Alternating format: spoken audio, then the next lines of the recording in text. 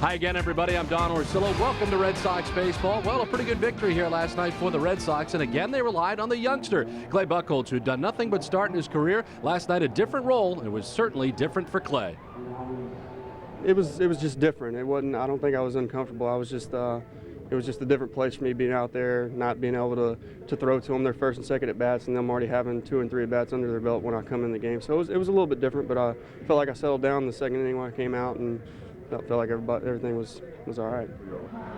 Well, a very nice night for Clay Buchholz. Also last night offensively for Coco Crisp. Well, it's been a very solid season, Don, for Coco Crisp. After a slow start, but we're starting to see the type of player that the Red Sox fans thought they were going to get last year, of course, without the injuries. Coco last night showed all of his skills. First of all, early in the ball game with the 3-run home run from the right side of the plate. Home runs are not his game, but when he needs some clutch ones, he's got them there for you. The defense all year has been absolutely Gold Glove caliber. Now, this play last night he makes look easy. For most center fielders, that's a dramatic play, but for him, it was fairly routine. And, of course, a big steal toward the end of the base. He gets himself in scoring position, and Jason Varitek drives him in for the go-ahead run. So right now, Coco Crisp is playing with a lot of energy, and that energy kind of just filters down to the whole ball club. When you get a center fielder making plays like he's made, it makes it so much easier for the left fielder, for the right fielder. They know that any ball that's in that gap, with his speed and his quickness and the great jumps he's going to be able to track that ball down. Red Sox hope to keep it going tonight against the Orioles. They send John Less to the hill.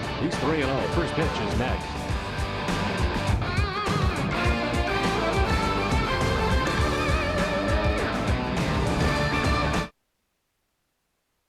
We went around swapping people's vehicles for 1 week. We didn't tell them we were from Ford. We told them it was market research. I came to swap my Toyota Camry for a Ford Fusion. If I had to use one word to describe the Ford Fusion, I would say that it's stylish. It's really elegant inside. It's also sporty from the outside, so I think it really reflects the type of person that I am. Now lease the stylish Fusion SE for just $199 a month, or swap your ride and get $2,000 in total savings. Visit your local Ford dealer or go to newenglandford.com.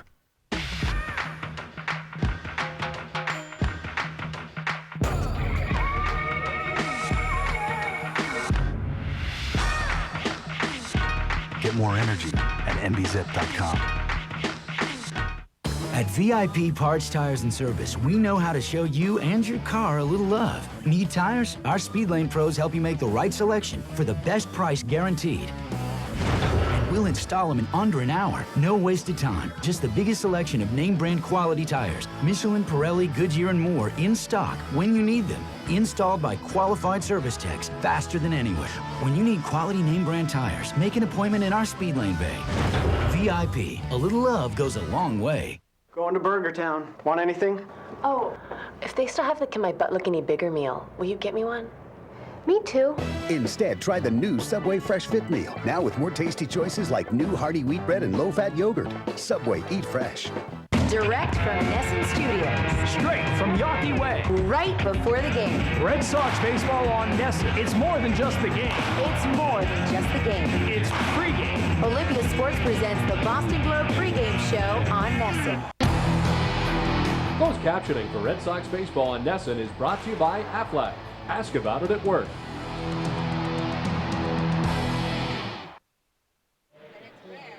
Boston Red Sox baseball on Nesson is brought to you by Southwest Airlines, your New England Subaru dealers, Foxwoods Resort Casino, Rico, and by your New England Toyota dealers.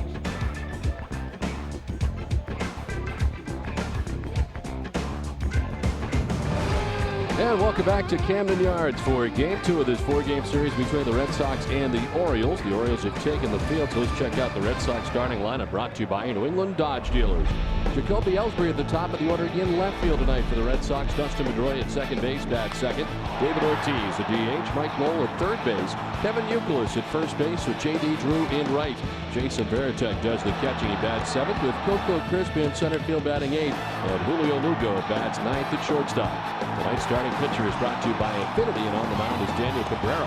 Caberra making his 30th start of the season. He is 9-14 with a 5.06 ERA. His third start against the Red Sox. He has yet to beat him this year, 0-2. And in his career against Boston, 1-8 with a 7.88 ERA. Caberra ready to work, and the first pitch of this one is in there for strike one. Kobe Ellsbury leading it off for the Red Sox tonight. So far at 444 with 2 homers and 7 runs batted in. Chops it left side. Tejada gathers and he's got to hurry his throw. Ellsbury right down that line as always, but he's out number 1. The Oriole defense is brought to you by New England Ford dealers. They are first in the American League with 69 errors on the season. Melvin Moore at third base, Miguel Tejada the shortstop, Brian Roberts at second, and Kevin Millar over at first. Left to right, Jay Payton, Tyke Redmond, and Nick Markakis, and Ramon Hernandez doing the catching for Caberra. The umpiring crew, Mike DeMuro, has got the plate tonight. Bill Welke at first base, Laz Diaz at second base, and Wally Bell, who had the plate last night, at third. One down here in the first inning, and it brings up Dustin Pedroia. 325 with 6 homers and 45 runs batted in.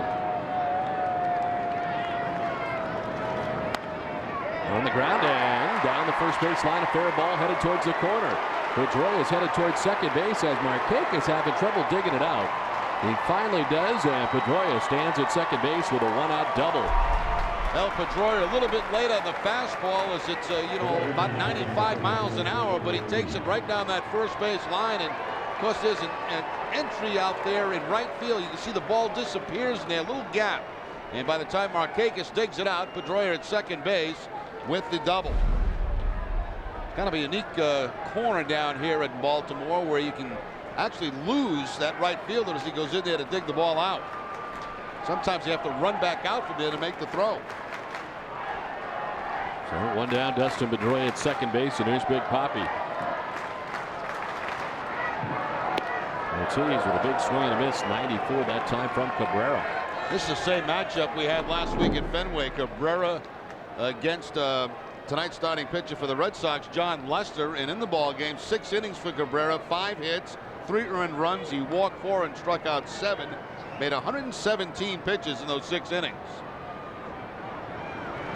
Ortiz late on the swing again, and it's 0-2. The league leaders are brought to you by Olympia Sports. In the category home runs since 2003, which of course coincided with his first year in a Red Sox uniform. 200 of them. Alex Rodriguez at 214. Albert Pujols at 209. The 0-2. Runs it inside, 1-2. And a home run last night for Big Papi, his 27th of the year.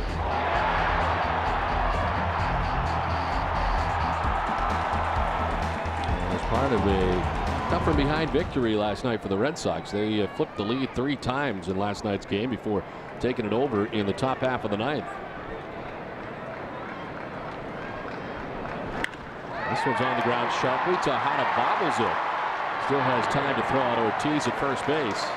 But Pedroia gets to third now, 2 down in the first. El Pedroia taking a little bit of a gamble going on that ground ball to the shortstop Tejada. But Tejada bobbled, so after that it didn't matter. The only chance he had was to go to first base. As you can see, he took a look toward third base, and I think that's why he bobbled the ball initially. And he finally goes to first to get David Ortiz. So 2 down, Pedroia at third base. Mike Lowell, the batter. Mike, who had fouled a pitch off himself last night, stayed in the game and is back in there in tonight's action as he takes strike 1. We're starting the night at 327 with 18 homers and 101 runs batted in. Over the last 3 games, he's just 1 for 12 and did not have a hit in last night's game. So chops 1 foul.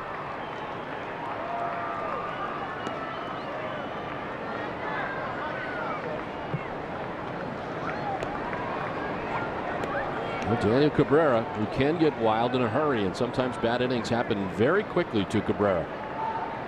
He can be cruising right along, and all of a sudden something happens. Next thing you know, he's giving up a bunch of runs and walking a bunch of people too. Yeah, that walk thing has always been a problem from him. He's got 95 so far this season in 181 innings.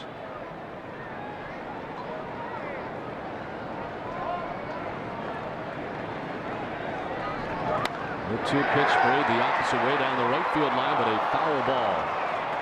Just kept bending away, ends up foul. This player profile is brought to you by Sovereign Bank, the official bank of the Red Sox cable network. And here's a little bit of look at the wildness for Daniel Caberra. 95 walks, 14 hit batters to lead the American League. Oh, 2 outs. Dustin Pedroia at third base. Count of 0-2 to Mike Lowell. Good stuff up and in at 98. It's a ball, 1-2. Two-seam 98-mile-an-hour fastball this time for Caberra, running back up and in on Mike Lowell. Not much reaction time to get out of the way of a pitch that's thrown that hard. Tries to come back with the breaking ball away, but not even close.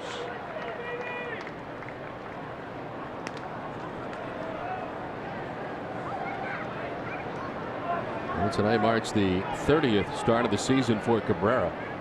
His 18th start here at Camden Yards, 3rd against the Red Sox. There's 2-2 pitch to Mike Lowell. A pretty good pitch, but it's ball 3 and a full count. Well, when you're a guy that has the reputation of walking a lot of guys, you don't get close pitches. That pitch did appear to be low. But you've got to earn your strikes when you walk a lot of guys. And the 3-2. Grounds it foul just outside of third. We're available. This telecast can be heard in Spanish by selecting the SAP button on your television remote. Enjoy the game. Buenas noches, amigos. Well, comfortable conditions here tonight. 86 degrees. No precipitation in the forecast. And out of right field comes a wind. Always tough to tell how the breeze works here at Camden Yards with the warehouse out in right field and the gap in left center. Lowell drives this foul. And it's like the at-bat continues. It's not going to be a sold-out ballpark tonight, but there are more Red Sox fans who have come down on this Friday. And this will be a larger crowd than last night and more Red Sox fans than last night.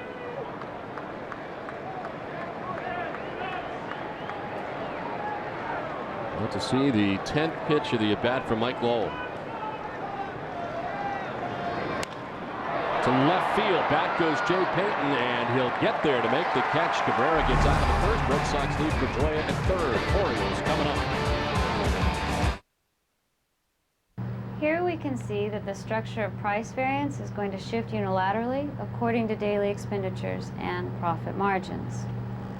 And here on slide 88 of 250, we have a contribution margin. That's why Southwest Airlines has 9 daily nonstop flights from Manchester and Providence to Chicago Midway, so you can always catch a later flight. And you can count on us to get you there with our convenient nonstop flights and on-time service. You are now free to move about the country. When you're on the go, you need the convenience, quality, and pricing that you'll always find at Extramart. Convenience. Everything you need is priced right and ready to go. Quality. Extramart has their own Extra Cafe gourmet coffee, delicious Deli Joe sandwiches, and Extra Fuels gasoline. All this month at Extramart, Nestle Pure Life Spring Waters, specially priced at just $3.99 per case. Nestle Pure Life, satisfying your healthy thirst for life. In every corner of New England, Extramart is just around your corner. Here's a smart way to handle the other green monster. Sovereign Business Owner Banking. You can get free business checking. Free business online banking. Your first order of checks free. And Sovereign's best personal checking too, all free. Which means nobody in the neighborhood hustles harder to be a small business bank than Sovereign.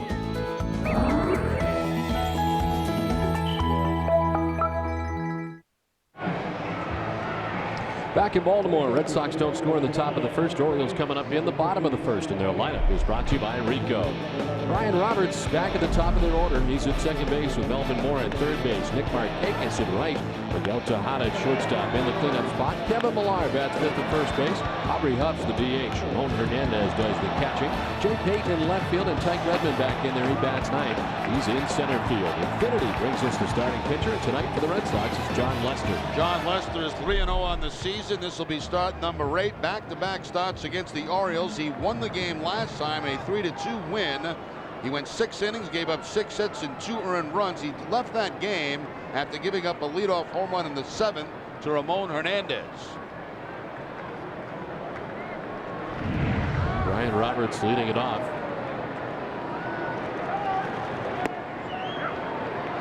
Roberts, a speedy second baseman for the Orioles, who starts the night hitting under 300. He hits at 296 with 10 homers and 49 runs batted in.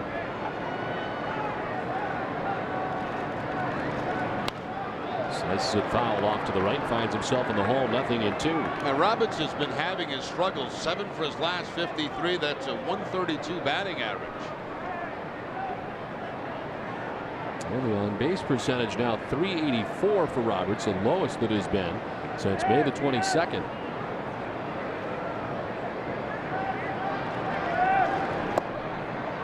The trip that took the Orioles to Boston and to Tampa Bay just went 1 for 18 on that trip.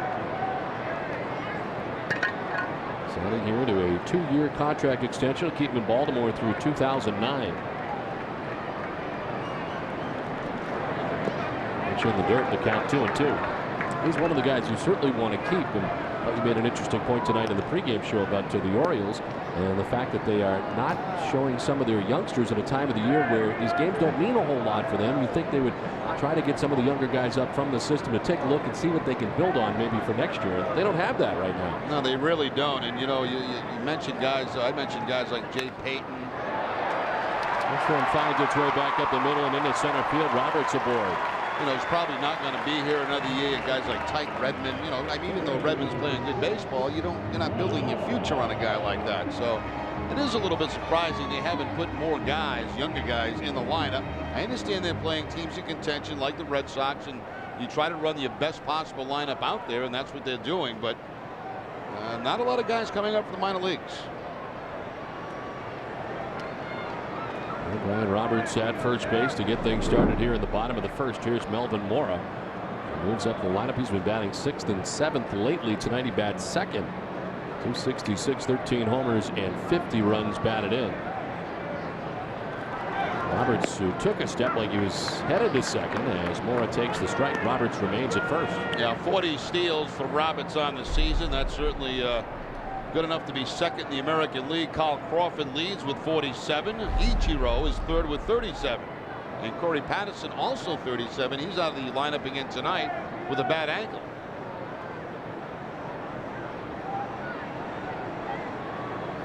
Roberts takes off. The pitch outside, the throw down. Roberts is safe.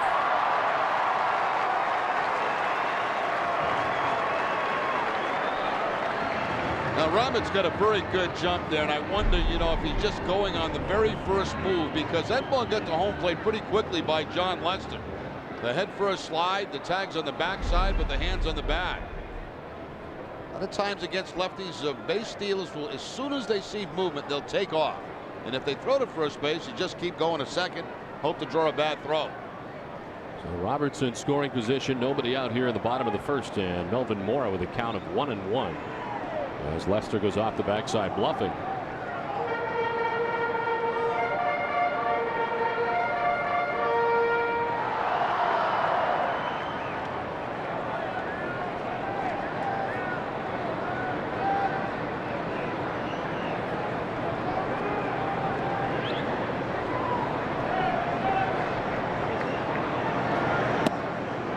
Checks the breaking ball for a strike and the count 1-2. Tell you what, Roberts right now is driving Pedroia and Lester crazy. He's jumping all over the place out there. Pedroia got caught just about standing on second base, so that right side was wide open on that pitch to Mora.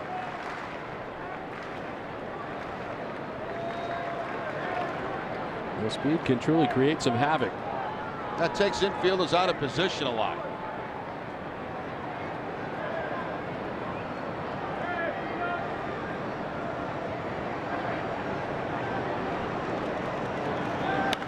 Two pitch popped up in the shallow right field. Out goes Pedroia. In comes J.D. Drew, and he makes the catch for the first out. The Red Sox defense is brought to you by a Boston area Lexus dealers. They are second in the league with 73 errors.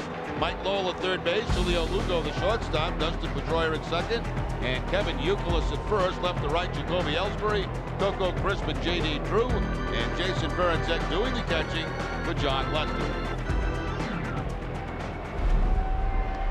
One down here in the last half of the first inning. Brian Roberts at second base, meeting at the mound. That included the 2 middle infielders, as well as Jason Verito. Yeah, now with the left-hander up, it becomes Lugo's responsibility to try to keep Roberts as close as possible at second base. Pedroia has to play. Markakis more to pull. He can't just stand behind second base with a left-handed hitter up. So now it becomes Lugo's responsibility.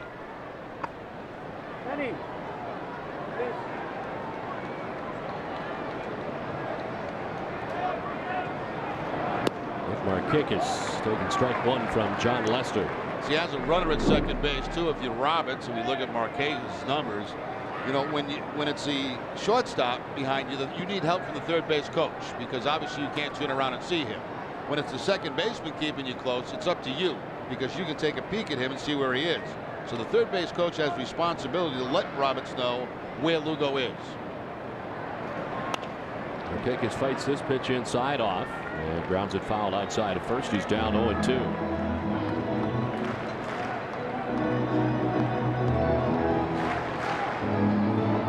Markakis with a good night last night. 2 doubles, 2 walks, scored 2 runs.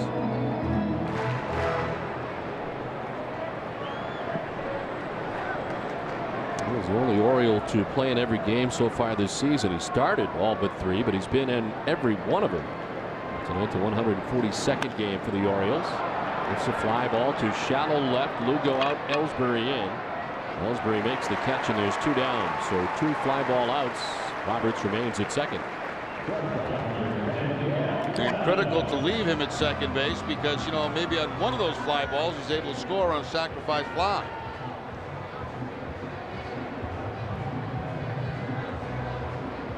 So 2 down, and the cleanup hitter Miguel Tejada coming up. At 308, 17 homers and 72 runs batted in.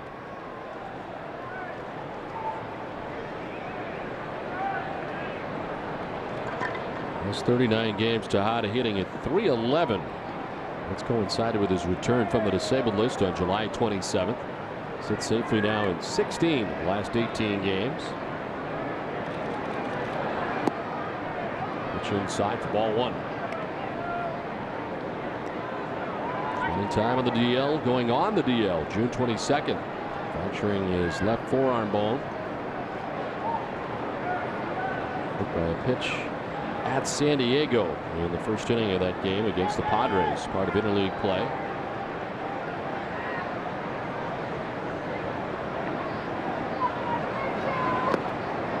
In the dirt, the count 2-0.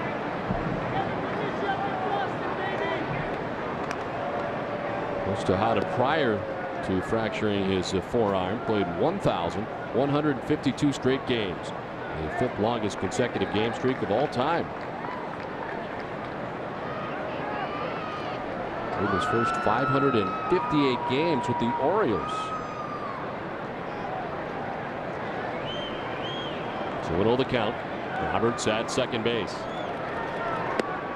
3-0.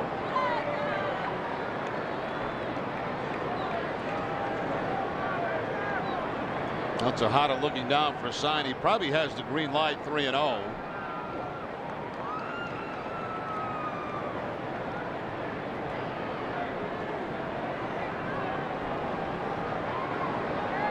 Lester trying to work around a leadoff single by Brian Roberts here in the bottom of the first.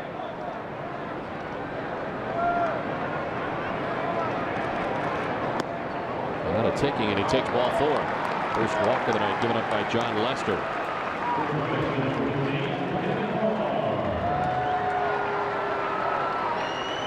first and second, 2 down. Here comes Kevin Millar.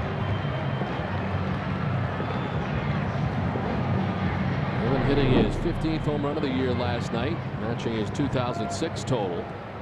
It's a 261, 59 RBIs along with the 15 home runs.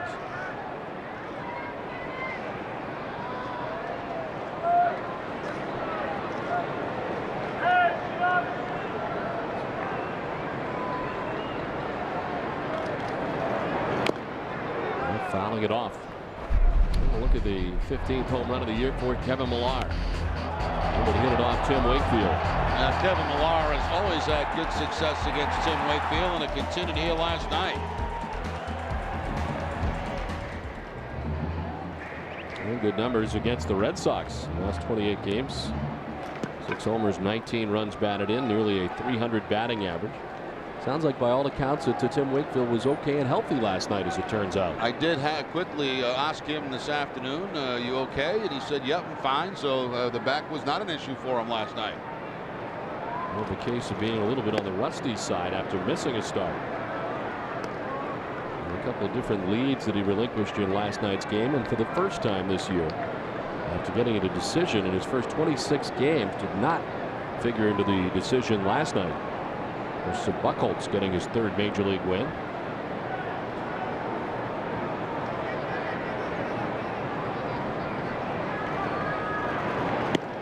It takes the 1-1 for ball 2.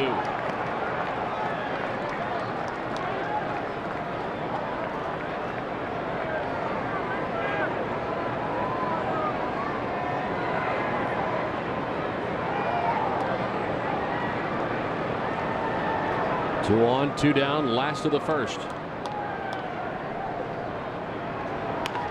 Millard drives one down the left field line towards the corner. Ellsbury is over, but that will bend its way foul. A long way, but a foul ball for Kevin Millard. The count evens at 2-2. That's twilight here, and I completely lost that ball. That ball went up in the air, and I couldn't find it again. I just watched Ellsbury go to the line to see if it was going to be fair or foul. Good thing you're not still playing then. No, I had no clue where that ball was.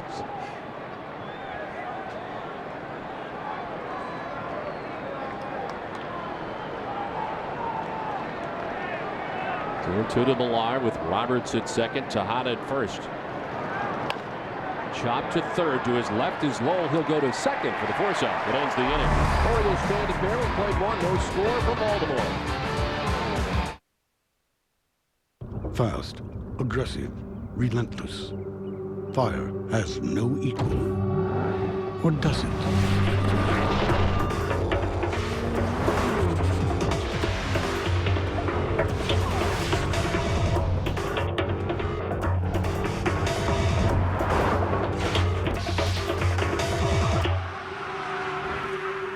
The all-wheel drive Lexus GS. See your Lexus dealer. Okay, Carmen, imagine it's a cold October night, we're in the playoffs, and we need you to steal second base so we can win the game. And be sure to slide feet first to avoid the tag. Okay, how's this? Safe. Leave sliding for the baseball field, not the road. At Sullivan Tire, we have certified technicians for all of your automotive needs. Including brakes. We're always here to get you there. Nurse is rated in the top 3% of the world. Rated 4th safest hospital by Consumers Digest. Ranked one of the top 25 children's hospitals by Child Magazine. Health Grade's 2006 5-star rating in total knee and hip replacement. #1 in Maine for overall cardiac services. Somehow, by making our patients the center of attention, we've become the center of attention. Maine Medical Center, centered around you. The Stop and Shop Family Foundation, proud sponsor of the Deutsche Bank Championship, has raised more than $2 million for children over the past 2 years, thanks to the support of corporate partners like Kimberly-Clark. Stop and Shop, the official supermarket of the Boston Red Sox. Husbands home in Maine. I guess they left their husbands home in Maine. They left their husbands at home to watch football. They came down to watch baseball. The Red Sox Nation here in a bigger way tonight as we anticipated. Zucker's fouls it off down by the shoe tops. Zucker's at .291, 16 homers and 76 runs batted in. And a couple of hits here last night. Went 2 for 3 with a walk in the game.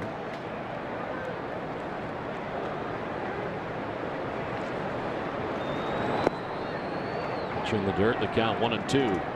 Caberra with 1 out in the first inning, gave up a double to Dustin Pedroia.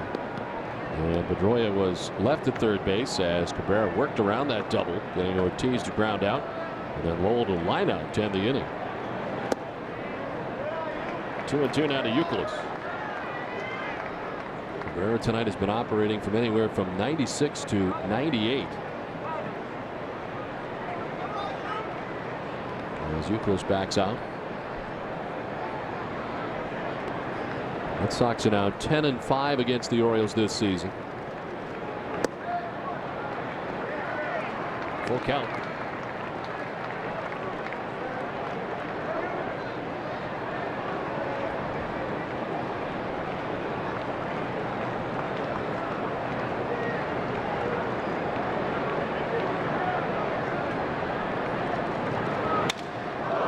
Bat foul as Caberra had to hop up over the bat, the part of it coming out at him. Some fancy footwork by Daniel Caberra on the mound to get out of the way of the barrel of the bat. Doing pretty good for a guy that's about what, 6'8"? I didn't mean to rush into the guy, Don, but he's pretty tall.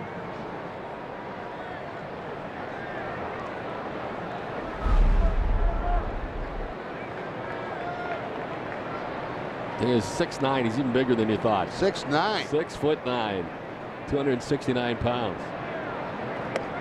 Pitch outside. It's ball 4. Up and 0-2, but Youkilis works the walk. Let's send it down to Tina Cervasio. Tina? Don, an update on Doug Mirabelli today in the clubhouse this afternoon. He said he has a mild, moderate strain of the left hamstring. He says he's not really sure how he did it running the bases last night. He feels maybe he just stretched towards the bag a little bit too much, and that's how he pulled it. He's a little more tender today than expected, and manager Terry Francona believes that 48 hours after the injury is a better barometer to really know how severe his injury is. I'll tell you what, Doug looked a little frustrated. He says, I only play every 5 days as it is, and with the postseason coming up, I hope I'm not out for another 3 weeks.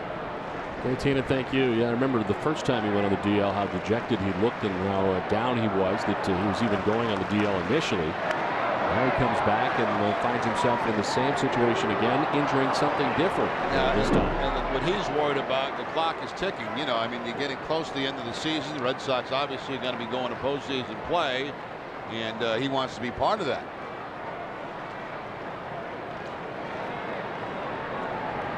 Youkilis with a short lead off first. He's on to begin things here in the second as Drew sends one out to left field. Jay Payton on the run is not going to get there. That one hops up into the seats.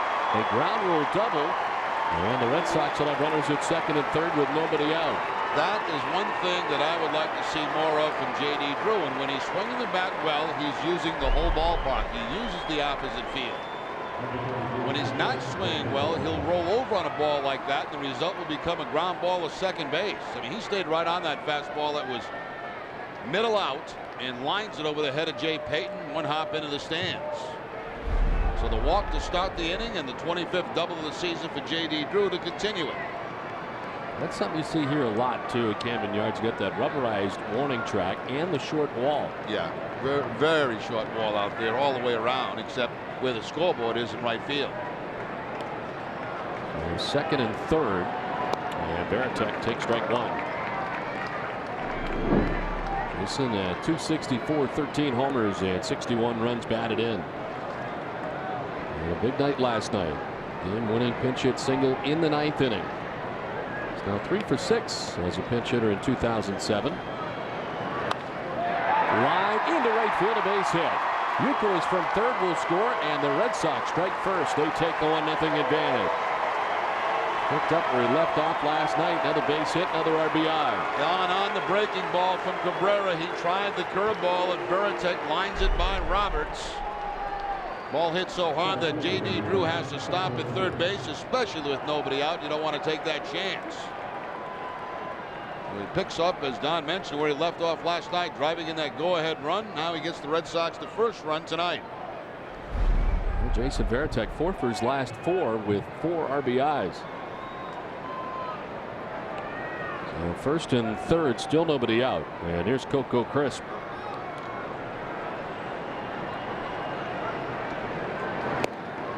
Swing and a miss for Crisp.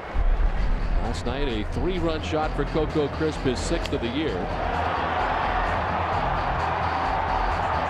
He go a while in between home runs for Coco Crisp, but he does possess the power to take you deep every now and again. Last night doing it for the 6th time.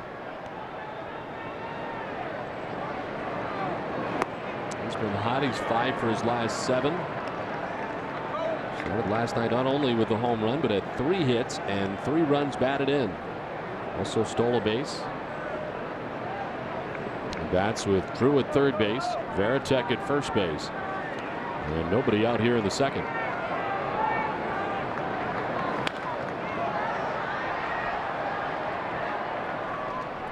Boston Red Sox baseball on NESN is brought to you by WB Mason. It's a September to remember with their new What a Bargain Super Clearance Center.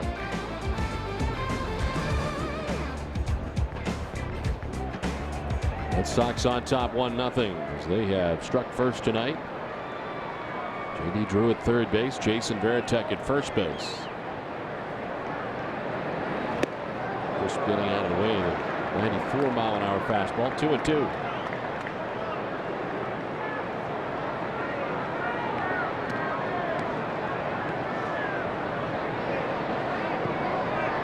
We're starting in center tonight for the 122nd time of the year. The possible 142 Red Sox games. They're still throwing hard but missing again. 3-2.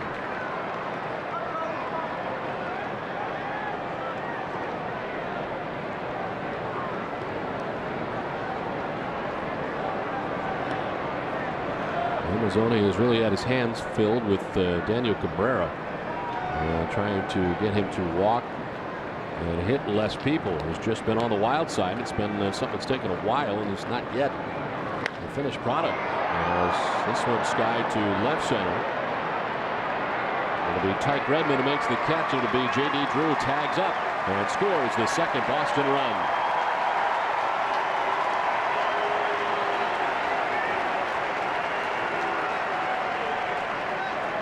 55 RBI now in the season for Coco Crisp as he gets a ball that he can drive and lift in the air deep enough to get J.D. Drew home.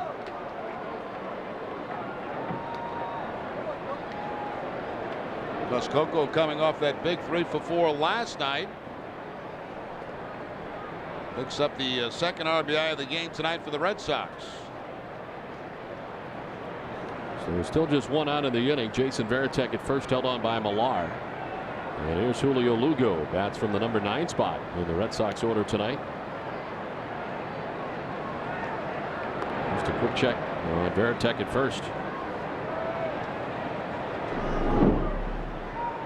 And Lugo at 239, 6 homers and 65 runs batted in. Has a 5-game hitting streak going, 7 for his last 22.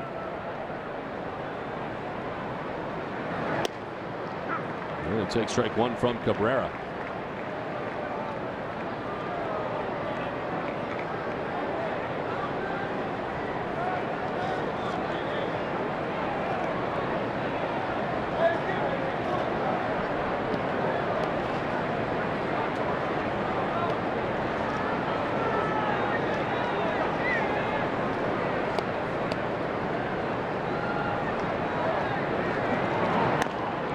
This one off foul. It's 0-2. Well, last night marked the 9th time this season the Red Sox have won a game in their final at bat. And a 7-6 victory improved the Red Sox record at 1-1 games to 20-21. Red Sox had lost their last 3 road games decided by a run. And a tight one last night. Papelbon, of course, finishing it off. And the new bullpen weapon, Clay Buchholz, with 3 shutout innings. Fouled off. It's still 0-2. Wonder how long now Buchholz will sit out between last night's performance. It might be almost like a start for him. You know what I mean? He went 3 innings. He's back in the bullpen tonight, but I certainly don't expect to see him in the ball game. You wonder if it's going to be almost like he's going to work on regular rest if he was a starting pitcher. You know, the Yankees have been so careful in using Jabba Chamberlain. Much the same way the Red Sox have with Clay Buchholz. Of course, Chamberlain, if he goes an inning, gets a day off, goes 2 innings, get 2 days off. That's the way they've handled it so far. And so the Yankees' needs for him may change as they draw closer to the end of the season.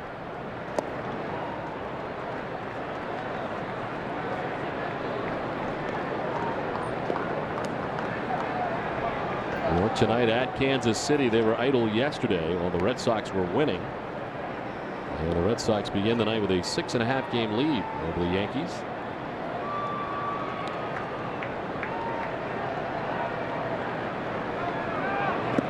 Lugo went around, says Mike DeMuro, the home plate umpire. First strikeout for Caberra. It's out number 2 of the inning. Last time Caberra faced the Red Sox, as I mentioned, he had 7 strikeouts. His high in the season is 9. That's the breaking ball there that Lugo fools Lugo as he can't control the head of the bat. Those 9 strikeouts came in his first start against Minnesota.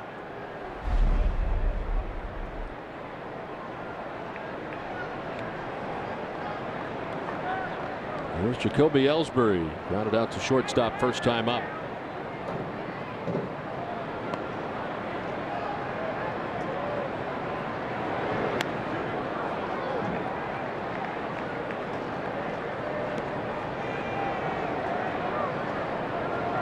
Ellsbury started the season, the 2007 campaign at Double-A Portland. Played just 17 games with the Sea Dogs, hit .452. Leading minor league baseball in hitting when he was called up to the Pawtucket Red Sox on May 4th. Fouls it off, down 0-2. Sit safely in 10 of the 12 games and 3 different stints with the Red Sox this season.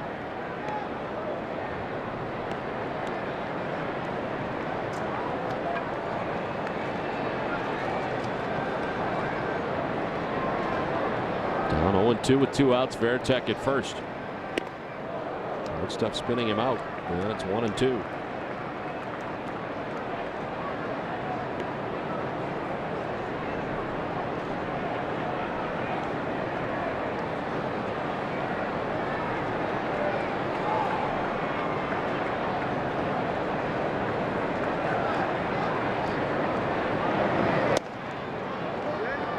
Two and two now to Ellsbury. And we've documented the troubles the Orioles have had. They've now lost 10 straight home games, matching their second longest streak in club history. They dropped to 10 in a row at Memorial Stadium, June 18th through July 3rd of 1955. The team record for consecutive home losses is 11.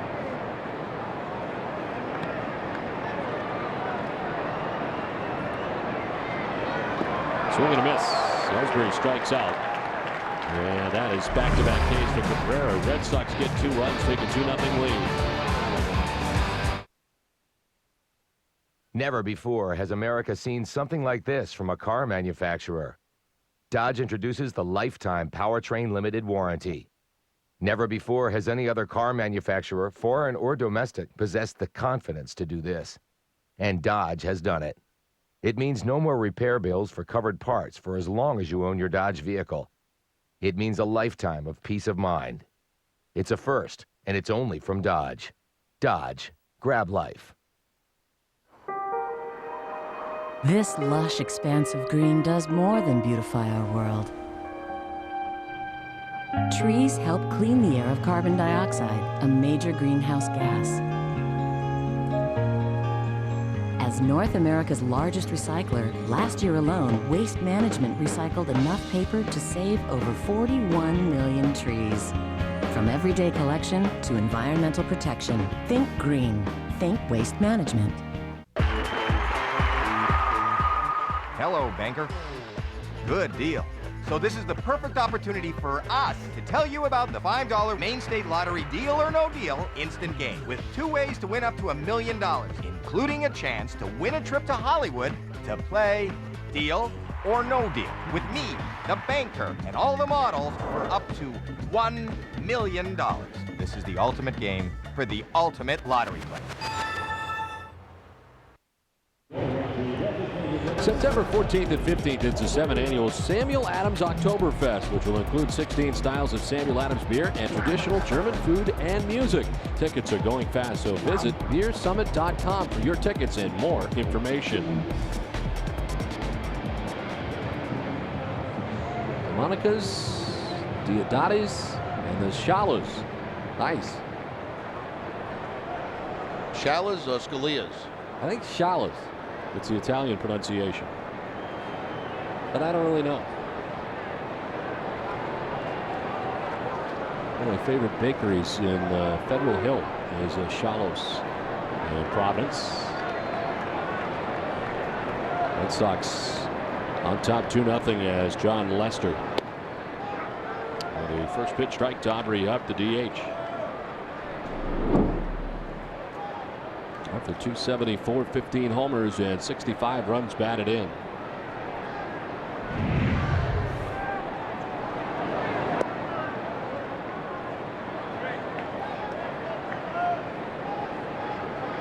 Orioles have lost 14 of their last 16 games. Stretch that all started with their miserable 30-3 loss to the Texas Rangers. This one has popped up left side. And Lugo, a couple strides on the outfield grass, makes the catch for the first out of the inning. Nothing worse than losing a game 30-3 is that it is the first game of a day-night doubleheader. You know, they told me, though, that game only lasted 3.5 hours. That's incredible. We played 2 1 games that last 3.5 hours. Last night was almost 3.5 hours.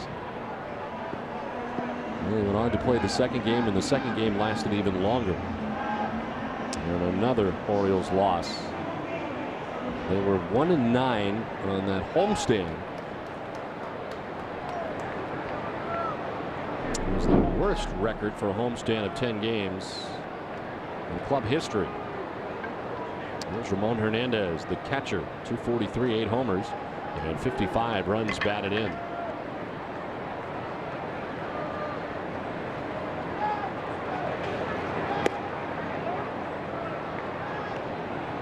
I always hear the old adage that you don't want to get into that bullpen too early in game one. What if you lose 30-3?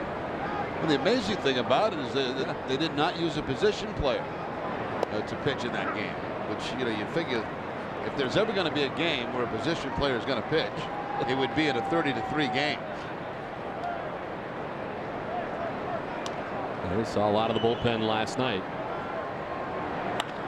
In center field, Coco Crisp going back, shy of the track for out number 2.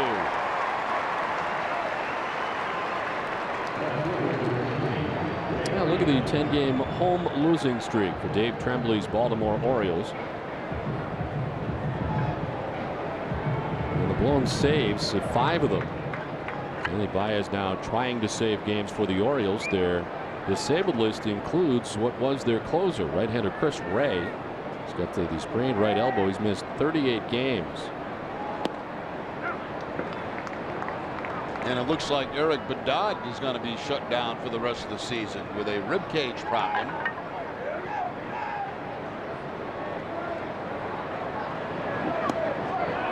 And to hold up, they'll check. He did not. Bill Rucky said he went around. So Payton, who batted 9th last night, bats 8th tonight. And finds himself down 0-2. Talking about Bedard, he had a chance to lead the league in strikeouts. He still does with 221, but Johan Santana is second at 203.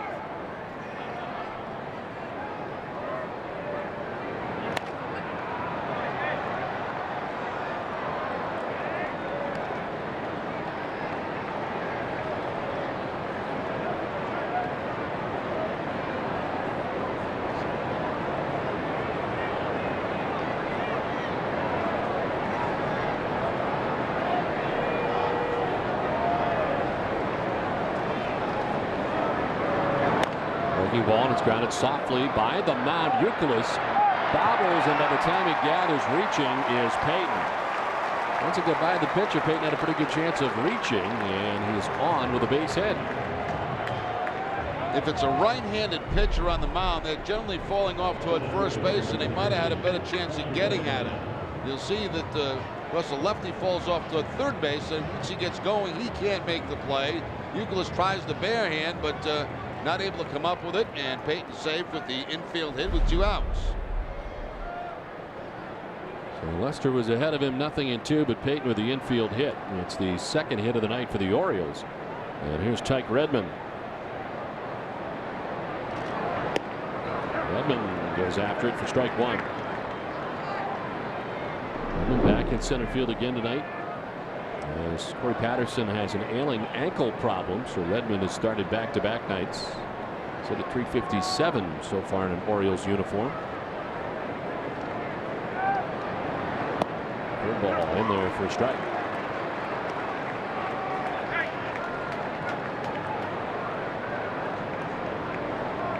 Edmund with a 3-hit performance in last night's game.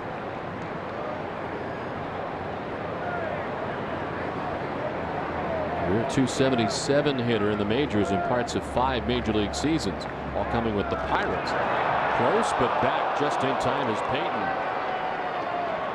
Yeah, that move by John must have fooled Payton because he's just kind of slow motion leaning. He took a step towards second base.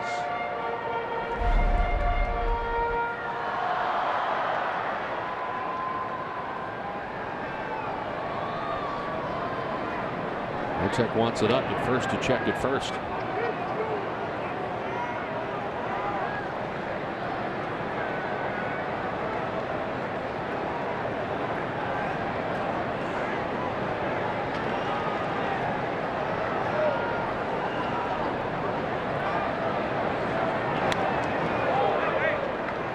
The LoJack Caught Stealing Sweepstakes is back again for another season. Visit LoJack.com/caught-stealing for details to enter to win. LoJack, the Omen Stone Vehicle Recovery System operated by the police. They're down here in the last half of the second inning. Red Sox on top 2-0. Jay Payton at first base and a count of 0-2 to Tyke Redmond. Breaking ball and diving at first base is Youkilis. He'll put to Lester, and they just do get Redmond. Nice play at first base to end things here in the second. Red Sox on top 2-0.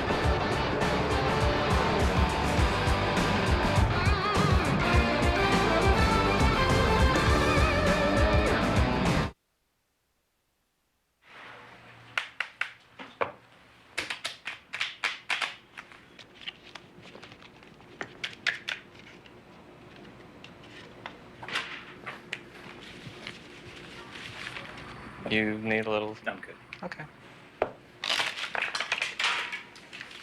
Maybe taste your deal. Yeah. Okay. There's a better place to play. Foxwoods Resort Casino, home of the only poker room in New England. Check out the action at foxwoods.com. Back on the runner at first. Swing and a miss to elevate on Swisher. It's the second strikeout for Beckett, 2 down. How about a side order Red Sox with your breakfast? Breakfast with the Sox. A 1-hour replay of tonight's game. Presenting the 263 horsepower Lincoln MKZ. Rated highest in initial quality according to J.D. Power and Associates. Now joined by the fastest selling luxury crossover, the Lincoln MKX, with its award-winning safety and panoramic vista roof. Reach higher and you're destined to reach the top. Now drive the innovative Lincoln MKX for $389 a month. I am your idea. Color me. Get me noticed. Make me shout. And stand out. Give me Rico color that always works. I am your idea. Make me brighter. Make me shine. I am your idea. Get me in there. Make it happen. In flying colors. It's you and me, and here we go. With Rico. 1967 was a year impossible to forget. Now, Nesson is celebrating the 40th anniversary of that impossible team during every Sunday pregame show with special features that relive the magic and drama that was impossible to forget. Top half of the third inning, Red Sox on top 2-0. There's Dustin Pedroia, David Ortiz, and Mike Lowell expected here in the top half of the third. Pedroia with a double his first time up. One of 3 Boston hits tonight. Red Sox collecting their 2 runs in the second.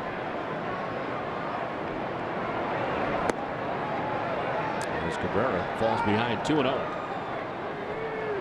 He's walked just 1 so far, and that was to lead off last inning. This came around to score. Pedroia has now faced Cabrera 4 times. He has 3 hits against him. 3-0.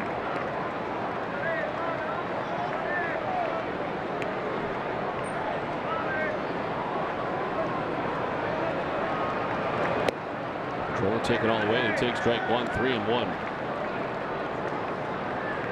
26 years old. Signed originally by the Orioles as a non-drafted free agent from San Pedro de Macorís of the Dominican Republic. On the ground at Tejada. And there's one down here in the third. Here's a nominee for this week's Dint Trophy Play of the Week, Kevin Youkilis, diving to his right, and the underhand flip to John Lustig covering first base to get Tyke Redmond, who has very good speed. Tune into the pregame show this Friday to see which play will win this week's Dint Trophy Play of the Week. Do we know who won this week's Dint Trophy? I do not. Had to be Pedroia, right? You would think so. There was none more important than that play. And a no-hitter for Clay Buchholz. Wait a minute, is today Friday? Today's Friday. It is Friday. Yeah, so tonight we should have found out who won.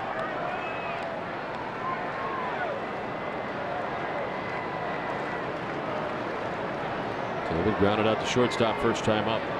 The shift on, it goes the other way and drops it into left field. A one-out single for David Ortiz. And Ortiz now in the top 3 categories of batting average, home runs, and RBI. He's in the top 10 in each category. Came into the game 9th in hitting, 5th in home runs, and 9th in RBI. Takes his base hit to the opposite field. First of the night. He hasn't had great success against Caberra, only 200 coming into the game, but the opposite field hit there. So 1 out, 1 on here in the third inning. Here's Mike Lowell lined out to left. First time up, goes to left again, and is going to be in for a hit. Up to second goes Big Poppy. It's first and second, 1 away. After Lowell's hitting streak stopped, since that time he's 1 for his last 13, but picks up the base hit here.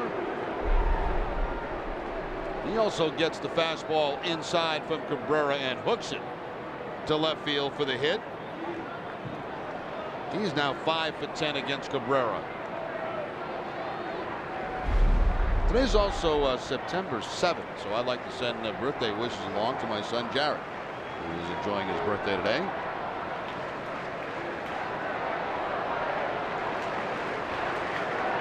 Two on, 1 away. Kevin Youkilis, who walked his first time up, came around to score.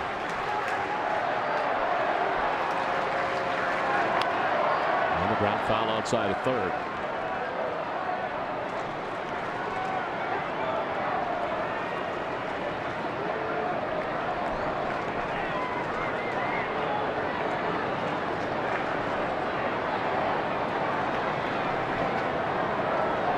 Ortiz at second, Lowell at first with 1 down here in the top of the third. Pitch in there for a strike, and it's 0-2 to Youkilis. Leonel Cabrera was a 12-game winner in 2004. That was the first year he was in the majors. He was 12-8 and 10-13 in 05 last year, under 500 again at 9-10, and comes into tonight's action here in 2007 with a 9-14 record. So each of the last 3 years he's been in double figures in losses.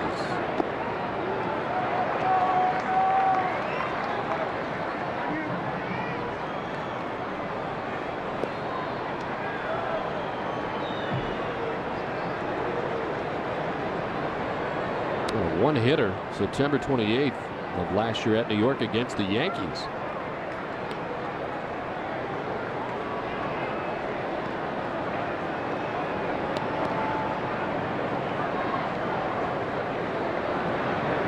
Swing and a miss. Strikes out Youkilis. Third K for Cabrera.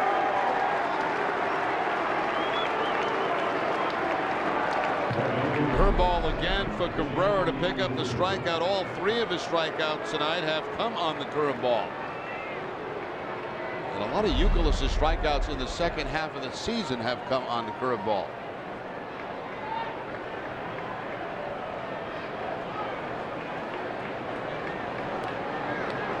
So 2 down, runners at first and second. J.D. Drew, the batter. And he takes strike 1. Is that from scouting the first half? The teams are making adjustments, figuring out ways to get Youkilis out? No, I don't think so, Don. I think he's been around a while now. I played a full year last year, and of course, last couple of years, and so they got a good idea on what to do. It's just earlier in the season, Youkilis was taking those 2-strike pitches, and he was putting him at the opposite field and getting a lot of base hits with him.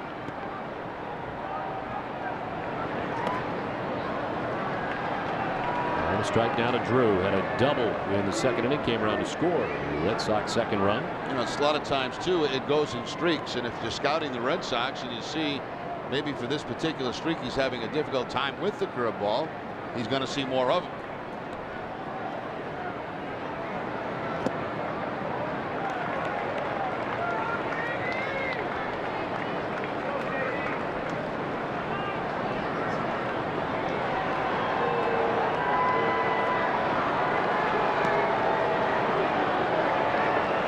Ortiz at second base, Lowell at first base, 2 down.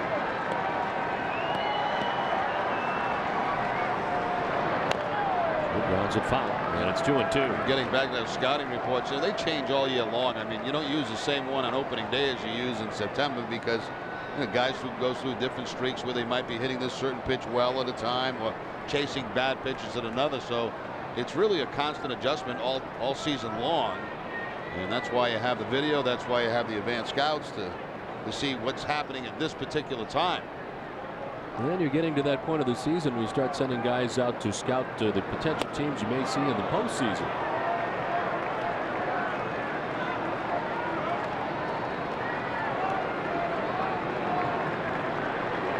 Full count to J.D. Drew with 2 outs.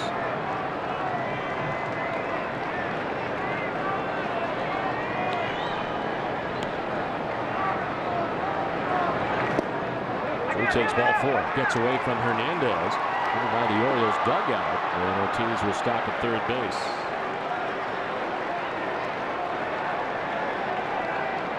And the second walk given up by Daniel Caberra.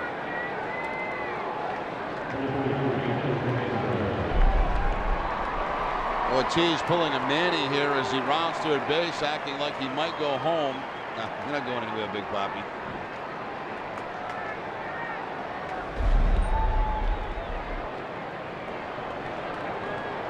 Bases loaded opportunity here with 2 down for Jason Varitek, who singled to drive in a run his first time up, 4 for his last 4 with 4 RBIs. And a chance to do some more damage as he takes a first pitch strike and has a long look back at Mike DeMuro.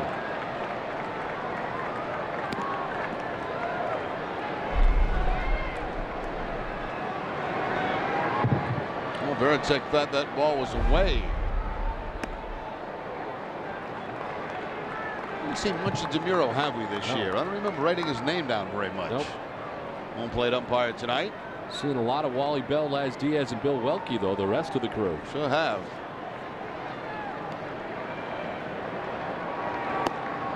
On the corner again, it's strike 2, and again, Varitek doesn't like it. 2 bad ones. Now DeMuro now also getting it from the Red Sox dugout. That ball, no question, it was low, and Varitek for the second time in this at bat, not happy with DeMuro's call. Strike 3 call. Varitek will have some choice words for him on the way back to the dugout. They'll be together soon when we come back again. It is 2-0 Red Sox.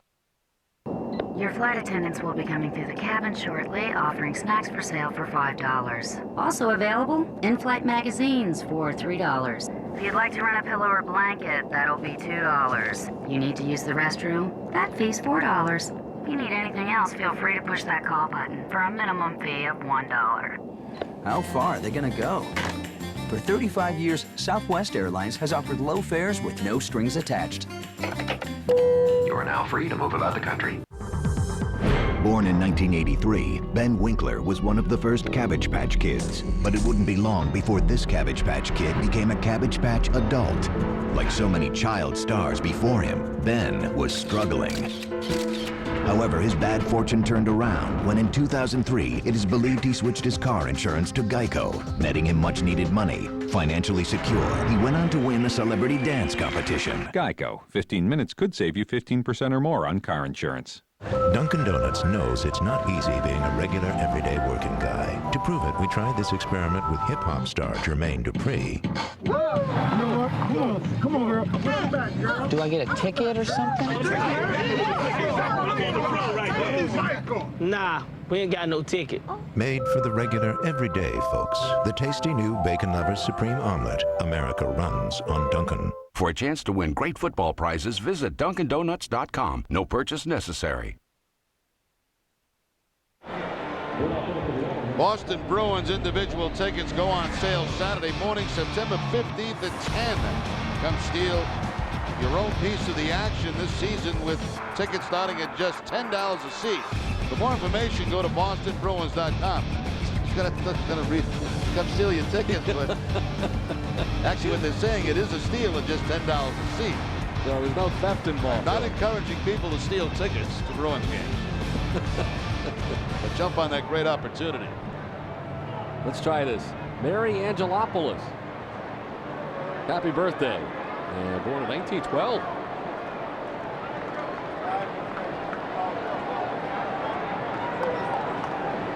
And Roberts leads it off top of the Orioles order. On the grass at third is Lowell.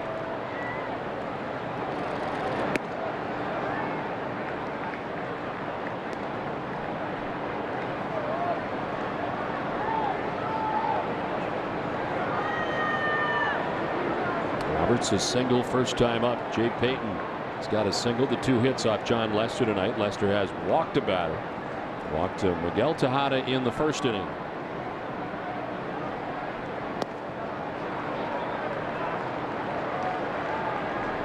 The Red Sox have left 5 men on base through the first 3 innings. They do have a 2-0 advantage. And a bases loaded 2-out situation in the third. Could not score. Certainly Veritek upset. Mention to be back with Mike DeMuro again, and they're just inches apart. Veritek pretty upset in between innings. Really thought that 2 of those pitches were not strikes. There's a strike, and it's 3-1. It seems like you got to tread lightly a little bit because you got to work with him all night, and he's going to be dealing with your pitcher and the strike zone all night. It's still pretty frustrating as this one to third. Lowell off to his side, gathers and throws out Roberts. Doing himself a favor if you can keep him off the bases. 1 down. Boston Red Sox baseball on NESN is brought to you by Olympia Sports, the official sporting goods retailer of the New England Sports Network, and by Dunkin' Donuts.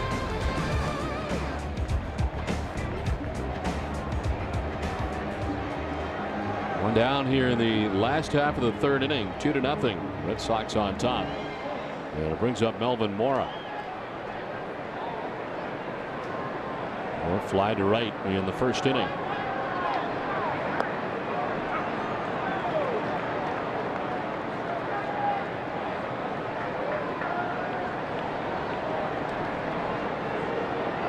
Outfield set up straight away on Mora.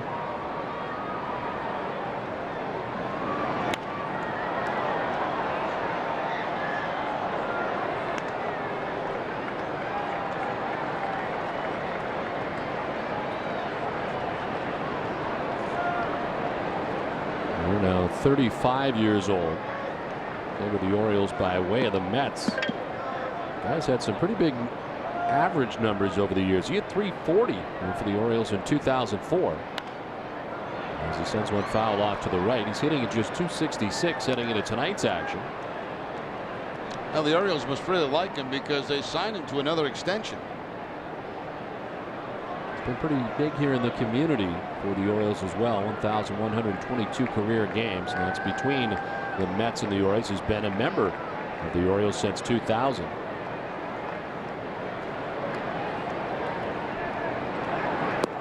Swing and a miss. Lester picks up his first strikeout of the night. 2 down. Cut fastball down and in for Lester to pick up his first strikeout of the night. Only had 1 strikeout the last time he faced the Orioles in 6 innings.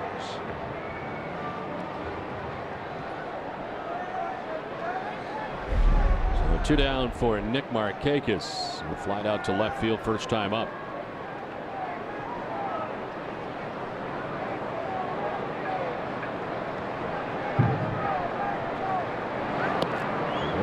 there for a strike.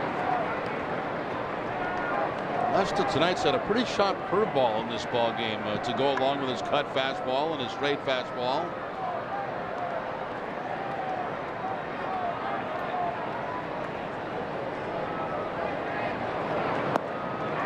Cook is chasing that time, and it's 0-2. There's that cut fastball again. Now, if he wants, he can throw that same pitch, but even a little bit farther outside, and see if Markakis will chase it.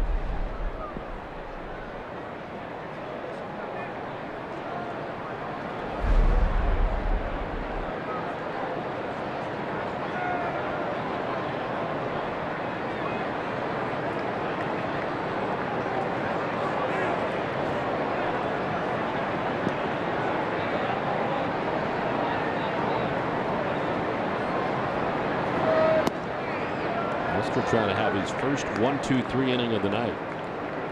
There's the first 2 outs in that 1-2-3. Royals have stranded 3 men on base through the first 2 innings.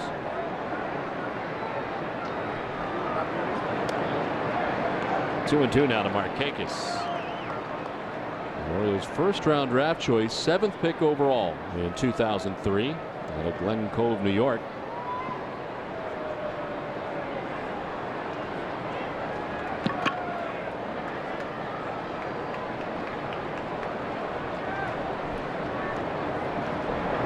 Swing and a miss. Lester strikes him out. Back-to-back Ks for Lester. Indeed, his first 1-2-3 inning of the night. 2-0 Boston lead.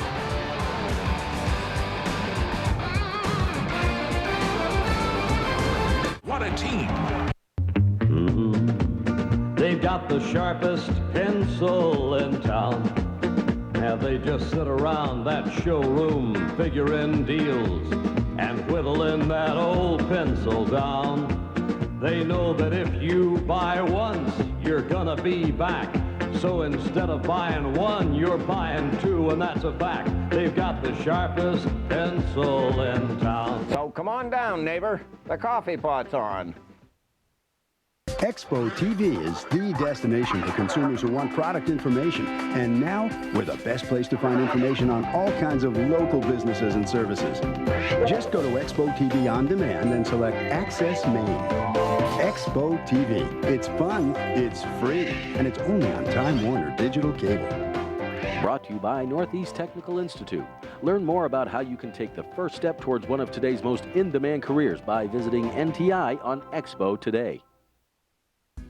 At Time Warner Cable, we offer home phone service, Roadrunner high-speed online, and cable in one affordable package. It's simple, and it saves you money. And installation is fast and easy. Satellite won't say that. Call now and get 3 great services for one low price, all in our advanced fiber network. Save hundreds of dollars a year when you get digital cable, Roadrunner high-speed online, and digital phone together. Time Warner Cable, the power of you. Second place in the Nextel Cup race at California Speedway. Now we're less than just 2 weeks away from the start of the chase for the Cup at New Hampshire International Speedway. For more information on Carl Edwards, Matt Kensick, and the entire Roush Fenway Racing team, visit RoushFenway.com. This Roush Fenway Racing update is presented by Lumber Liquidators. Top half of the 4th inning back at Camden Yards in Baltimore. Red Sox on top 2-0. It's Coco Crisp leading it off, trying to bunt his way on, but he bunts it foul.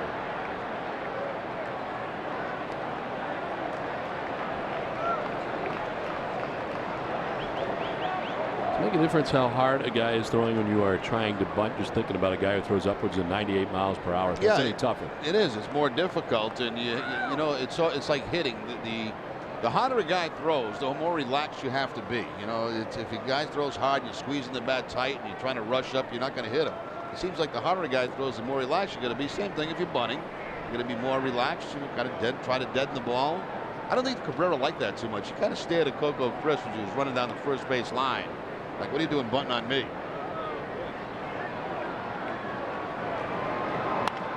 On the ground right side, and Crisp will get on.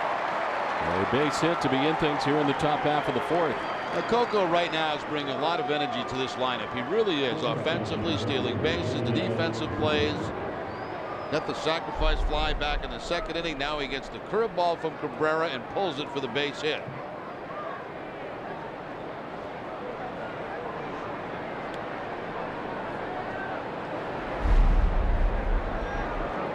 That was 6 for his last 8 with 4 RBIs. And on at first, held on by Millar as Julio Lugo stands in. Lugo struck out swinging in the first inning. And with 4 strikeouts tonight for Daniel Caberra.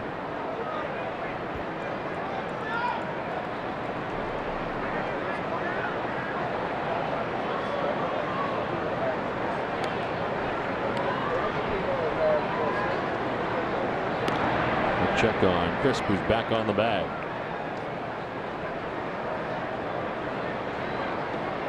Well, the Orioles are just a game over 500 against American League East foes, 29-28.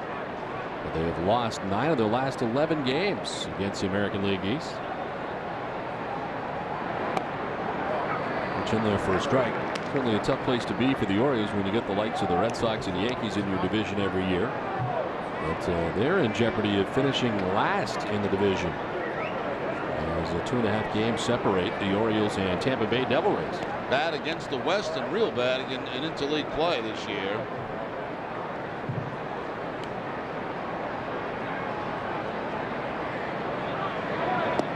Pitch inside. And the count 2-1.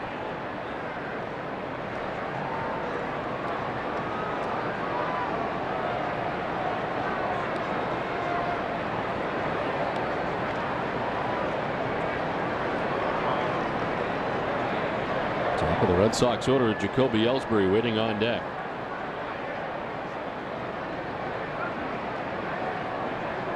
Lugo backs out, something in his eye.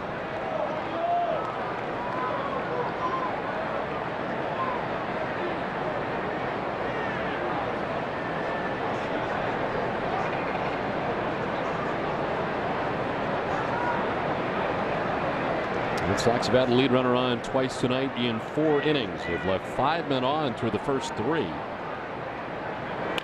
Lugo chops it to the backhand. Mora gathers and throws and still gets Lugo.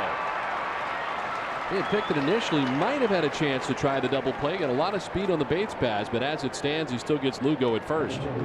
Yeah, just to get one out there, I think is a good thing because this ball is hit pretty hard. He has to go to the backhand. It pops out. And then the only option is the first base, and he does get Lugo. I remember when Mora first got here at third base, he was just horrible. I mean, he was making tons of errors, but he has certainly improved over the years at that position. He was a shortstop with the Mets. Yeah, we saw him in his first series at third base. Made 3 errors in that first game. He just had a dreadful start for him at that position, but they did stay with him there, and he has improved. 21 errors in that first year with the Orioles as Millar wins the foot race to the bag just in front of Ellsbury. I'm not sure Millar wants to take that race again.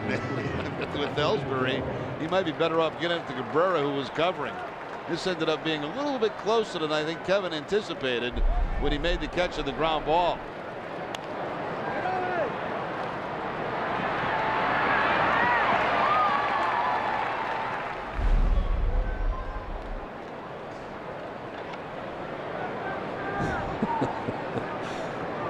Well, 2 down, Mirabelli giving him the business. There's Dustin Pedroia. Coco Crisp 90 feet away. Third base, 2 outs here in the top half of the 4th inning. Well, Crisp doing a fair amount of dancing, was well down the line. They're going to charge him with a balk, and Crisp will get the plate. The dancing rattled Cabrera, and the balk charged to him. Red Sox take a 3-0 lead. The Red Sox do that a lot. Lugo in particular does it a lot, and so does Coco Crisp. And it just rattled the Cabrera, and he just completely stopped, and the balk is called. There's Coco going down the line. We'll get a shot at Cabrera. We'll show you what he did. The way Pedroia is thrown behind, they should eject it. Yeah, I agree with you, Don. It's going to be a warning, but why is he still in the game? No question, he threw at him. Red Sox making their way out of the dugout. Third base umpire Bell. This all started with Cabrera when Coco Crisp tried to bunt on him. And he took a stare at Coco Crisp going down the line. And then Crisp is the guy who faked down the line that caused the balk. Well, whose fault is that? Is that Chris? No, that's your fault, Caberra. And you after something like that happens, you're going to throw at the next guy, Pedroia? That's ridiculous. That's an immature pitcher at its best right there. And you wonder why he can't win. Total immaturity on his part. But a guy's not supposed to bunt on him, and a guy's not supposed to fake. Oh, now the catcher Hernandez wants to go at somebody. He's calling somebody out. Here we go.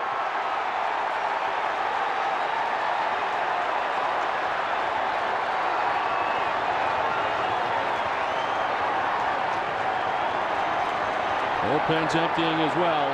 And look at Cabrera. Look at Cabrera. He wants somebody. Who's he want? He wants somebody from 90 feet away. He's got a whole team of guys looking for him.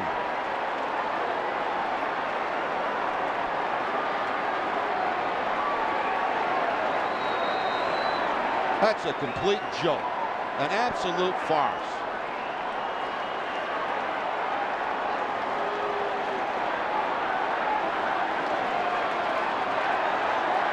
I don't understand how he didn't get ejected. Well, it wasn't in his head, and there's no question he was throwing at him. He should be out of the game.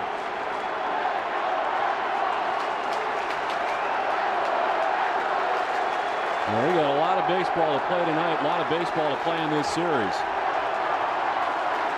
Well, you know, excuse me for trying to bunt, and excuse me for trying to draw a balk. I mean, I should not do that.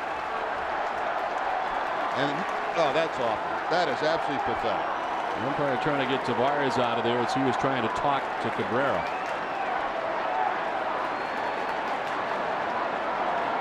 As both bullpens make their way back to the pens.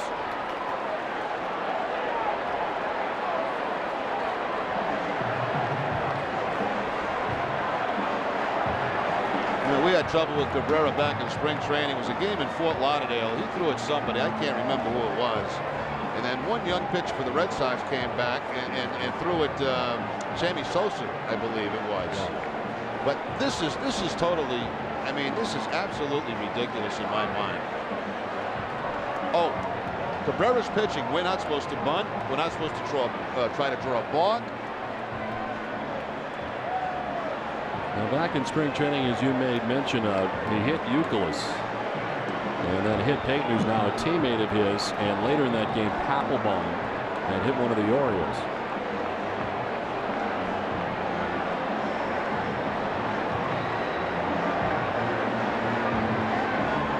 So Tremblay is out there talking with the umpiring crew as well. Now, this is where I think this started. Now, watch Cabrera after Coco tries to bunt. And watch him just kind of stare at him down that first baseline as he kind of looks at him. He's already ticked off at him, right? So now he goes to third base, and he's trying to draw a balk, which the Red Sox do a lot. And whose fault is that he balked? Is that Coco Crisp? No, it's Cabrera. So now Cabrera gets ticked off, and then he throws the next pitch right at Pedroia. Look where it is, too. Yeah, that's pretty high. That's behind him, and that's up close to the head, and that should have been an ejection.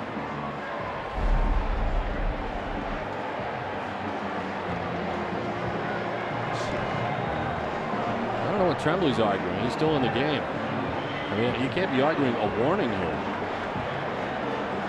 He's lucky he's still out there. Well, what could he possibly be talking about? Hernandez got hot. The catcher got hot at somebody in the Red Sox dugout.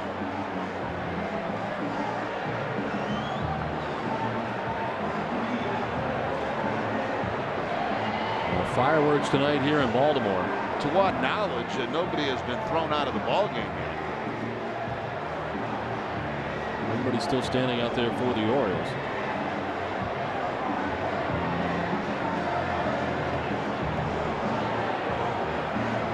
Francona was in the midst of a conversation with the umpires when Hernandez got hot. And you wonder if Francona was asking them to eject Cabrera, but no sign was ever made. The only sign we saw was DeMuro going out there and warning both teams.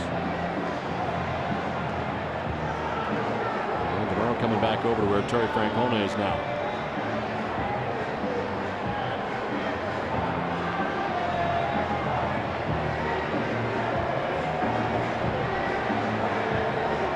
what Francona wants is he wants Caberra ejected from the ballgame, because in his mind, he clearly and intentionally threw up at near the head of Pedroia. It was behind him.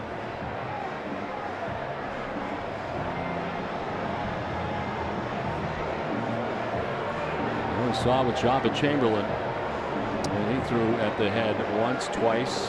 That was a little bit different, though, in that there was no pass at all involved. This was just a pitcher completely losing his cool, and I don't know what Tremblay's arguing about.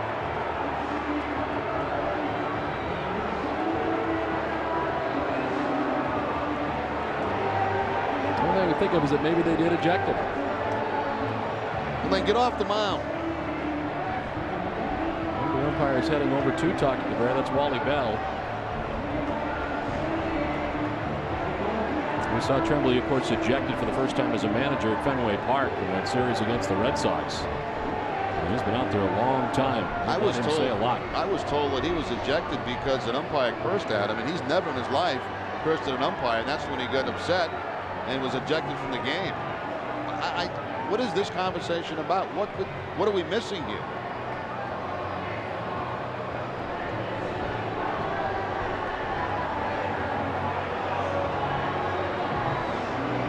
He said he's not throwing at his head.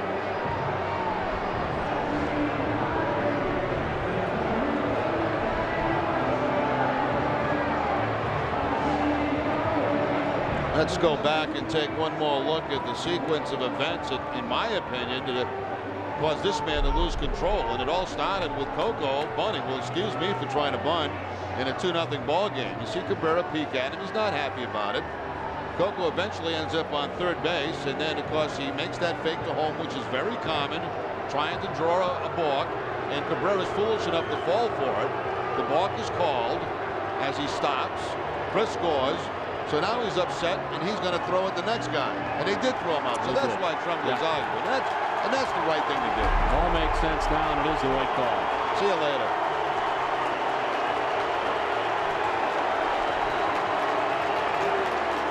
Caberra, who had handed out warnings, apparently overruled by somebody else. As that's why Hernandez got all fired up. Francona was in the midst of a meeting with all those umpires when they then decided to throw him out. And Hernandez then got hot.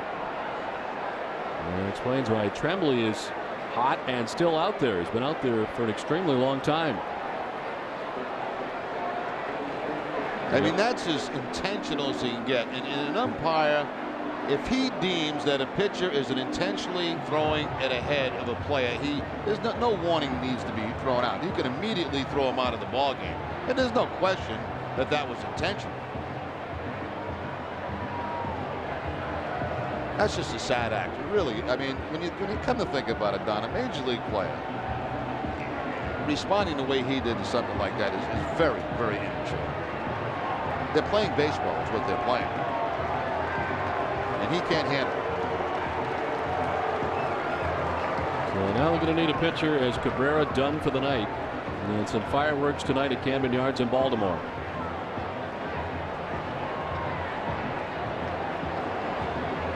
And the reason Cabrera is out of this game is we'll see it once again.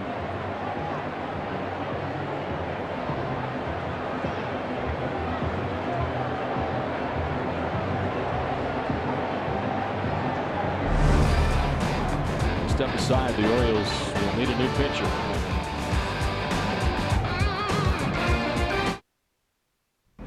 If you're in debt to the IRS for $10,000 or more, you don't have to take desperate measures to settle your account.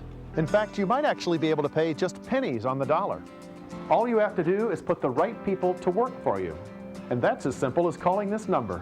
You'll speak to a tax expert who can help you negotiate a settlement that's significantly less than the actual amount you owe.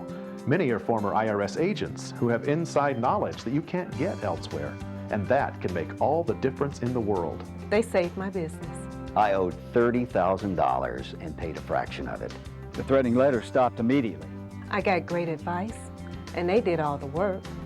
If you owe more than $10,000 in back taxes, you owe it to yourself and your family to call this number and get your case settled for less. Now, you only have a small window of time to settle, so act now. Call 800-671-4398 for your free tax analysis. There's no obligation. That's 800-671-4398.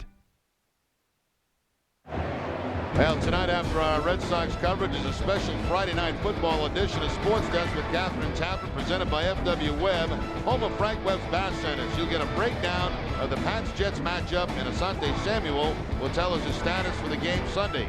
Plus, NC State's Tom O'Brien returns to the Heights to play Boston College on Saturday. It's all on the special Friday night football edition of Sports Desk after Red Sox coverage. The umpire's still talking it all over as the Red Sox have a 3-0 advantage now, 2 outs in the top half of the 4th inning.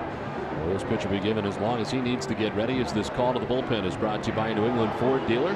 Visit your local Ford store. Go to newenglandford.com to register to win tickets for the September 16th race in Loudon, New Hampshire. And the new pitcher is Brian Burris. Well, he was in the starting rotation. He's made 13 starts and 32 appearances overall. He's 5-5 on the season. Opponents hitting .282. With the Red Sox worn down, that's one thing I have not seen. I would imagine they probably are after the ejection by Caberra.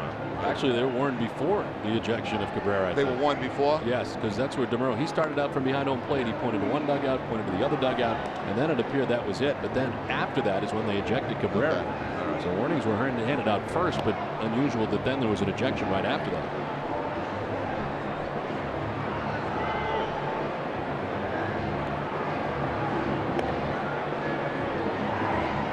Now the question is, could he be ejected for, trying to incite a brawl or a fight? I would have to think it was for throwing at Pedroia's head. Right. This is him walking out after he had thrown at Pedroia's head and then warning each side.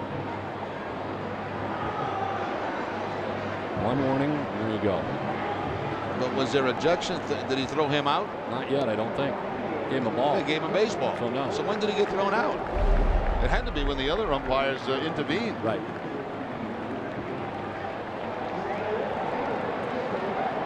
Well, the Orioles are probably better off with him out of there.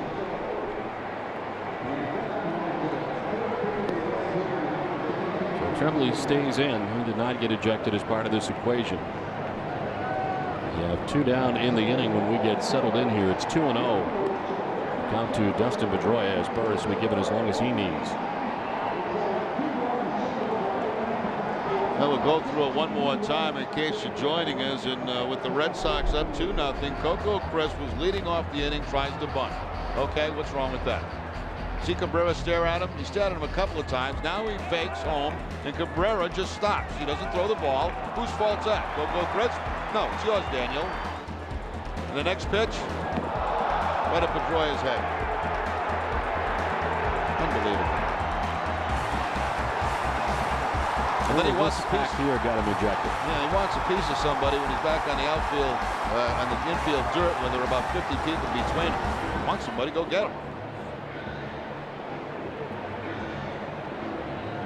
It appears Burris is ready, as Mike DeMuro will head out now and explain to him, obviously, the situation about the warnings, which you just did. You know, in some ways, Don, to me, that's very sad, because there's a very talented young guy who has not yet harnessed his ability to become a quality major league pitcher. And then you see those kind of actions and you wonder why it hasn't happened. I mean, you know.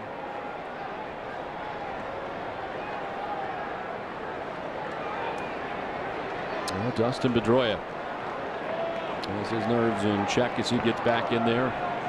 Brian Burris into the game.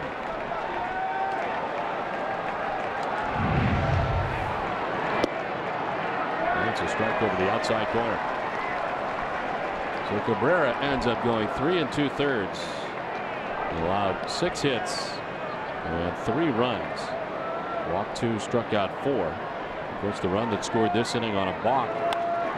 Pedroia to center field. Tyke Redmond is there to make the catch that ends the inning. A very eventful top half of the 4th inning. It's a 3-0 Boston lead.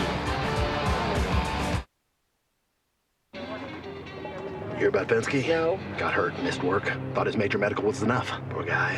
Didn't have Aflac. What does Aflac do? Let's say this is major medical, right? Well, see the hole? That's where Aflac comes in. Helps pay for groceries, rent, all kinds of bills. Major medical? Pfft. Poor Fensky. He thought he had enough coverage. Aflac. Ask about it at work. You know your job and how to get it done. You know what your truck can do better than the rest. And you know if a truck doesn't have what it takes you all of a minute to figure it out. Tundra. It may not be the first truck you look at, but it will be the last. The Toyota Tundra, winning over some very tough customers. Ask someone you know who drives one.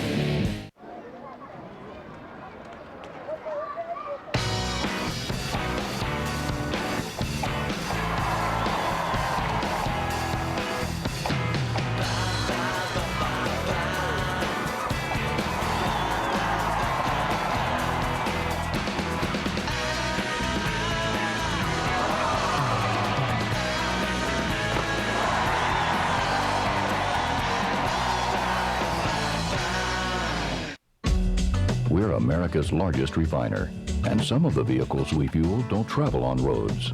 For those that do, we make some of the cleanest gasoline on the planet, and every drop is performance guaranteed. And our employees contribute over 200,000 hours a year in our communities. We know you probably don't think about these things when you think of Valero. That's okay, just as long as when you do think of us, you think of this.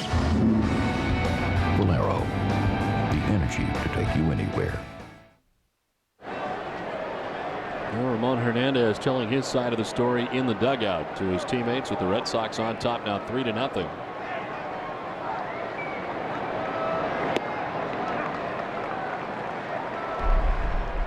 Now Hernandez apparently talking to somebody in the Red Sox dugout.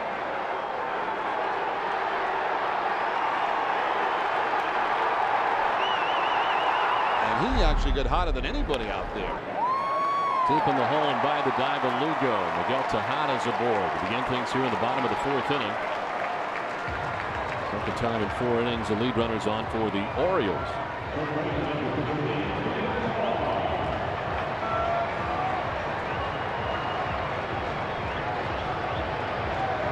Tejada at first, Millar coming up. Long wait for John Lesterwall. That took place in the top half of this inning.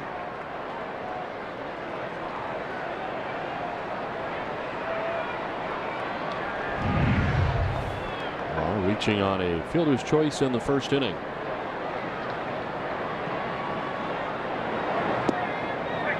You know, when you look at Pedroia against Caberra, he was 2 for 3 against him, and then he had a hit the first time up, makes him 3 for 4. He was 3 for 5 against him. Okay, but the fact is, he's not throwing at him because of that. He's throwing out of the frustration of the Coco Chris thing.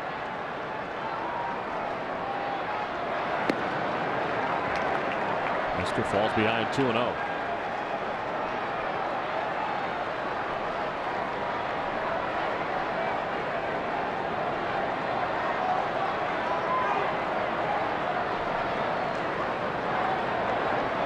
Being angry at the bunt doesn't seem to make much sense. I mean, if it was a one-sided lop score or something like that, it is a tight ball game here tonight. There's always been pitchers who just can't stand guys bunting against them. I've been through that, believe me. And but you know, to take it to the level he did, what really set him off is when Coco, you know, tried to draw the balk, which you're supposed to do at third base. And if the pitch is foolish to fall for it, well, shame on you. It was a 25-minute wait where John Lester gets a strike in there. All that took place. Did you ever watch Nolan Ryan pitch? And just after he finished his first warm-up throws, how he would walk to third base and first base and kind of test the grass. What he was telling the other team is, don't bunt on. Don't dare bunt on.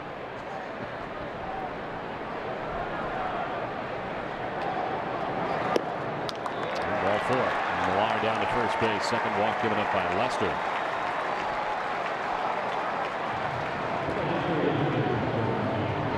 It's time now for the Aflac trivia question. And our question tonight. Besides Clay Buchholz, who are the only 2 pitchers to throw a no-hitter in their first or second career start? And the answer for a little bit later.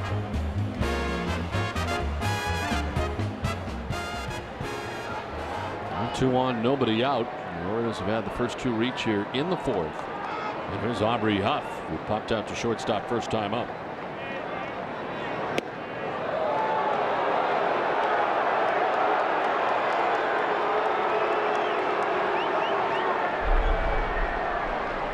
fastball inside, and the Oriole fans get all excited like he's throwing at him. Minute first and second.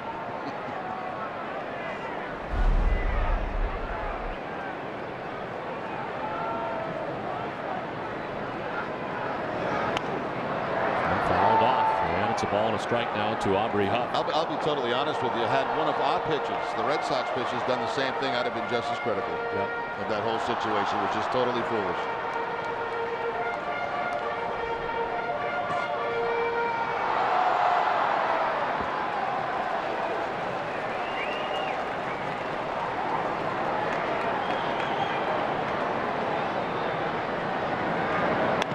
Ball grounded right side. Pedroia, the second for one on to first base, and it's not in time. We do get the middleman in Millar. 4-6 on the force up, but Huff reaches and Tejada goes on to third. Too far was left to go for Pedroia to be able to complete this double play. They turn it over as quick as they possibly can, but just not in time to get Huff at first base. Millar going after Lugo at shortstop. Huff hustling down the line and just beats the play. So first and third now, one down, brings up Ramon Hernandez. Fly to center field first time up.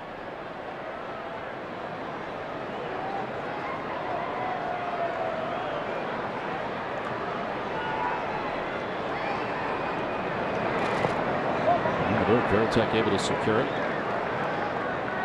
And Tejada just 90 feet away.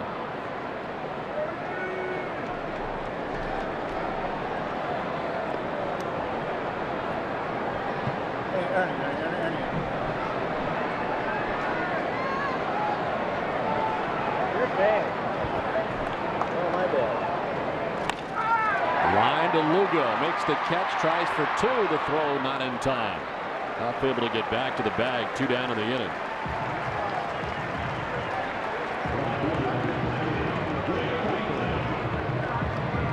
Car shopping is fast and easy when you start at boston.com/cars. Find more than 50,000 new and used vehicles locally at boston.com/cars. 2 down here in the bottom of the 4th inning. It's first and third for the Orioles, and Jay Payton reached on an infield hit first time up.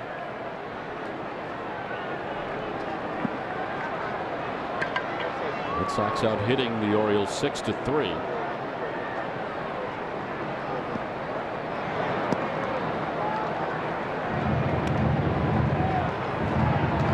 Has 1, 2, 3 innings tonight. He's in the 3rd inning. Otherwise, the Orioles have had base runners in every inning and have left 3 on through the first 3. It's first and third now with 2 down.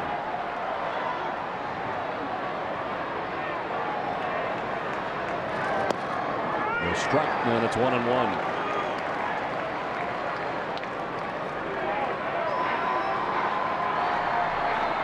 John Lester coming in at 3-0. The 5.26 earned run average, his 8th start of the season.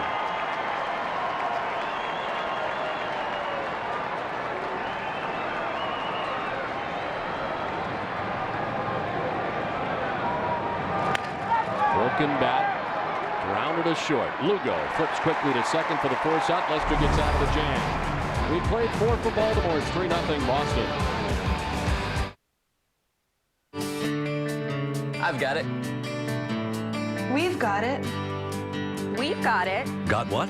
Health insurance. Massachusetts residents are now required to have it. And the state's Health Connector makes it more affordable and easier to get. I've got it. Me too. Call or go to our website to compare plans, get information, and choose the right plan for you. Get preventive care and medical and financial protection. I'm getting it.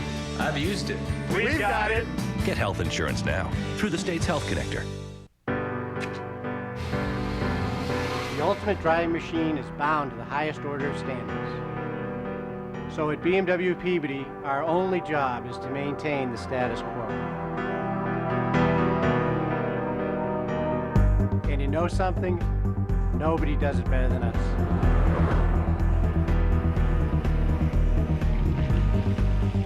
BMW Peabody, winner of the 2007 Center of Excellence Award.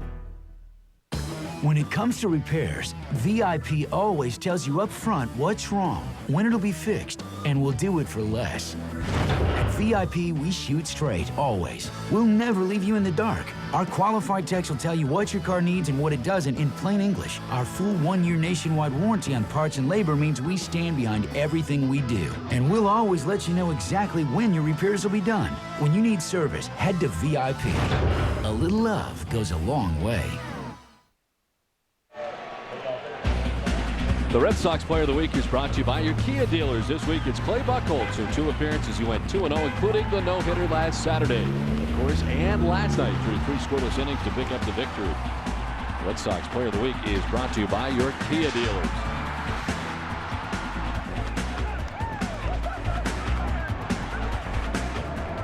And the Red Sox are the 3-0 advantage as we head to the top half of the 5th inning. Clay Buchholz likely off tonight after his 3-inning effort last night. Papelbon has joined the crew out in the pen. Ortiz, after the first pitch, pops it up mile high. On the first base line is Millar to make the catch.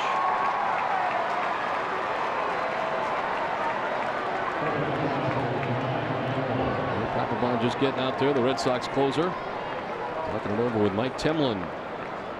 I asked Terry Francona about his availability today, and I went thumbs up or thumbs down, and he gave me the thumbs down. So, well, that's 4 times in 5 days. Yeah. The Red Sox went to him. So but we've seen thumbs down before. Yes. It always hasn't meant thumbs down. On the ground left side, Tejada. They'll throw the first, and there's 2 quick outs here in the top of the 5th. Check out the answer to the Aflac trivia question. Aflac!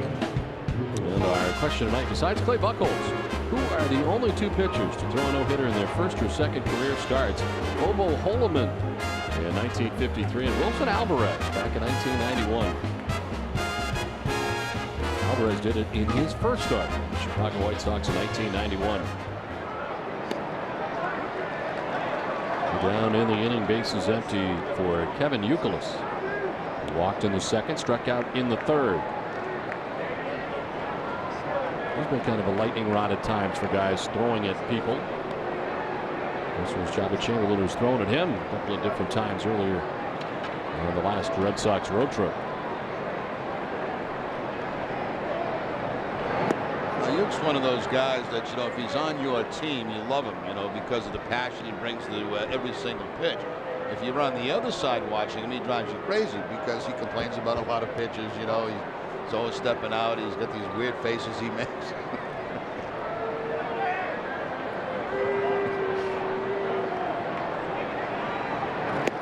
1-1 pitches outside, 2-1.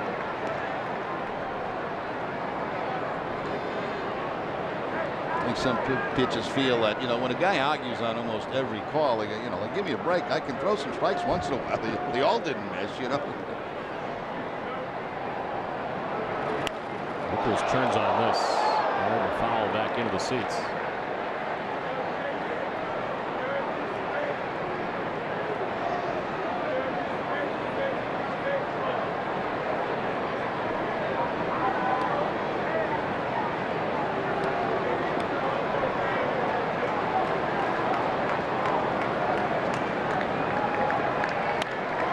Slicing a foul down the first baseline. This time hangs it 2-2.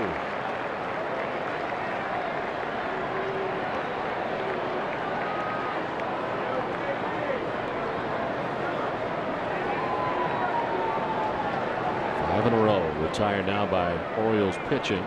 First since coming in after Caberra was ejected. Has retired all 3 batters that he has faced. Nicholas on the ground left side. Tejada.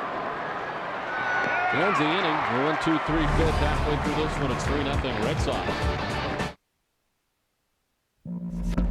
This is the story of how the 270 horsepower V6, roomy 3-row seating, 7 airbags, available backup camera, and everything else in the newly restyled fuel-efficient Toyota Highlander hauled Mark, his brother Patrick, and the kids off to the lake with ease. The Highlander is priced to please at your New England Toyota dealer now. First batch of Samuel Adams was a homebrew. This year, what we're doing for the first time is a homebrew competition just for New England. To marry the passion for brewing great beer, and that is good, with the passion all of the fans have in New England for football. Enter the Sam Adams Patriot Homebrew Competition. The winner will have their beer brewed at the Samuel Adams Boston Brewery and served at Gillette Stadium during the 2008 season. Get your homebrew kit and instructional video at samadams.com. If you like drinking beer, making beer is the next best thing. When you're on the go, you need the convenience, quality, and pricing that you'll always find at Extra Mart. Convenience. Everything you need is priced right and ready to go. Quality. Extra Mart has their own Extra Cafe gourmet coffee, delicious Deli Joe sandwiches, and Extra Fuels gasoline. All this month at Extra Mart, Nestle Pure Life Spring Waters, specially priced at just $3.99 per case. Nestle Pure Life, satisfying your healthy thirst for life. In every corner of New England, Extra Mart is just around your corner. Never before has America seen something like this from a car manufacturer. Dodge introduces the Lifetime Powertrain Limited Warranty. Never before has any other car manufacturer, foreign or domestic, possessed the confidence to do this. And Dodge has done it.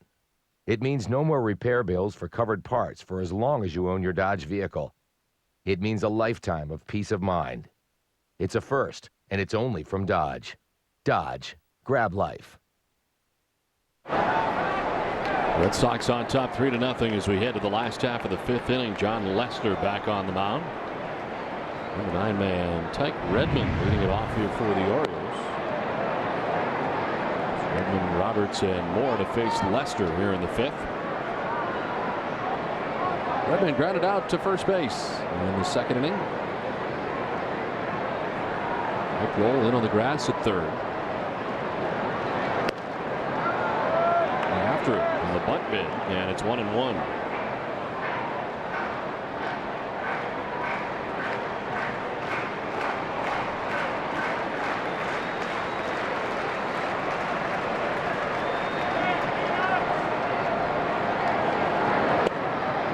Ball for a strike, and it's 1-2.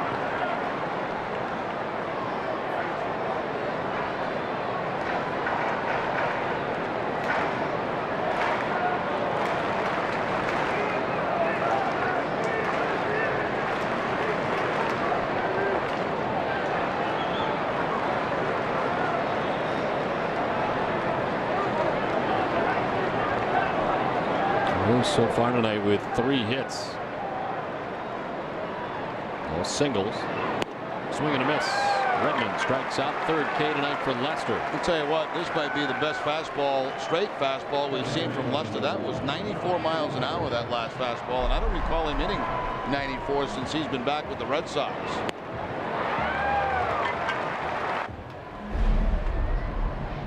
He's got the first out here in the bottom of the 5th inning. And here's Brian Roberts, who was 1 for 2 tonight, a single in the 1st inning. 68 pitches so far tonight for Lester.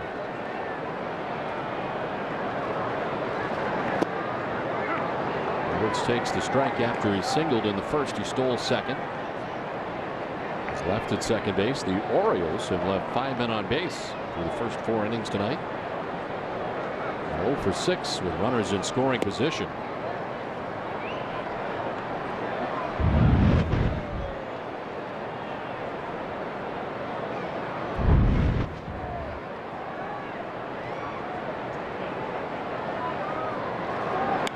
Roberts after the 1-1 hits it to left. Ellsbury's back there, and there's 2 down. Let's check back in with Tina.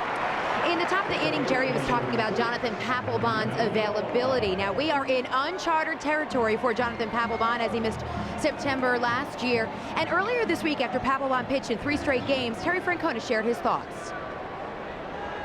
Fortunately for us, I think we're in September, and he's better. His command is better. He's the competitiveness and the will to win will never change. That's a rarity. That's what part of the reason he's so special. But I think as he exhibited last night, he's got a lot left, and that won't change. And that's what Papelbon agreed with, too. He feels he has a lot of strength and health in his arm, and that's why he was excited to pitch in 3 straight games. Sometimes an indicator if a guy is available, he's wearing his spikes. Sometimes you'll see relievers go out to the bullpen with their sneakers on. Papelbon had his spikes on, but it could be a deke, too. Hey, Tina, thank you very much. Jonathan Papelbon certainly ready for September much more than he was last year. And I found it interesting at the end of the season last year, Terry Francona saying that he really admitted to overusing Jonathan Papelbon last year. And it obviously caused the problem that had him walk off the mound on September 1st. This year, certainly the Red Sox have dealt with him much better, and they've stayed to that up until now. And even in that 3 straight outings, he really didn't throw a lot of pitches, which made him available to do so. Now you can thank Hideki Okajima for a lot of the lack of using Papelbon in the first half of the season. He gave the Red Sox some critical innings. He gave them some saves when Papelbon was not available to pitch. And then there were those stretches, those long stretches, where they really didn't need him in a game. All those things added up. You get less innings, you get less appearances. Has been made lately about the possible fatigue also for Hideki Okajima. We talked a lot about Matsuzaka getting into some areas as far as pitching more than he ever has in the past. I got to feel Okajima's probably in that same area now with as much as the Red Sox used him, especially in the first half. Breaking ball and a swing and a miss. Mora strikes out. Shelby foul tipped it. Terrell says no. 1-2-3 go to the O's. 3-0 Boston.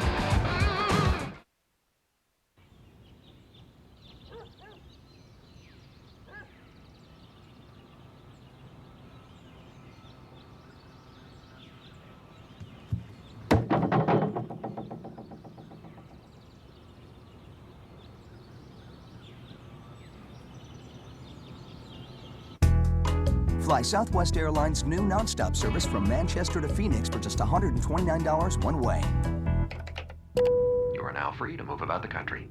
Sunscreen, helmet, seatbelt. You want to protect your kids from everything, including obesity. New Subway Fresh Fit meals for kids with better-for-them sides like new Dannon all-natural yogurt. Subway, eat fresh. You thought your child was safe. She made it out of high school without smoking. No more worries, right?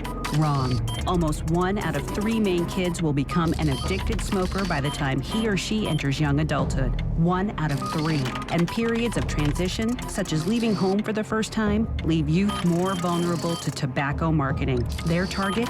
Your daughter. Tobacco never quits. Learn how to prevent tobacco use. Visit tobacconeverquits.com. More inside analysis, more highlights, more exclusive interviews. So much more, we had to call it extra. WB Mason's Extra Innings and Granite City Electric's Extra Innings Extra.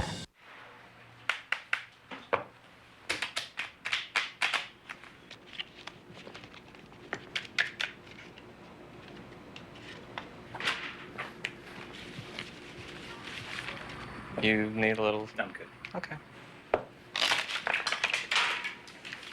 Maybe taste your deal. Yeah, okay. There's a better place to play. Foxwoods Resort Casino, home of the only poker room in New England. Check out the action at foxwoods.com.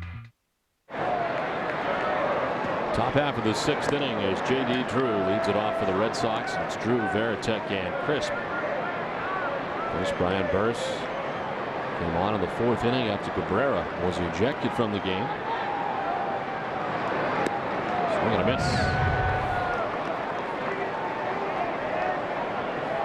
Mentioned Burse had been in the rotation for a while for the Orioles. One of these situations where he's kind of thrust into the game, no time to think about it, and so far he's been pretty good. Down low, 2-1. 13 starts. He was 5-5 with a 5.45 ERA. Broken bat liner to Howe. Handles out number 1. Covidien is a proud sponsor of the Boston Red Sox and the Red Sox Foundation, helping to raise money for life-saving cancer research.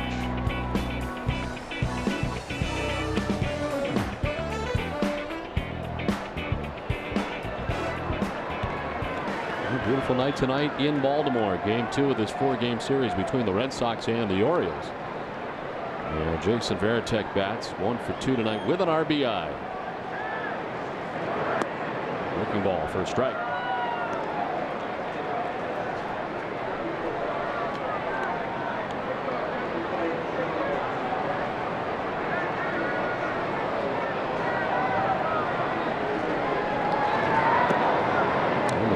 a strike to the captain. And Burris was recalled for the first time on April 12th from Norfolk. And Jarrett Wright, first one on the disabled list for the Orioles.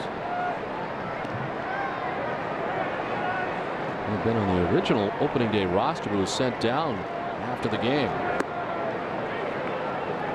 So the Orioles added Alberto Castillo as their catcher. They had a third catcher at that point. Of course, Castillo had gone to spring training with the Red Sox.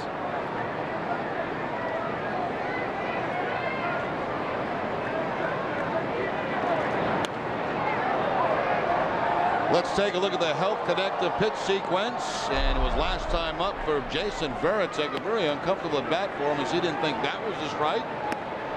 Ball inside is not a strike, and then this also called a strike, so he's quickly down 1-2 and then takes one right down the middle.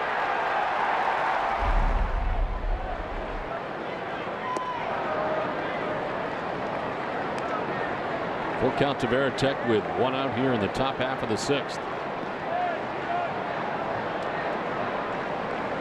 Coco Crisp waiting on deck.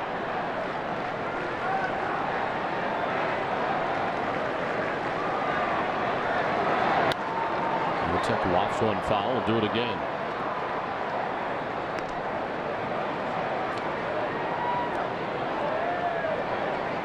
The Orioles bullpen has risen by more than a run over their last stretch of 16 games. They've moved from a 4.89 ERA. The bullpen ERA right now at 6.09.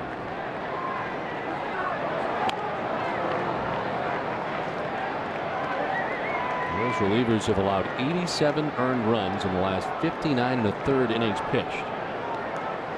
And during that stretch, going 2-6 with 6 blown saves.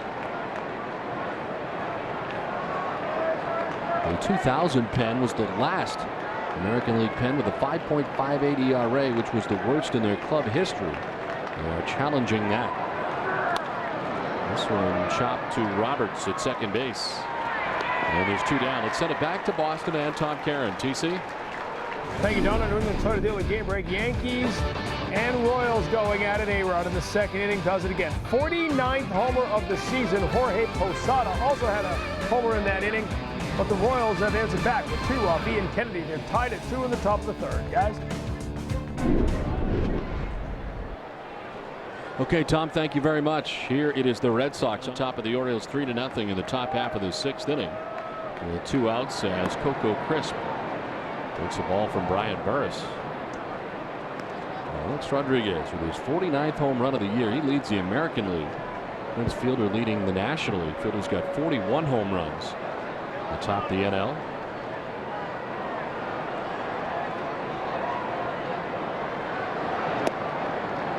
There's a strike. 1-1 now to Crisp.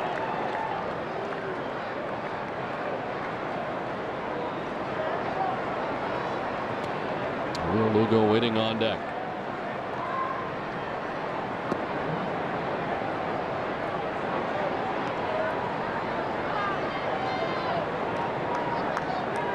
Burris made a start and worked a season high 7 2/3. And a win against the Los Angeles Angels back on June 30th when he was part of the rotation.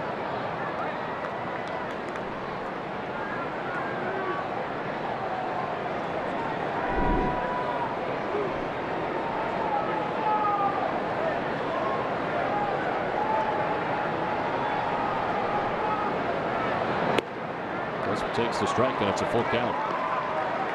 And Burris is 26 years old, born in Oregon City, Oregon.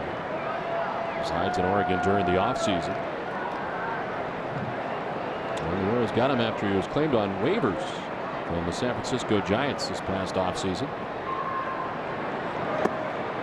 Ball 4 and a 2-out walk for Coco Crisp. Well, in case you're just joining us, Daniel Caberra, who started this game, out of the game because of all this. First, a crisp bunt attempt that goes foul. Caberra doesn't like it. Stares down at Coco. He stared down a couple of times at him.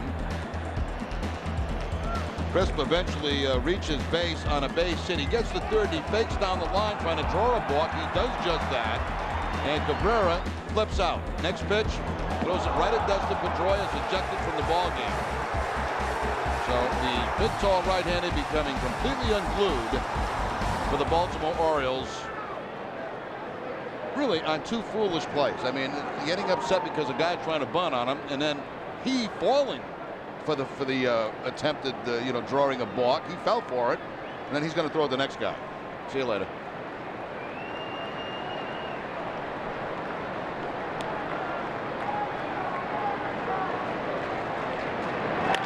Lugo on the ground to short. Tejada flips underhanded for the force out that ends the top of the 6th. We played 5.5. It's 3-0 Red Sox. We went around swapping people's vehicles for 1 week.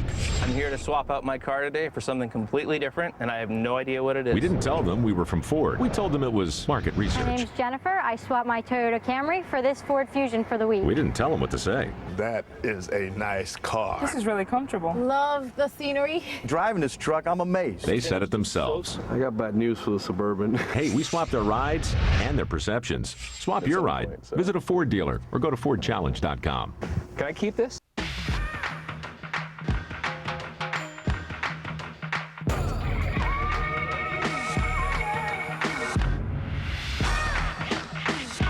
Get more energy at MBZip.com.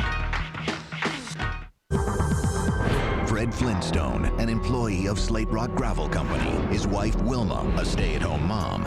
Yet on this working man's salary, how did Wilma afford a necklace made of huge rocks? Mr. Slate pays well, but he doesn't pay that well.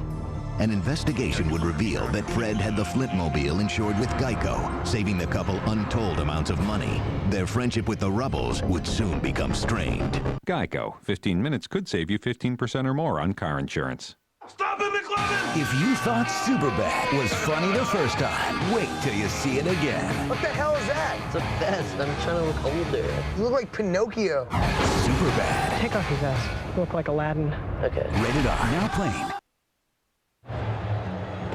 From the people on the Green Monster comes W.B. Mason's What a Bargain Super Clearance Center. You will save up to 75% on hundreds and hundreds of new and used office furniture and equipment located in Boston at 647 Summer Street across from the Boston Athletic Club. There's plenty of free parking. Who but W.B. Mason's What a Bargain store. Hey, a bobble desk. Methuen, Massachusetts. Get yours at nessonstore.com today. You can log on right now. Get your own bobble desk. 3-0 Red Sox on top. So we head to the last half of the 6th inning. Yeah, don't think just because the season ends at some point that you have to stop ordering those. Those are available all year long. Looks a fantastic Christmas gift. Stocking stuffer. A swing and a miss. I've actually seen people out on January 1st, New Year's Eve with them, celebrating with them. Yeah, put them on their table.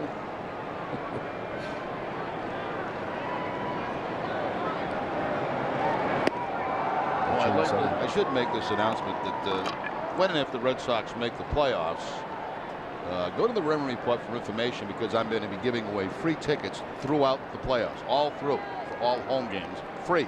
No questions asked, free. For members of Rem Dog Nation, to the general public. And you still have time to sign up here in the month of September to become a member. And if you do, you'll still be eligible to win free tickets to all home playoff games. Well, it's tough to get regular season tickets. Free. Free.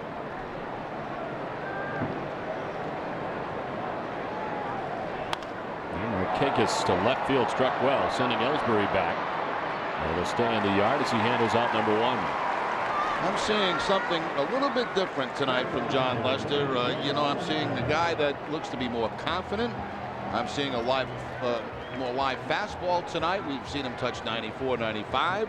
I'm seeing a very good curveball tonight from John Lester.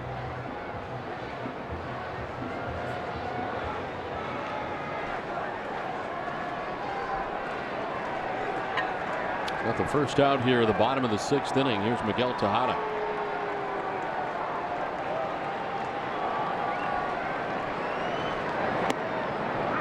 Well, we've seen fewer walks tonight, that's for sure. He's walked 2. Tejada's got one of those walks. He's only given up 3 hits in the game tonight as he works with 1 out here in the 6th inning.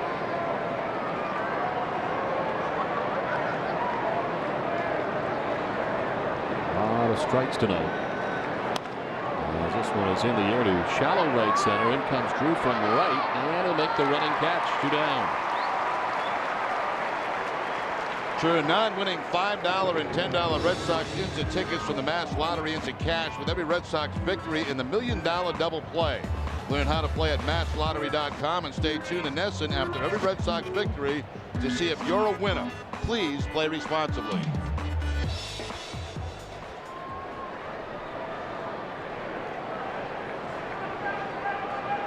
Two down, bases empty for Kevin Millar here in the 6th inning.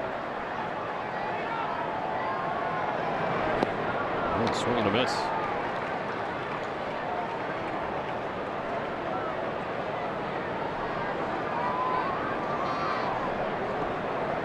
Millar reached on a fielder's choice in the 1st inning, then reached on a walk in the 4th inning.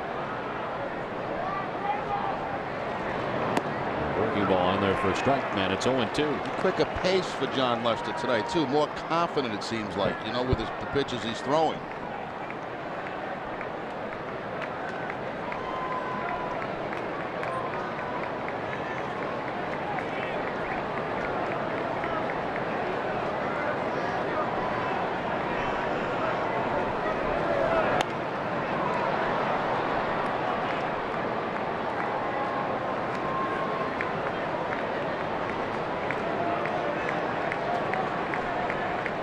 Retired the last 7 batters that he has faced. He works here with 2 outs in the 6th.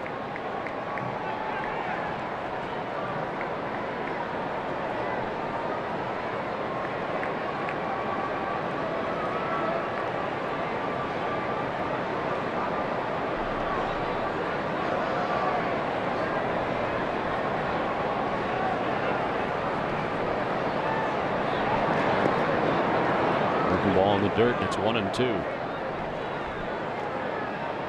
Well, Red Sox and Orioles with 2 games left in this series. Daisuke Matsuzaka matched up against John Leicester here tomorrow.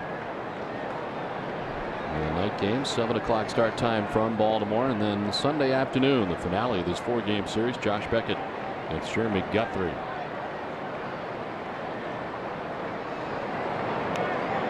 Again, and it's fouled off by Millar. 1-2. Boston Red Sox baseball on Nesson is brought to you by your local Kia dealers, Coors Light, and by Verizon.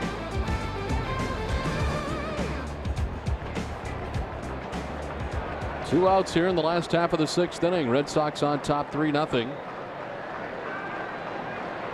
Lester with a 1-2 pitch to Millar. 2-2.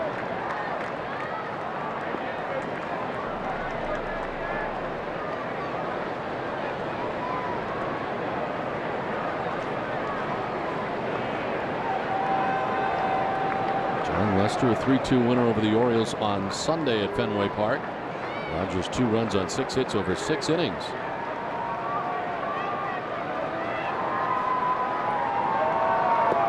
Down and in, and a full count. Just 1 run through the first 6 innings in that last outing against the Orioles before giving up a leadoff home run to Ramon Hernandez in the top of the 7th.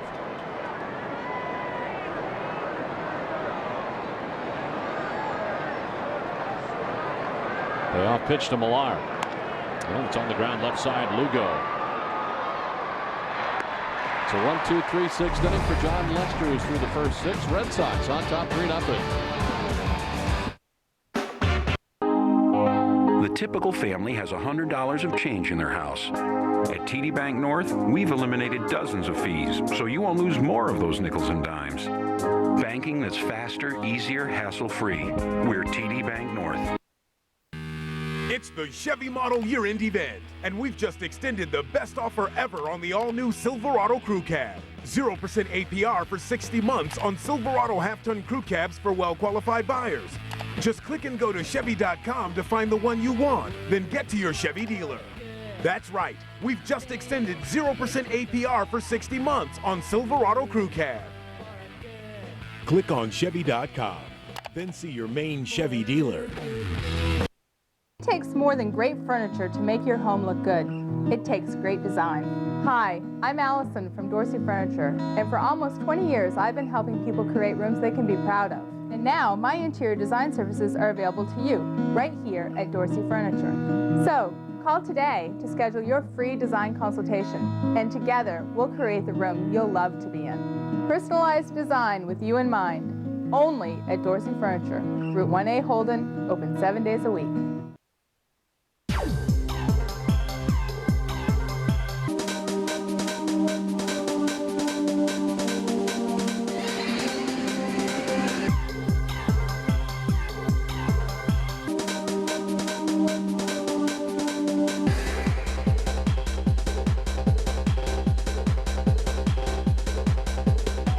(1640) Hammond Street, Bangor is the home of the sports arena and BangorTickets.com. The typical family has $100 of change in their house. At TD Bank North, we've eliminated dozens of fees, so you won't lose more of those nickels and dimes. Banking that's faster, easier, hassle-free. We're TD Bank North. Half of the 7th inning back at Camden Yards in Baltimore. The Red Sox with the 3-0 advantage as they come to bat against Brian Burris.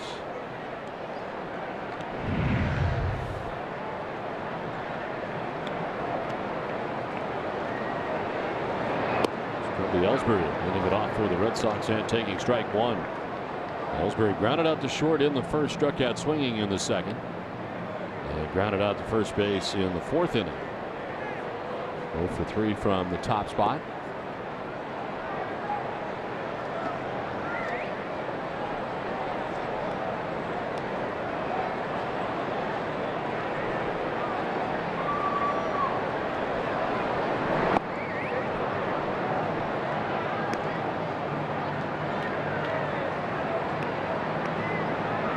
Ellsbury, 23 years old. He'll turn 24 in 4 days on September 11th.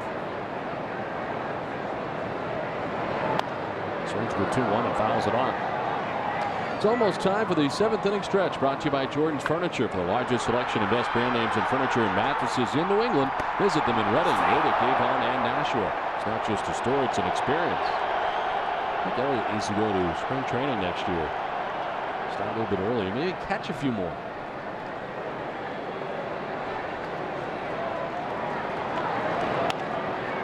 Ellsbury popping it up short left to Hot on the full run. Can't catch it. It's a fair ball. Ellsbury stops between first and second and now makes his way back to first. It looked like Tejada was there, but didn't make the catch. Yeah, it did. It looked like he was there, and it looked like he kind of peeled off down toward the left field line for some reason. I don't know if he was expecting a collision with Melvin Mora. Let's take one more look. He's looking at Mora to see if he's going to make the play. Mora's not going to make it, and then Tejada cannot.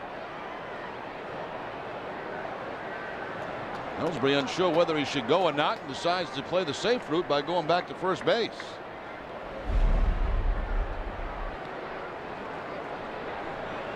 Looked like Tejada to me looked at Mora like Mora was going to make the play. Well, Dustin Pedroia taking ball one. Dustin has doubled, grounded out, flied out, 1 for 3. 3 steals for Ellsbury at first base. He has not been caught yet this season.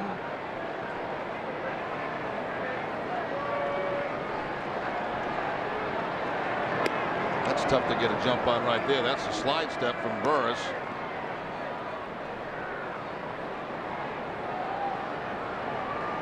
Red Sox got a couple of options here: straight out steal or a hit and run option.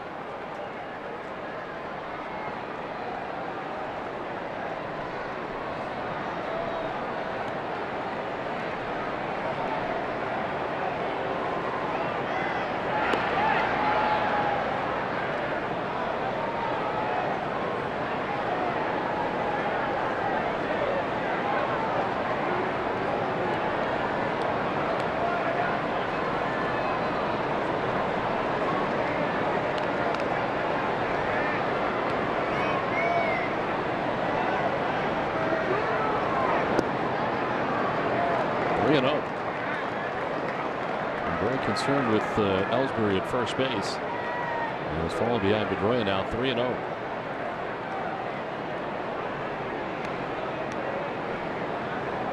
And the bats now, David Ortiz on deck.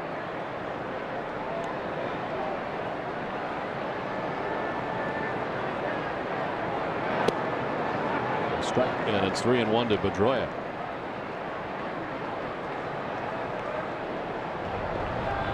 Action in the pen now for the Orioles. Another Caberra. After we saw Daniel Caberra start the game, Fernando Caberra is up for the Orioles.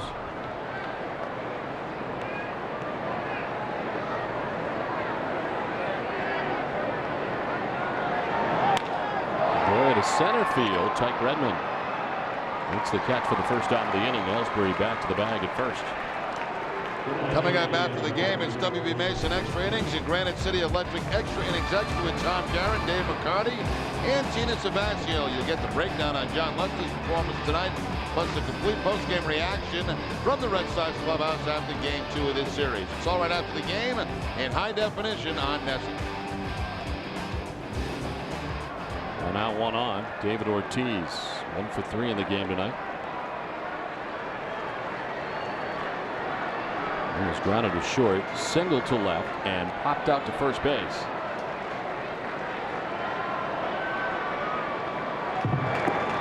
Swing and a miss.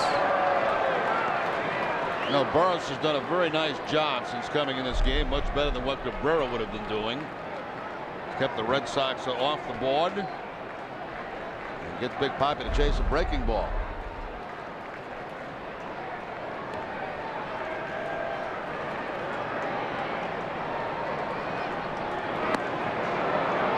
Will he go? They'll check. Yes, he did, says Wally Bell. 0-2.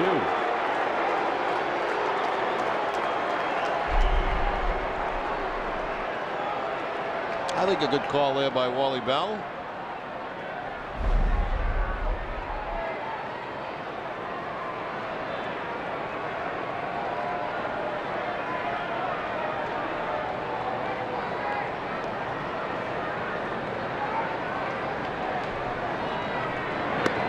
Inside to Ortiz, 1-2.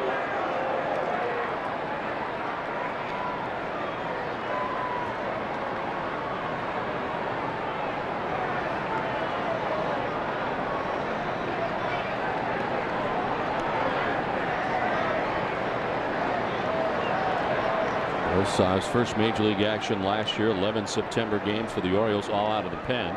No record. There goes Ellsbury on a pitch inside, and Ellsbury easily stealing second base.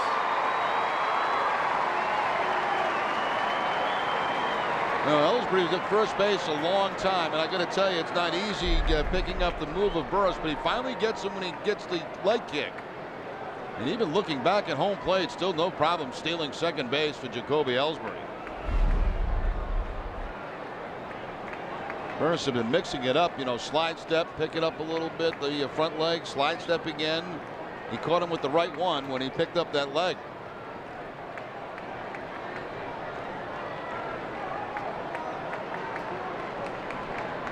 So Ellsbury in scoring position now at second base, one down, 2-2 the count to David Ortiz.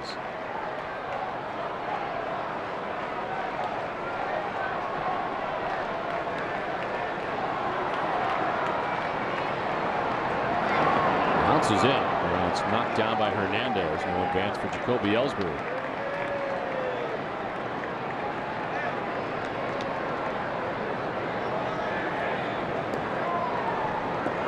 This has been on since the 4th inning. Retired the first 6 batters he faced.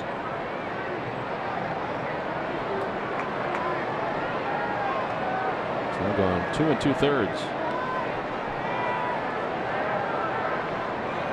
First base open. The payoff pitch. And Ortiz takes ball 4. Second walk allowed by Brian Burris.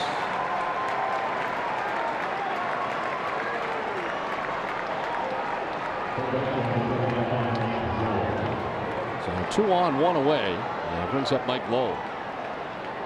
Lowe's lined out to left, singled to left, and last time up grounded out to shortstop.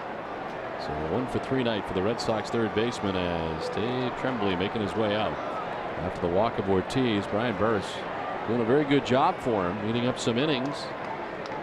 Now Tremblay will go back to the pen, and Fernando Cabrera will make his way in. The pitching change from Camden Yards in Baltimore. We're in the midst of the top of the 7th. It's 3-0 Boston.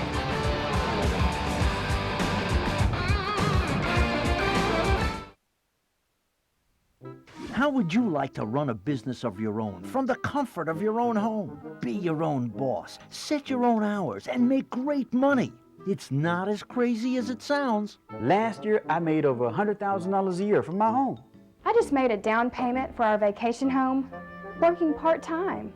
We gave up our jobs. People thought we were crazy. And we took in over $250,000 in our first year. Yeah, you have to be crazy to visit this website and find out how to start your home business. Crazy like a fox. There are thousands of opportunities for you, full or part-time. Live the lifestyle you've been dreaming of. The secret is in this success kit. To get yours, log on now. Next year, my goal is $500,000. I made $5,000 yesterday. We've made enough to spend winter in Hawaii. Crazy? I don't think so. Log on now to get your success kit.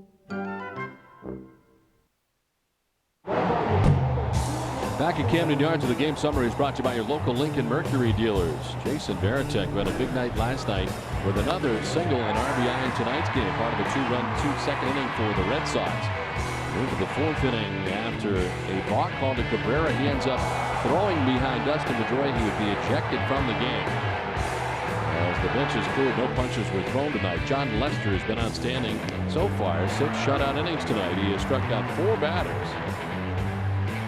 A 3-0 Red Sox advantage here in the top of the 7th inning with 1 out. The Orioles, as Brian Burris did a pretty good job in his 2 2/3 innings, leaves still responsible for the runners at first and second. And Fernando Cabrera comes into the game for Baltimore. Well, he was picked up after being let go by Cleveland. That was on August 1st. Released. He was signed and sent to AAA Norfolk for the Orioles. He was called up and made his first appearance for the Orioles in Tampa Bay and gave up a grand slam home run to Carlos Pena. Those are his numbers overall on the season between Cleveland and Baltimore. Well, home plate umpire Mike DeMuro, as he will do with each pitcher that comes into the game from the 4th inning on tonight, letting each pitcher know the warnings have been assessed. A reminder as Mike Lowell stands in. Jacoby Ellsbury at second base, David Ortiz at first base, 1 down here in the top of the 7th. Pitcher strike to Lowell.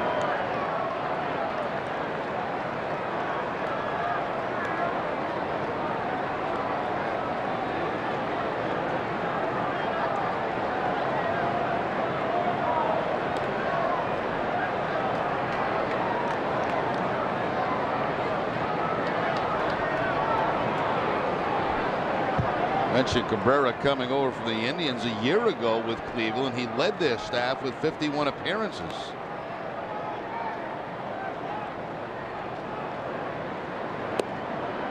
It's a strike and it's 0-2.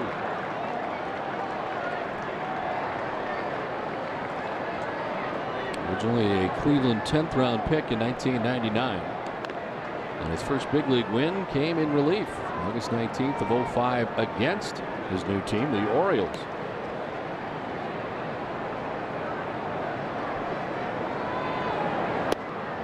Strike 3 call. Lowell disagrees and has words for DeMuro.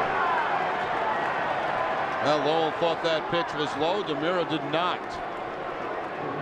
We saw Varitek get into it with DeMuro earlier in the ball game, and now Mike Lowell disagreeing with a called 3rd strike.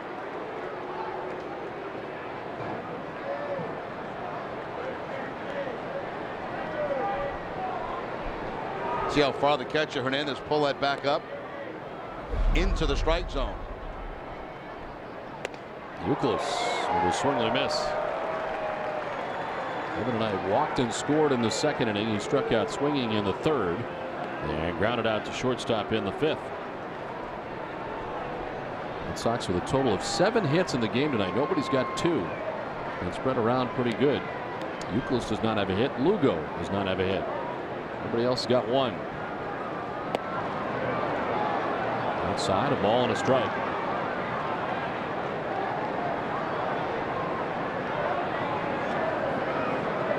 J.D. Drew waits on deck.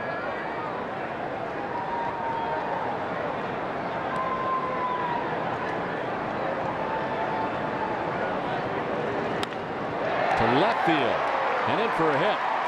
Ellsbury being waved around. The throw from Payton is not going to be in time, and the Red Sox take a 4-0 lead.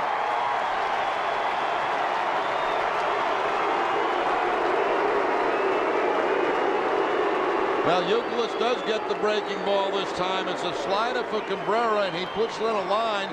It looks like it might be a close play at home plate, but Ellsbury with the great speed will beat it. There's the breaking ball and a topspin line drive that bounces right in front of Jay Payton in a perfect position to throw. But Ellsbury speed's too good, and the throw is going to be a little bit off target, and it gives the Red Sox the 4th run of the night. So a big 2-out hit there by Youkilis. So Ortiz at second, Youkilis at first, 2 down, and here's J.D. Drew.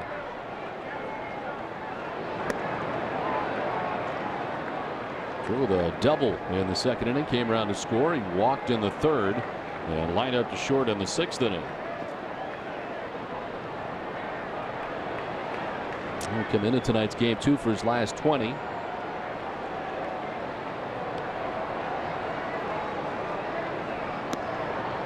Outside, 2-0.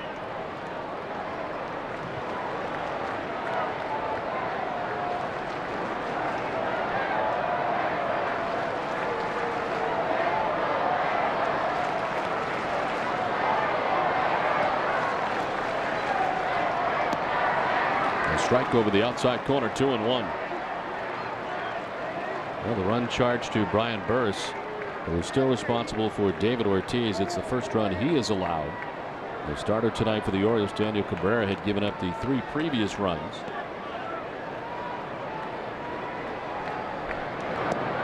Inside, 3-1.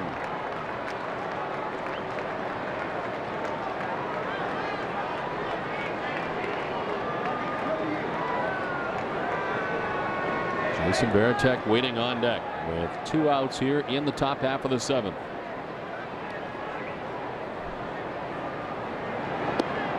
Outside, ball 4. This will load the bases for the Red Sox. This week's all-new Granite City Electric Ultimate Red Sox show with Hazel May is full of rookie magic. The top 9 countdown of all things Sox looks back on Buchholz's no-hitter, Ellsbury's offensive breakout, and Pedroia's stellar defense. Plus much more. Don't miss the Ultimate Red Sox show Sunday at noon, right before pregame coverage begins. 2 outs here in the top half of the 7th inning. A run in for the Red Sox. They're looking for more. They've got the bases loaded. And Jason Varitek, the batter.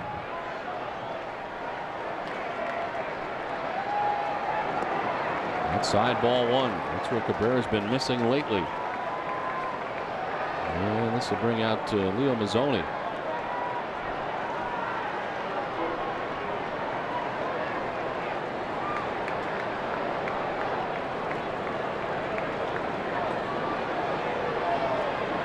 More action in the pen. Kurt Berkins now warming for the Orioles.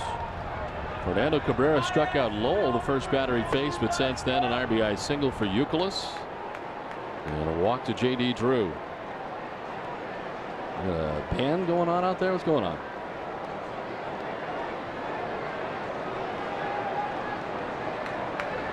Must be water bottle night here or something at the ballpark for the Red Sox bullpen.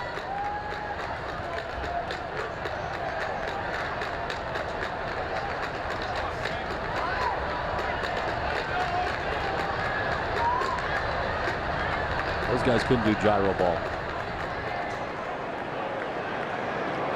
1-0 is in there for a strike and the count 1-1. I was thinking about, when they had the fields, all the players coming on the field in the melee here earlier, that Red Sox really at a disadvantage because their bullpen is somewhere in Washington, D.C., because they are set back quite a bit from the Baltimore bullpen. They have these stacked bullpens here, and of course the Orioles come first and the Red Sox second. So the Orioles certainly have a distinct advantage of getting on the field earlier. Why do they need to come all the way in? Why don't they just fight out there? Probably have 2 different fights going on at the same time.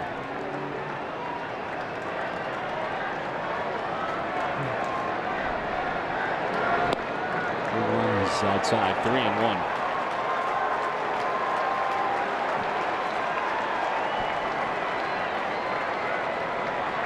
David Ortiz at third base, Kevin Youkilis at second base, J.D. Drew at first. And then Miguel Tejada in to talk to Fernando Cabrera.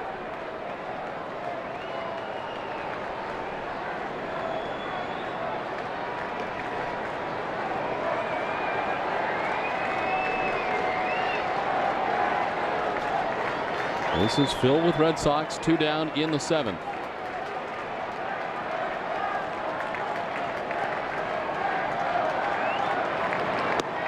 Veritek takes the strike, full count now. A lot of low strike calls tonight from Demuro. Again, Veritek upset at the last call. We saw Lowell get called out on a strike similar to that.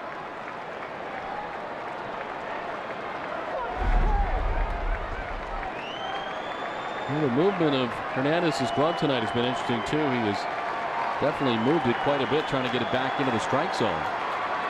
As Veritek strikes out, and he's got some things to say as he walks away.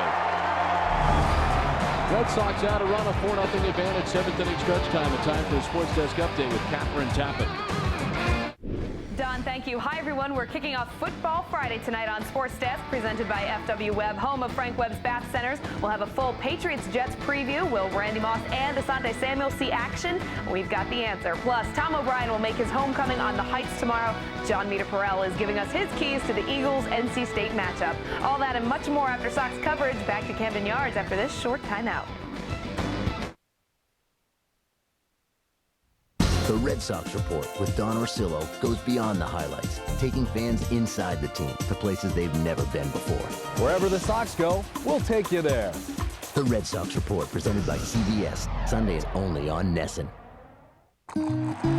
You know, folks, all-natural honeydew fruit smoothies are a deliciously healthy way to beat the heat. We've got fantastic flavors like wild berry, pina colada, and banana that you can even add a little ice cream to. Either way, you'll have yourself a 7th inning taste sensation. So drop by participating honeydew shops and get one today. It's great. Check out honeydewtv.com for other great offers and enjoy the local flavor. Oh, that was a strike. There's a reason people live in northern New England. It's the quality of life. And that should include the same high-speed internet access that big cities have.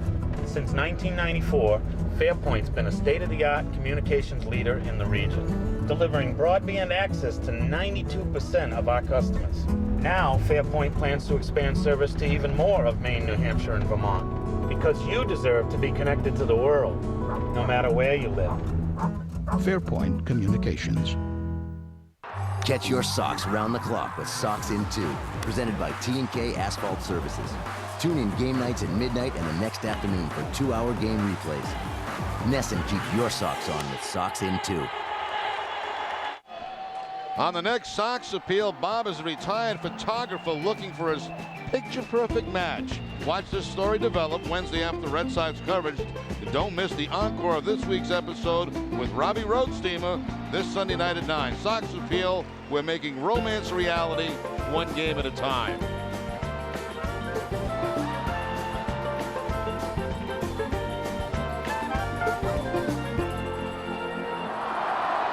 Last half of the 7th inning at 4-0. Red Sox on top.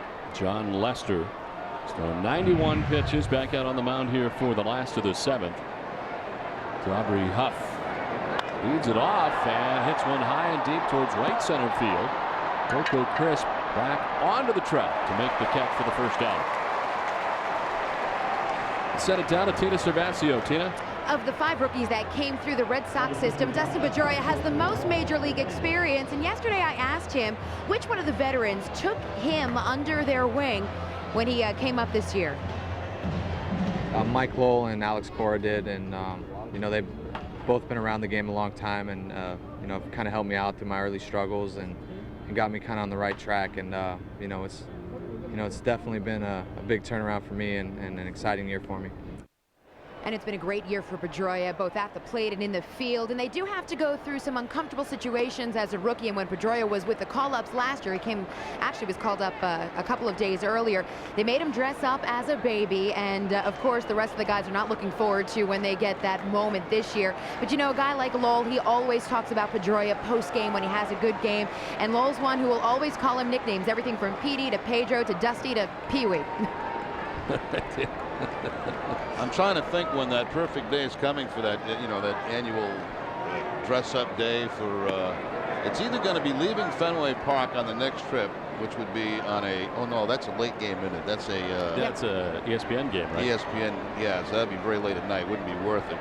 Probably going through customs in Toronto would be my guess. Heading down to Tampa Bay. Yeah, that is a pretty good chance, Jerry. That's when they're going to make the rookies dress up. So we'll find out if we can reveal what they're going to have them dress up as. But I know John Lester, of course, he wasn't with the team in September, but he said he knows it's coming up and he's not looking forward to it, he said yesterday. I don't blame him. One of Hernandez misses. Did they make you dress up when you were a rookie? I don't recall ever having to do that. It was more of, in my time, more of guys not talking to you, paying much attention to you, but no, I don't recall doing stuff like that. Fly ball to right field. J.D. Drew heading over. 2 down in the inning. Stay tuned after the game for W.B. Mason's Extra Innings and Extra Innings Extra. Tina Savasio will have Terry's take, get his thoughts on the ball game tonight. Also take a look at the Yankees and the Royals. That's the game going on right now in Kansas City. It's all right after the game in high definition on NESN. And of course, back in the studio, TC and Dave McCarty. John Lester at 97 pitches tonight, just up over his average and shy of his high. Jay Payton to right field, opposite field, and a base hit. 2-out single. He's had 2 hits tonight against John Lester.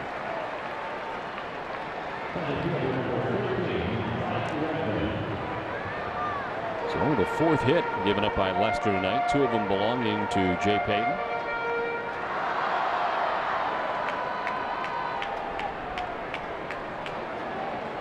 There's Tyke Redmond with 2 down. Well, the Orioles have only been, I hesitate to mention this. I'm going to throw it out there anyway. The Orioles have only been shut out 1 time this season, and that was the Clay Buchholz no-hitter.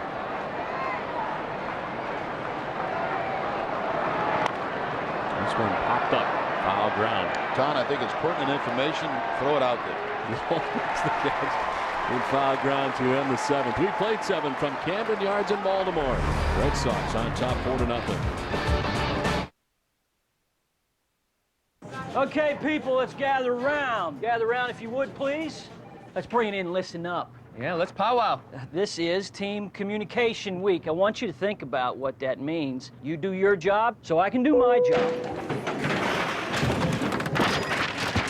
There's an exciting sound in travel. Southwest Airlines Ding. Get exclusive low fares sent directly to your desktop. Deals that are only available for a limited time and only by downloading Ding at southwest.com. You're now free to move about the country. I'm into nuggets, y'all. I'm into nuggets, y'all. I'm into nuggets, y'all. I'm into nuggets, y'all. McNuggets, McNuggets, what? McNuggets, McNuggets, what? McNuggets, McNuggets, what? Ketchup and mayo. Nuggets. Ketchup and mayo. Nuggets. Dip it in that barbecue sauce. Ketchup and mayo. What? Dip it in that barbecue sauce. McNuggets, McNuggets, what? McNuggets, McNuggets, what? McNuggets, McNuggets, what? Chicken McNuggets. The more business you do with your bank, the more you deserve a little VIP treatment, right? With Premier Checking from Sovereign Bank, you'll get special preferred higher rates on CDs and money market savings accounts, plus lower rates on home equity loans. And you can use any bank's ATMs at no charge. Premier Checking from Sovereign Bank. We put more into it so you can get more out of it.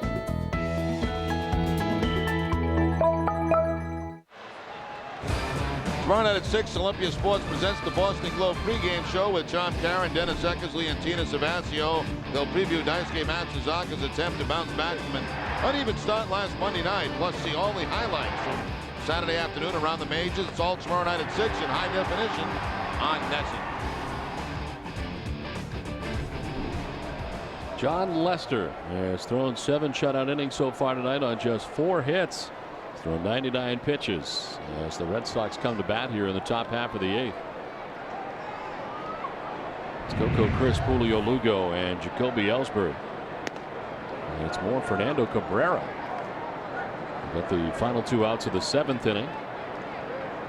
The run the Red Sox scored charged to Brian Burris.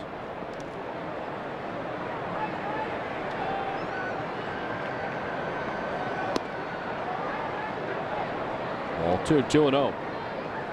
Crisp tonight reached on a, well, I shouldn't say reached. He had credit for a sacrifice fly in the 2nd inning. 55th RBI of the year, then singled in the 4th. He walked in the 6th inning. Pops it up. Tejada gives way to Payton. Makes the catch for the first down of the inning. Drury Red Sox game that goes in extra innings, so the Sox get a save. CVS Pharmacy will donate $500 to Children's Hospital. CVS Pharmacy is the official hospital. No, it's not. It's the official pharmacy of the Boston Red Sox.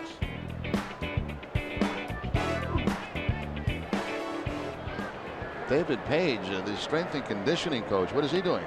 Apparently catching in the bullpen. With all the gear on, ready to go.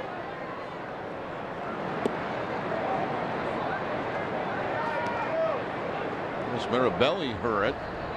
Kevin Cash, the backup catcher. He's got Mirabelli's gear on.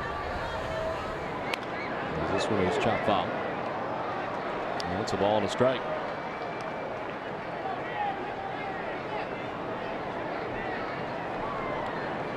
Julio Lugo has struck out swinging tonight. He's grounded out to third base and reached on a fielder's choice.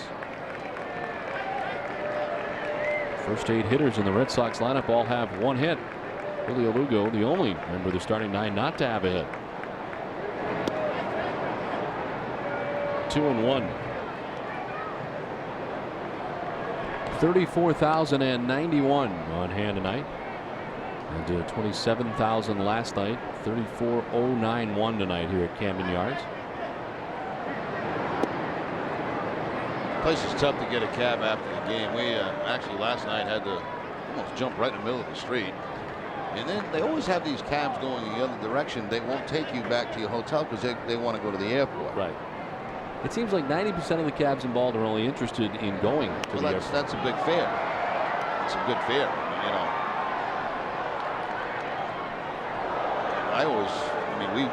We're very, very generous tippers, and I think, you know, once you get in the car, take us here, and they go, oh. But the fact is, when they see our tip, they're very happy. It's almost like going to the airport. We're always disappointed though when we get in and say we're going, what is it, 3 miles? Yeah, but it's a long 3 miles, Doug. It's a long. No, it's not. Yeah, it's not 3 miles really. It's probably about a mile and a half.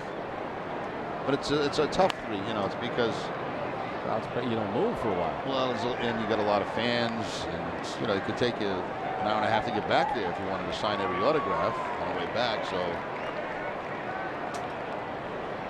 this is a walking ballpark, though. There's no question about that. Everything is very close, except for me and you.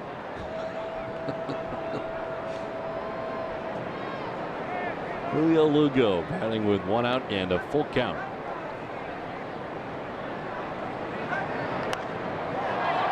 A foul, backing out of play. Then we have, you know, sometimes Tracy, who's our stage manager here, sometimes she's been. Tracy, would you come into the picture? Come on, you come in.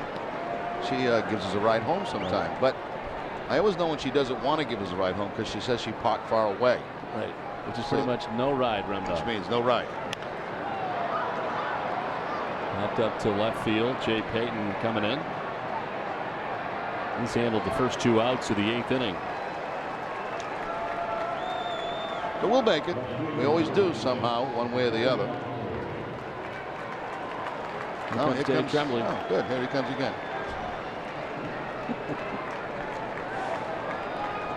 2 outs here in the 8th.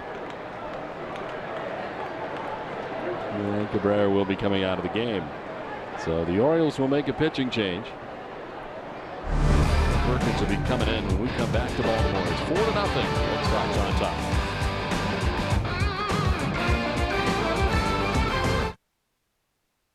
Do you want to own a brand new computer and improve your credit at the same time? If you have less than perfect credit, bad credit, or no credit at all, and want to improve your credit, Guaranteed Consumer Funding can assist you in obtaining the high-quality computer you want and need, while at the same time help you build or rebuild your credit. Here's how it works. Bad credit? No credit, no problem. There's no credit check, so you will not be turned down. If you have a checking or savings account and can afford weekly payments of just $29.99, then you are already approved for a brand new Dell, HP, or other name brand computer. Guaranteed. So give us a call now to have your brand new computer shipped right to you. And we'll add over $700 in premiums and upgrades and an MP3 player for free. And with select models, we'll throw in a free printer. Give us a call today to get the computer of your dreams, and we'll help you get back on track to improving your credit. Guaranteed Consumer Funding, your credit solution for quality electronics.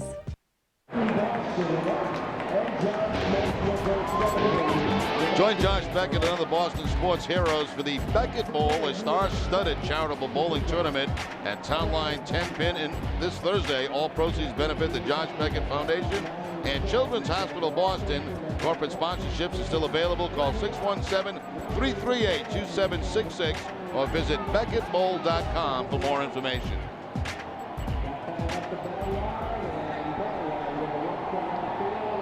Two down here in the inning with the Red Sox on top 4-0. The new pitcher is Kurt Perkins. Perkins making his 12th appearance. He's been up 5 different times this year with the Orioles. He did make a start his last time out against Tampa Bay, going 4 innings in that game, allowing 4 runs. The 1 start and back to the bullpen for Perkins. And Jacoby Ellsbury batting with 2 down, bases empty. And it takes ball 1.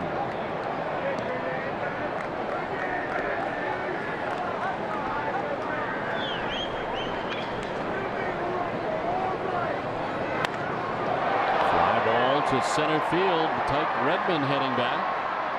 So take him to the base of the track to end the inning. So Perkins and the Orioles pitching staff enjoy a 1-2-3 top of the 8th. Red Sox on top 4-0. Your job and how to get it done. You know what your truck can do better than the rest. And you know if a truck doesn't have what it takes you all of a minute to figure it out. Tundra. It may not be the first truck you look at, but it will be the last. The Toyota Tundra, winning over some very tough customers. Ask someone you know who drives one.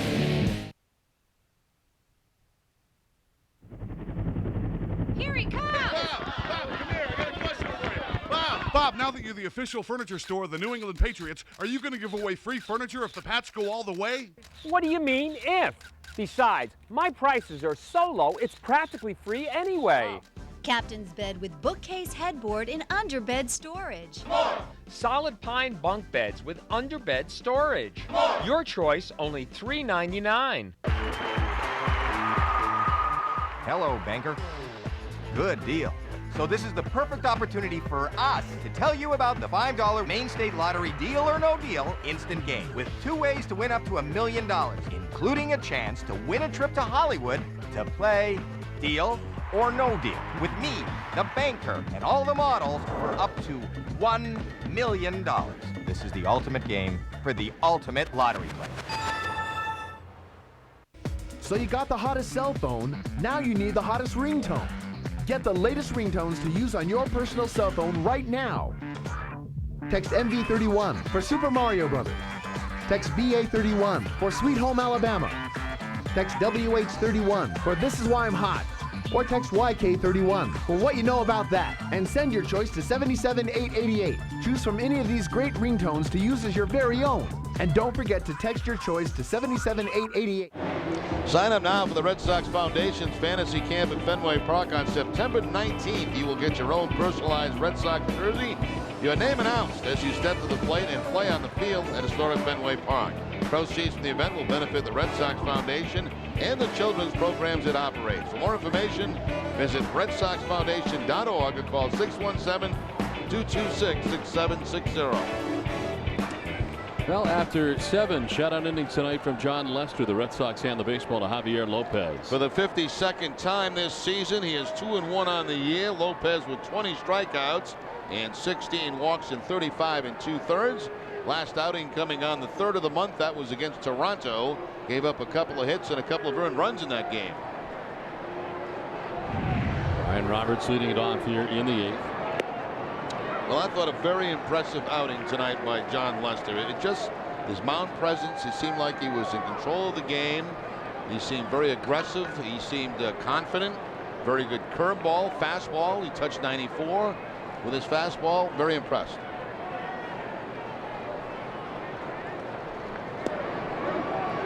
Roberts takes the ball. The count 1-1. Lester with a chance to pick up his 4th win without a loss this year as he departs with a 4-0 Red Sox advantage.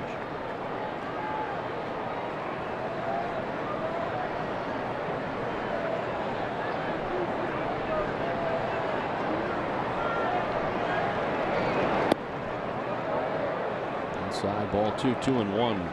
Manny Del Carmen up in the pen by himself right now. He's been up alongside Javier Lopez.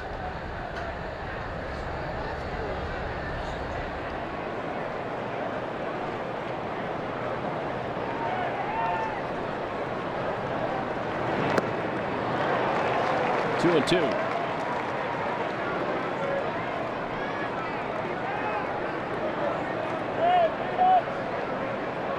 Melvin Mora waits on deck, then Nick Markakis expected here in the Orioles half of the 8th inning.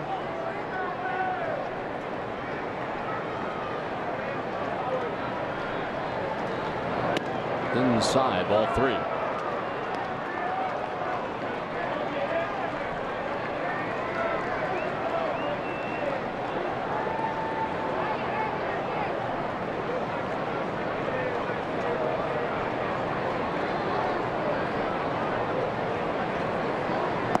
Roberts with a swing and a miss. Lopez strikes him out to begin things here in the bottom of the 8th. Well, John Lester with 4 strikeouts in his performance tonight. And the cut fastball doing the honors there against Melvin Mora. Fastball up and away from Markakis. Fastball again away. And the curveball to Melvin Mora. Well, Lester tonight 7 shutout innings, giving it 4 hits, walked 2, struck out 4. And 98 total pitches thrown tonight by Lester. As the first pitch, a strike to Melvin Mora with 1 out here in the bottom of the 8th. Mora tonight is 0 for 3. He's fly to right field and struck out swinging in the 3rd, again in the 5th. This is a foul to the screen, and it's 0-2.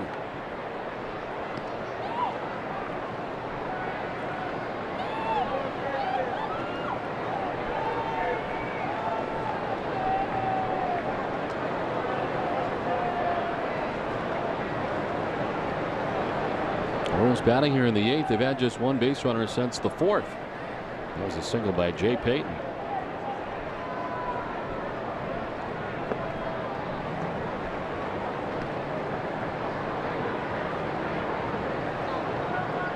At one point, Lester had retired 11 Orioles in a row through the middle innings.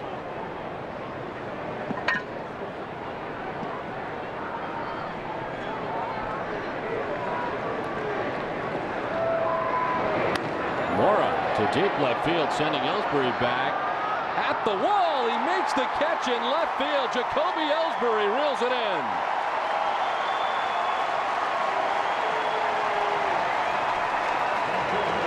Well, there's not much he's not doing that is not great, really, for the Red Sox. I mean, everything from hitting to stealing bases to now defensive plays. Hitting that wall hard, but holding on to the baseball.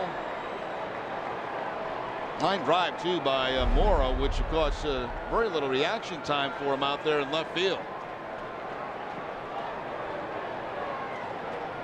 2 down here in the 8th. Nick Markakis, the batter. He's 0 for 3 tonight. Lopez with strike one. He's been ahead of everybody. Markakis has fly to left, struck out swinging, and fly to left again. And the key to Lopez is throwing strikes, Don. You know, when he gets into trouble sometimes it's because he walks people. And if he throws strikes, he's tough to hit.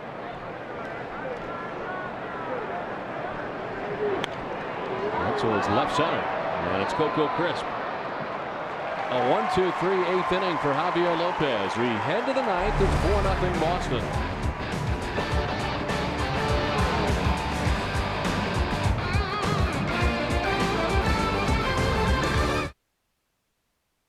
What a team. What a lineup. What a month. It's a Sox September to remember on NESN. Brought to you all month long by WB Mason's What a Bargain Store. A super clearance center with savings of up to 75%. The team with the best record in baseball's in the home stretch. And we've got all your September game action covered. NESN. One nation. One network. 1 month left. Your inspiration, your support system, your rock, your brothers, your sidekick, your foundation, your reflection, your crew, your future. Whatever your reason, drink responsibly. At VIP Parts, Tires, and Service, we know how to show you and your car a little love. Need tires? Our Speed Lane pros help you make the right selection for the best price guaranteed. And we'll install them in under an hour. No wasted time. Just the biggest selection of name brand quality tires. Michelin, Pirelli, Goodyear, and more in stock when you need them. Installed by qualified service techs faster than anywhere. When you need quality name brand tires, make an appointment in our Speed Lane bay. VIP, a little love goes a long way. Baseball is really a neighborhood game. The field at the local school, a sandlot, or even the backyard. And at Sovereign, the same is true for banking. Our roots are in the neighborhood and always will be. Which means even though Sovereign offers big banking resources, we never forget the value of small town attention.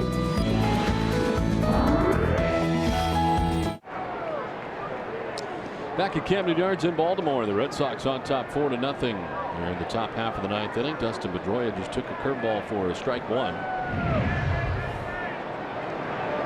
And then sends one foul down the right field line, backing out of play. Devern Hansack was called up by the Red Sox not on September 1st, a couple days later. Originally it was Craig Breslow who had joined the Red Sox. Devern Hansack, we saw make a start earlier this year for the Red Sox. On the ground left side, Miguel Tejada.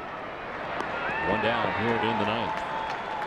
Stay tuned after the game for Granite City Electric Extra Innings Extra with Tom Caron, Dave McCarty, and Tina Sabasio, who will bring you the manager's view of this series opener in Terry's take. Actually, it's game 2 of the series. Plus, they'll preview tomorrow's matchup. Daisuke going for the Red Sox. It's all after the game in high definition, only on NESN.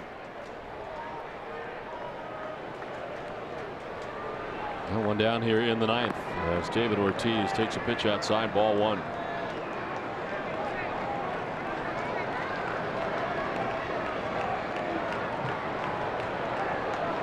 Ortiz been on twice tonight, a single in the third. He walked in the seventh. As he takes a strike, 1-1. So 3 2/3 from Daniel Caberra, the starter tonight for the Orioles, ejected from the game. And Brian Burris, 2 2/3. Shift on. This is Mora, who throws out Ortiz, 2 down in the ninth. Well, actually, the Oriole bullpen tonight has done fairly well. I mean, they've only given up the 1 run since coming in. That was the base hit to Youkilis in the 7th inning with 2 outs. So for a bullpen that has been much maligned all season long, tonight's been a pretty decent night for them.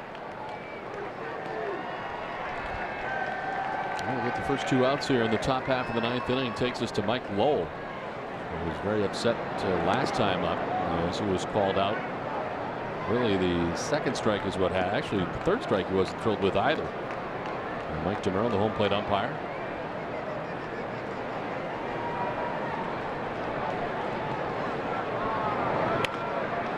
Grounds it foul outside of third.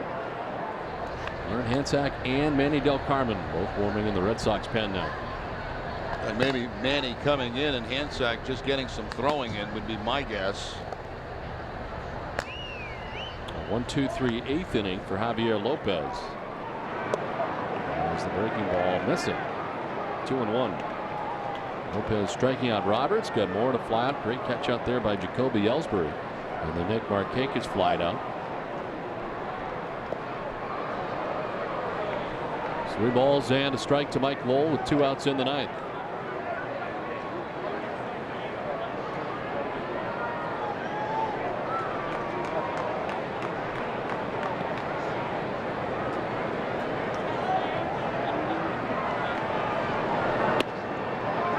Full count. I think Mike Lowell's had about enough at DeMuro tonight. I think Jason Varitek's probably in that same category. He's also had quite enough.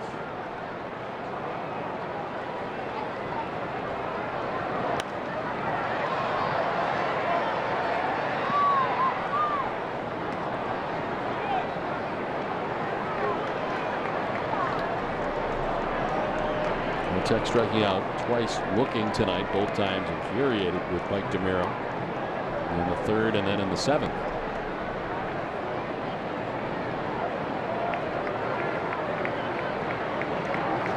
The off pitch again to Lowell. And hands and grounded foul beyond the Red Sox dugout. Barnaby does came out to Ozaka looking for his 15th win of the year. He's 14-11. Matched up against right-hander John Leister, who's 0-1. Leister, last time we saw him, he was in the bullpen pitching against the Red Sox at Fenway Park.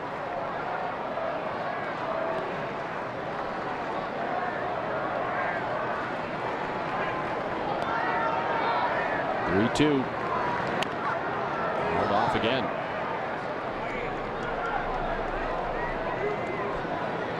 There is charting the game tonight. That's very rare now in baseball. A lot of teams don't do that anymore. Have their pitchers chart the game. Do it all the time in the minors. This one's nice call to the backstop. A lot of information now is done by the pitching coaches and also taken right off video of the game. If I'm not mistaken, I think John Farrell charts all the games for the Red Sox. That's correct.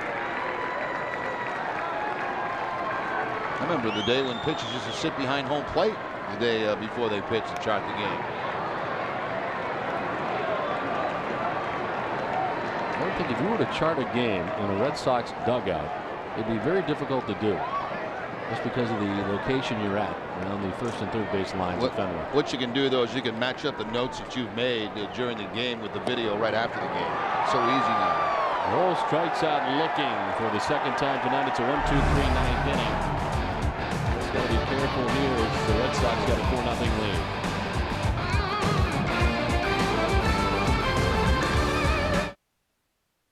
We went around swapping people's vehicles for 1 week.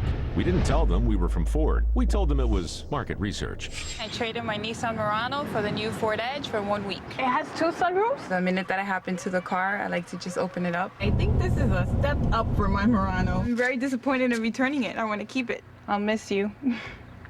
Now lease the exciting crossover Ford Edge for just $259 a month, or swap your ride and get $1,500 in total savings. Visit your local Ford dealer or go to newenglandford.com.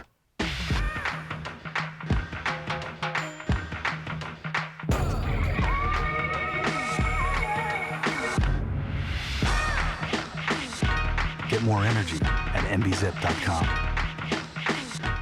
When you're on the go, you need the convenience, quality, and pricing that you'll always find at Extra Mart. Convenience. Everything you need is priced right and ready to go.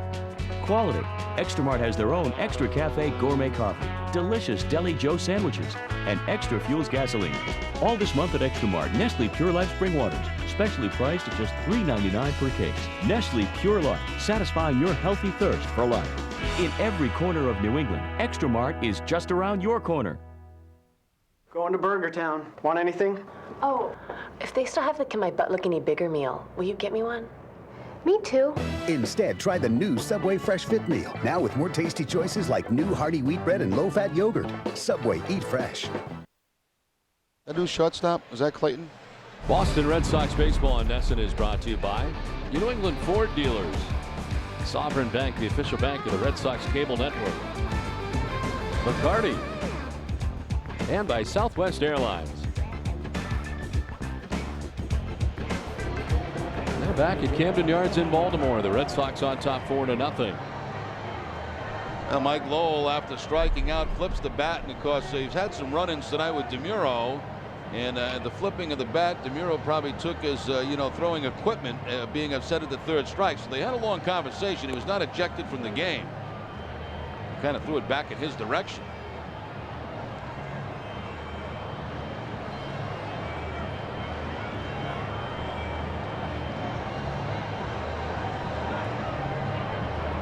Lowell completely frustrated tonight by DeMuro, and of course DeMuro knows that. They read each other pretty well, and when he flipped the bat back in his direction, almost could have thrown him out for that.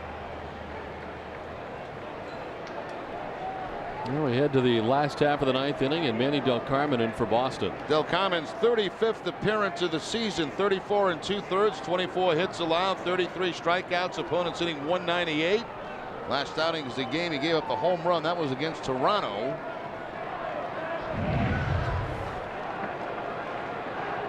Miguel Tejada leading it off here in the home half of the ninth. John Lester for 7 shutout innings. Javier Lopez working the 8th at a 1-2-3 8th inning. Julian Tavares up in the pen along with Mike Timlin.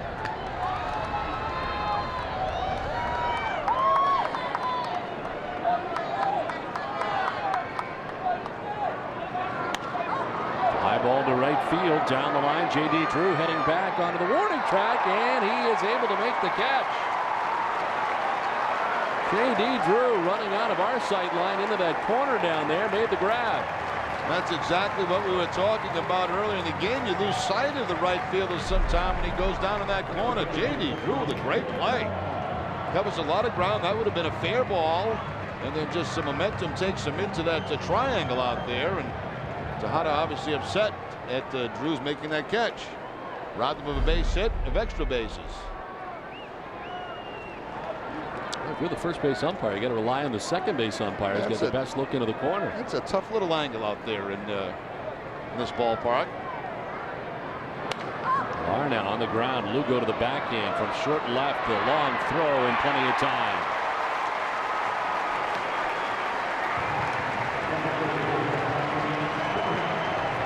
Nice play by Lugo going into the hole and going to the backhand. The long throw from out of the grass. Accurate. And gets Kevin Millar at first base. 2 down in the ninth inning for Aubrey Hupp, who was 0 for 3 in the game. He was popped to short, reach on a fielder's choice, and fly to the track in center.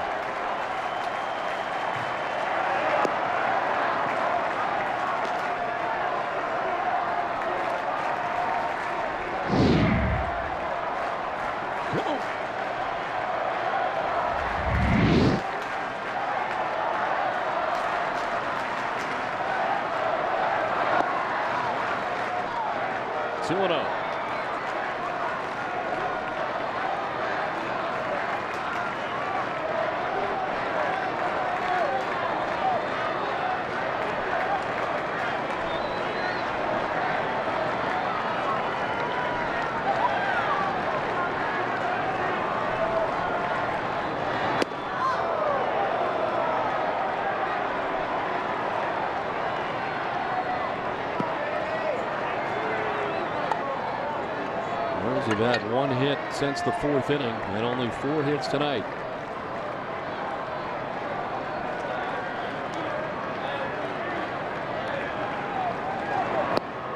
A strike, and it's 3-1. Tell you what, DeMuro tonight might have the lowest strike zone we've seen all season. We have a weird angle here in Baltimore. A little bit, but it looks like a lot of it's been outside too. Not only low, but outside. I think it's a great angle. It's right over the top. One of the best in baseball. This one is popped up fine. Knocking out of play. Almost directly above the pitcher. And it really gives you a good look at the location of pitches.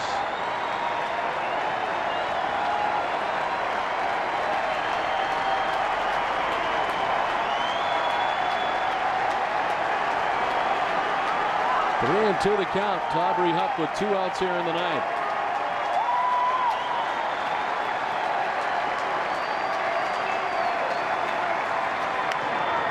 Hold off to the left and do it again.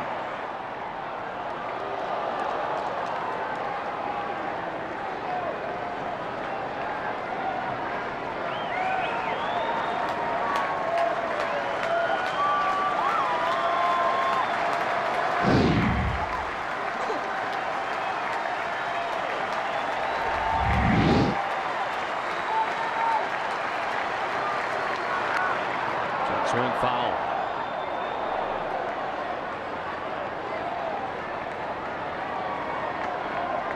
And 1-2-3-8 for Lopez. First 2 outs here in the ninth inning for Manny Del Carmen.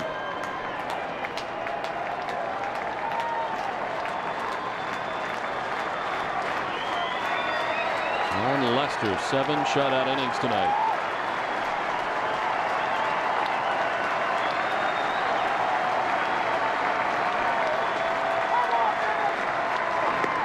All 4, he walks him.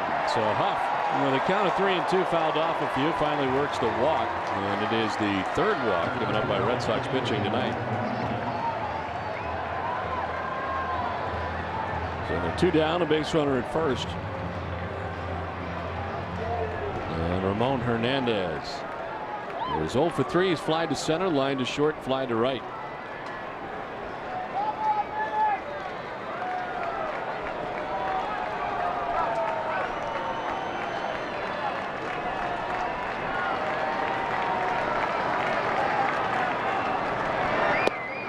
Swing and a miss.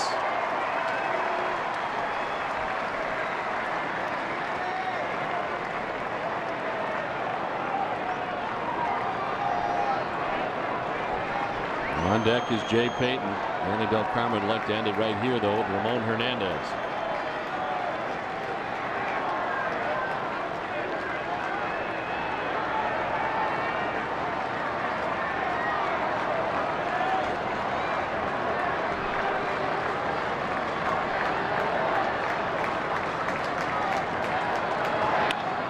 On the ground to shortstop. Lugo will go to second base for the 4th shot that ends the game.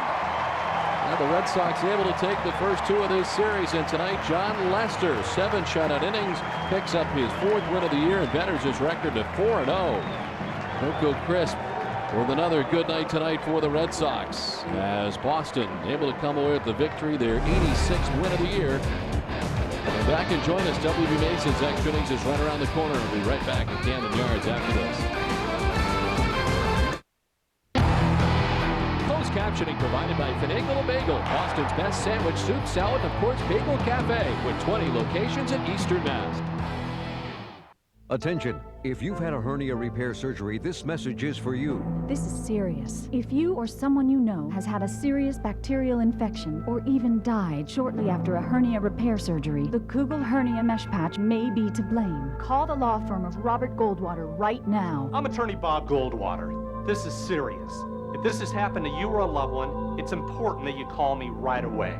You may be entitled to a large cash award. Thousands of Kugel hernia mesh patches have been recalled by the FDA. If you've had a serious bacterial infection after your hernia surgery, call the law firm of Robert Goldwater right now. Don't put this off. Call me immediately. You may be entitled to a large cash award. Don't put this off.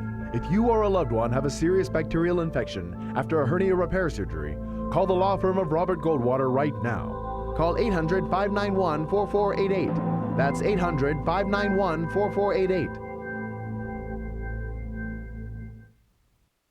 Never before has America seen something like this from a car manufacturer. Dodge introduces the Lifetime Powertrain Limited Warranty. Never before has any other car manufacturer, foreign or domestic, possessed the confidence to do this. And Dodge has done it. It means no more repair bills for covered parts for as long as you own your Dodge vehicle.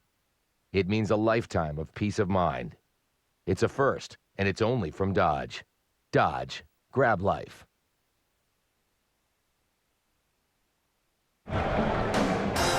Well, the Red Sox win at 4-0. The play of the game is brought to you by Foxwoods Resort Casino, and it's John Lester's night. 7 strong innings in this ball game tonight. He did have 4 strikeouts and excellent command of all of his pitches in this game tonight. John Lester, Foxwood Resort Casino, play of the game. Red Sox shut out the Orioles for the 2nd time in a week. For Jerry Remy and Tina Cervasio, I'm Don Rosillo saying good night from Camden Yards. Join us again tomorrow night for Game 3 of the series. Our coverage begins at 6. Visit NESN.com, where New England sports live online. This has been a presentation of NESN, New England's most watched sports network. It's time now for WB Mason's Extra Innings with Tom Caron and David McCarty, live from the NESN HD Television Center. TC? Oh, Don, thanks very much. Red Sox make it 2 in a row here in Baltimore. They lower their magic number to 15 with their American League leading 13th shutout of the season. 4-0 John Lester, one of his best outings of the season. We'll talk about it and show you why. Daniel Caberra got tossed and things got a little ugly. Dave McCarty will fill you in. WB Mason's Extra Innings begins right now.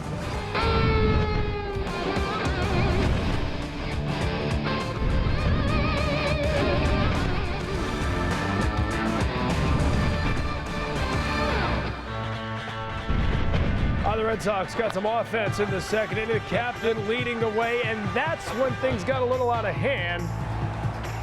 Both sides had their tempers flaring, and in the end, Daniel Caberra didn't get to wait around. He was ejected from the game, and John Lester pitched 7 strong shutout innings. Red Sox win it 4-0, limiting the O's to just 4 hits on the night. Welcome into our NESN HD Television Center, everyone. Tom Caron, Dave McCarty with you.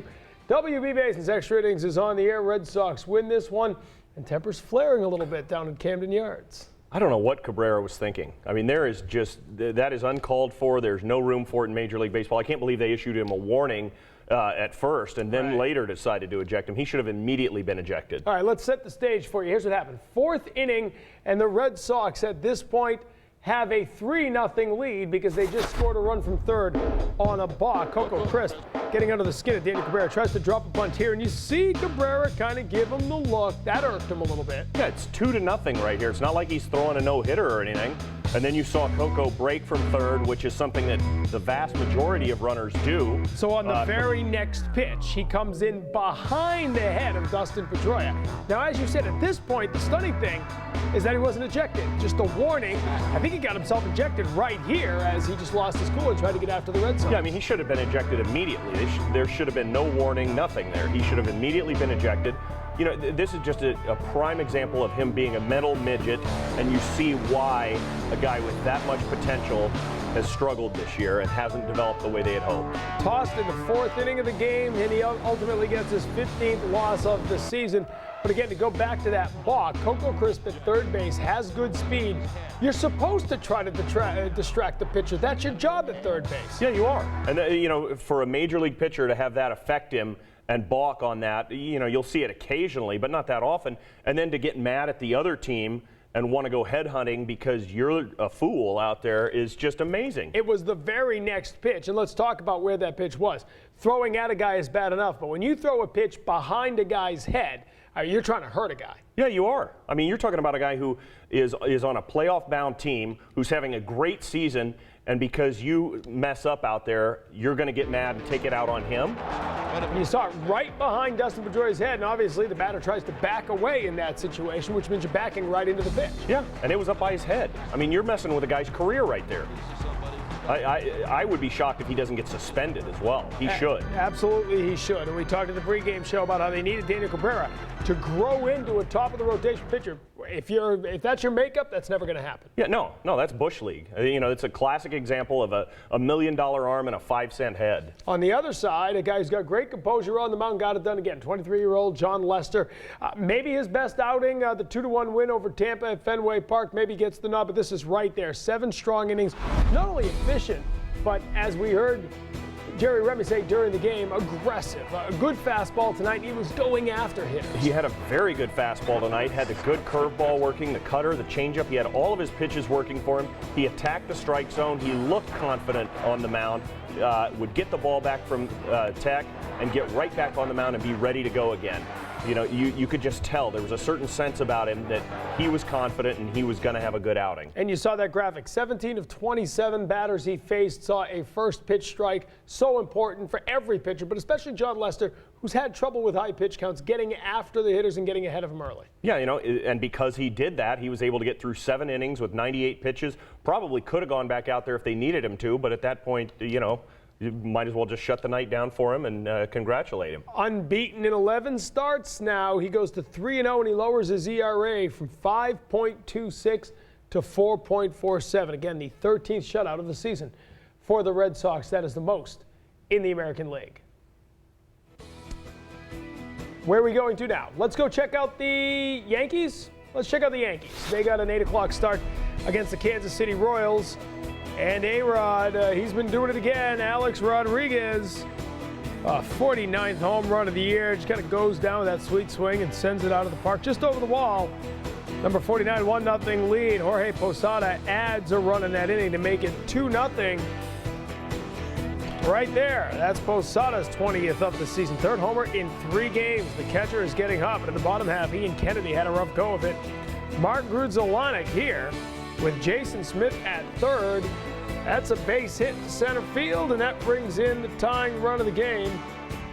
Looked like it was going to be a tough go of it, but both pitchers, both teams settled down. Still 2-2 now. All the runs coming in the 2nd inning. That was in the 7th now, as they're tied at 2 for now into the half game up on the Yankees. It's a 7-game lead. You can see the rest of the American League East. We'll tell you about the wild card in a little bit.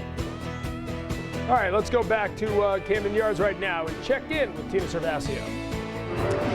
Tom, coming up from Camden Yards, Kevin Youkilis talks about the game tonight. He gives credit, of course, to Jon Lester and talks a little bit about why those tempers flared during the 4th inning. Of course, we'll get post-game reaction from the Red Sox clubhouse, and I'll talk to manager Terry Francona in Terry's Take. All of that coming up as WB Mason's Extra Innings continues. But first, let's send it back to our NESN HD Television Center and check in with Catherine Tappan.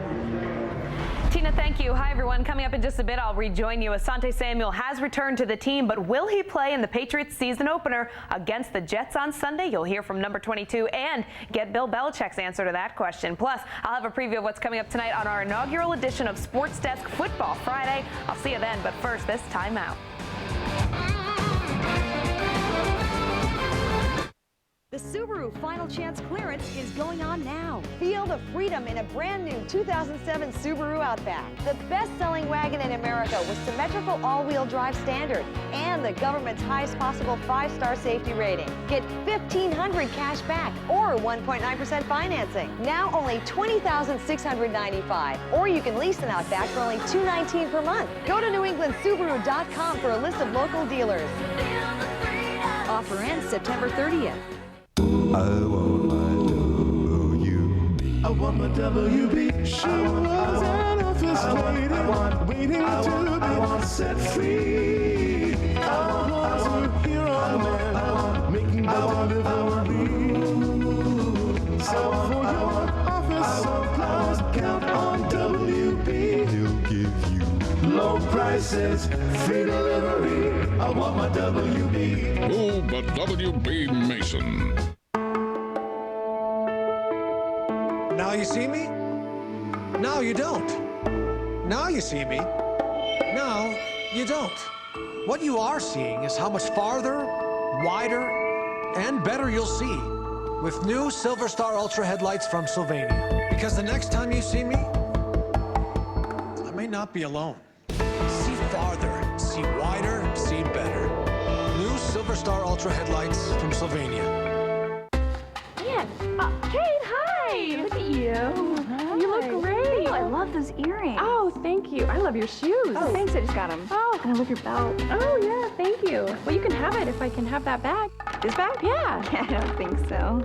Hey! Hey, sweetie. This fall's hottest item? Chicken McNuggets. Buy a 6-piece or a 10-piece and get one free. Hey, it's all about having options.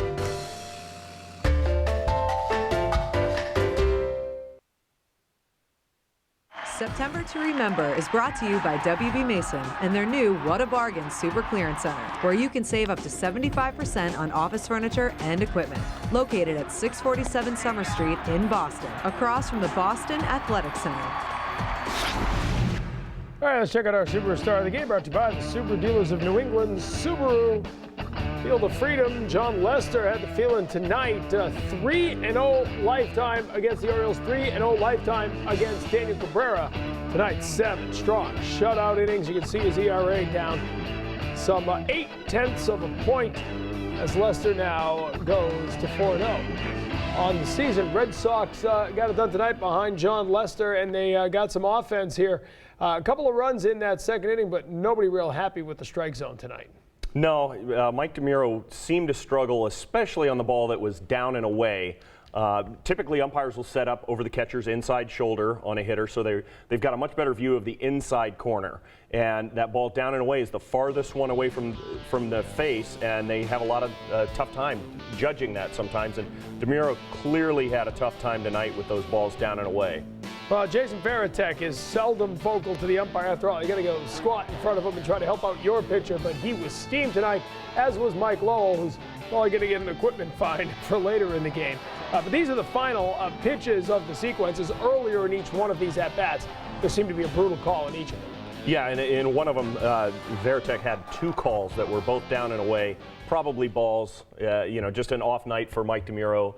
And you hope that he's going to go back, watch the film, and learn from that. All right, Red Sox win this one 4-0, a shutout victory. Let's go back to the ballpark. Kevin Youkilis stopped by to chat with Tina Cervasio. Nice shutout for the Red Sox tonight, and Kevin, John Lester gives you guys 7 shutout innings. What did you think of his performance? He pitched the ball. He pitched real well. He kept us in the game. He threw strikes, and he got them off balance a little bit with using all of his pitches. And some guys in the field made some great plays and kept us in here. And it was great to see John go out there and throw 7 scoreless innings.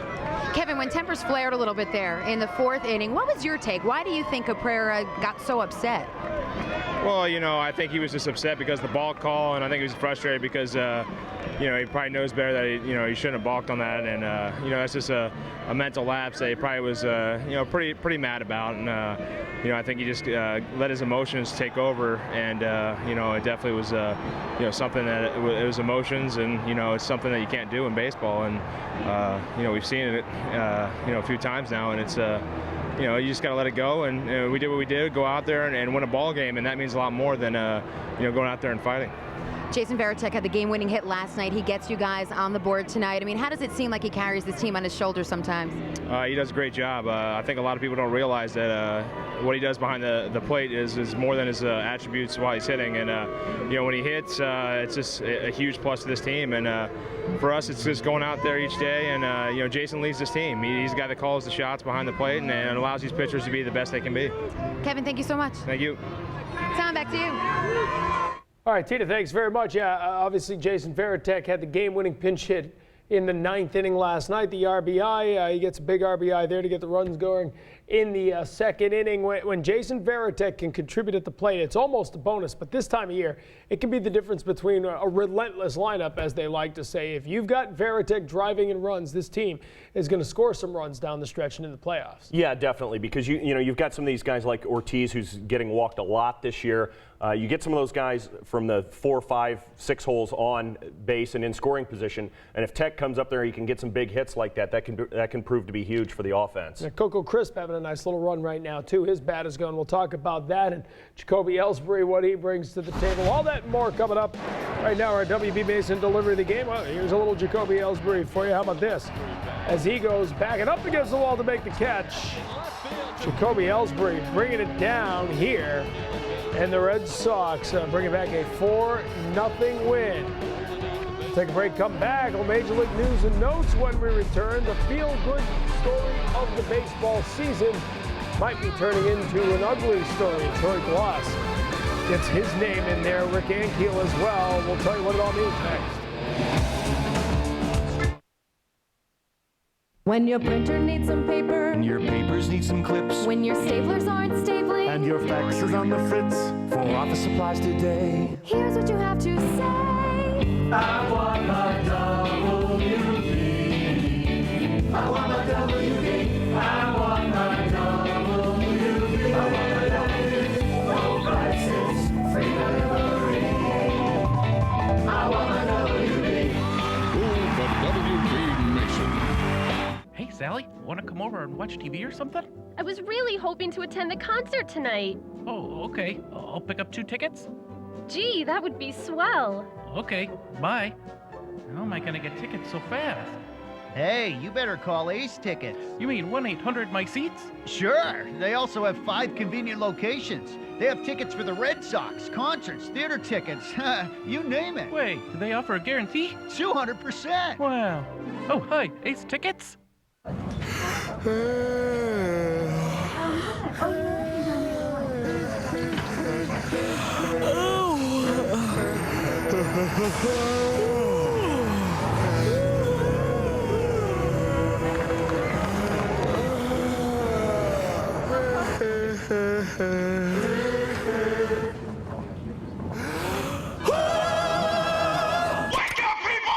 New Diet Pepsi Max with ginseng and more caffeine. How would you like to run a business of your own from the comfort of your own home? It's not as crazy as it sounds. I made over $100,000 a year from my home. I just made a down payment for our vacation home, working part-time. Yeah, you have to be crazy to visit this website and find out how to start your home business. Crazy like a fox. Log on and get your success kit. I made $5,000 yesterday. Crazy? I don't think so. Log on now. Yeah, that's a sad story of Rick Ankiel because it was such a great story going, converting from pitcher to hitter, after all the problems he went through as a pitcher. And it's unfortunate because he was really making quite an impact, or still is making an impact with the St. Louis Cardinals with the bat. So, these names are coming out now. A lot of names are coming out, and I think we're going to, see and hear more and more about them. Earlier this year we saw, Gary Matthews' name out there linked with HGH. We've seen all the wrestlers out there. So the question is, what will Major League Baseball do with these names? I'm going to have to, I guess you say third there, and what made it all the more special is my first game ever at Fenway was his no-hitter. So, being a part of a crowd and a game like that, it just made it all that much more special. And please don't take the mic from my hand because I'm the moderator. That's in case you missed it. Brought to you by Hess and Hess Express. Tomorrow, our pregame coverage begins at 6. Dennis Eckersley here in studio as Daisuke tries to bounce back from a tough start. We'll have plenty of afternoon highlights from Major League Baseball and team coverage from the pages of the Boston Globe, all coming your way tomorrow. Our pregame coverage begins at 6 o'clock. We'll get an update on that Rick Ankiel story in just a little bit. Right now, let's go across way Studio B. Catherine Tappan standing by. Catherine. Well, TC, Sunday's Pats-Jets season opener will answer a lot of questions, we hope. How does Randy Moss look paired up with Tom Brady? How will this new team mesh together? And now that Asante Samuel is back, will he suit up and play in the game? Well, Samuel hasn't had many reps at corner in the week that he's been on the practice field. Number 22 is in a wait-and-see period for Sunday's start. Asante did speak out more about his status for the season opener in the locker room on Friday. No, I feel good. Ain't no difference. When I'm home, I work out hard, and I give it my all. Do you notice a big difference between, you obviously came in good shape, but do you notice the difference between being in that good shape and really being in that football shape? Yeah, it's always a difference, and I actually won't know till I get a chance to play into a game. It's the difference between working out and just running, conditioning, and doing all those things. And instead of being on the field and going against another team, they're doing a 2-minute offense or something like that. It's a little different. Coming up tonight, we are kicking off our inaugural edition of Sports Desk Football Friday, presented by FW Webb, home of Frank Webb's Bat Centers. Much more on the Pats-Jets, including Asante Samuel's status. Plus, on the eve of Tom O'Brien's return to the Heights, we'll get more from his former players' reaction to his homecoming. And John Meter-Perrell joins us in the studio with his keys to the game. I will see you right back here at about 10 after the hour for Sports Desk. But for now, let's go back next door and rejoin Tom Karen and Dave McCarty. TC? All right, Catherine. Yeah, Football Friday kicking off in just a little bit. We told you before the latest on the Rick Ankiel and Troy Gloss situation. Troy Gloss, according to SI.com, is implicated in a prescription investigation in which he purchased performance-enhancing drugs via the internet. Rick Ankiel, meantime, is being linked to the HGH probe through mail-order prescriptions through an Albany district attorney investigation. Rick Ankiel tonight with St. Louis answered and came out and spoke about that story. Correct. All and any medication that I've received in my career has always been under a doctor's care, licensed physician. There was no violation of Major League Baseball rules or no violation of any laws. So at this point, if there's anything more to decide, Major League Baseball will look at it and let us know. I've been through a lot emotionally and physically, and that's doctor and patient privileges, and I hope you guys can respect those privileges. Well, it's unfortunate, especially the Rakeel and Keel story, because we spoke about it in the pregame show. The death of Josh Hancock this year, Tony La Russa having the DUI, OUI trouble during spring training, the injuries they've had. It's been just a horrible year for the St. Louis Cardinals, and this was the feel-good story, and now he's implicated in this, and it'll take him a while to shake this, no matter what is said these next couple of days. Yeah, it will. Every time you think you've heard the last of this steroid and HGH controversy, another name seems to come up, and it's just tragic for the game. And now I think we're going to see more of this, because now you have federal investigators going in it one way, you have the Mitchell investigation going on the other way. I think we're just beginning to start to hear some of the names. There's that court case going on right now with all the names implicated in the Grimsley document, that if they get opened up, then a lot of more names are going to be thrown out there. Yeah, and it like I said, it's just a tragedy for the game, and I think what's going to really be a tragedy is 10 to 20 years down the road when some of these guys start dropping dead from taking this stuff. Right, and that's why they're trying to bring this to light. And obviously that Albany probe about the HG8, the probe, is the same one that Rodney Harrison was implicated in, so it's reaching beyond just baseball. All right, back to baseball, Yankees and Royals. We've got an update for you in New York and Kansas City. We told you 2-2 at last check. Now to the 7th inning. Joel Peralta on the mound, and Bobby Abreu drives this one to left center field in the gap. Derek Jeter all the way around from first base, trying to beat out the throw, and as it comes in, Jeter slides in there safely. So it's 3-2 Yankees now. They're still batting at the top of the 7th. Big game with wild card implications. Seattle opening up a series at Detroit. Placido Polanco, the hero last night. The walk-off hit to beat the Chicago White Sox against Bobby Jenks. Polanco here in the first with a double to deep left. Curtis Granderson scores from first. 1-0. Tigers have the lead. Then a couple of batters later, Polanco will score as Maglio Ordonez gets a base hit to center. 91st run of the season for Polanco. Already 4 more than his previous season high. 4-1 Detroit here in the 7th. Granderson with a home run to deep right center. Detroit wins it 6-1. Tigers have won 3 in a row for the first time since mid-July.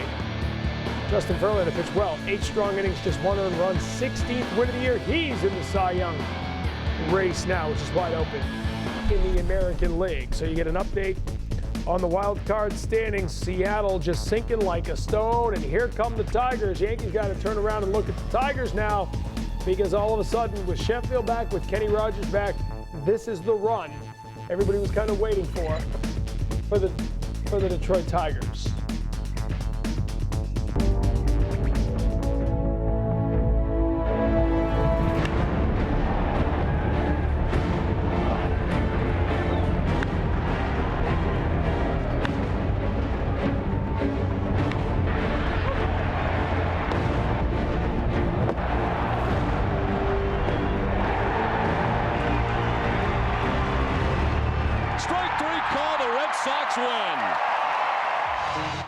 All right, it's coming 1 week from tonight. Red Sox and Yankees at Fenway Park. As you take a look at what's on tap for both teams between now and then, the pitching matchups for Saturday and Sunday.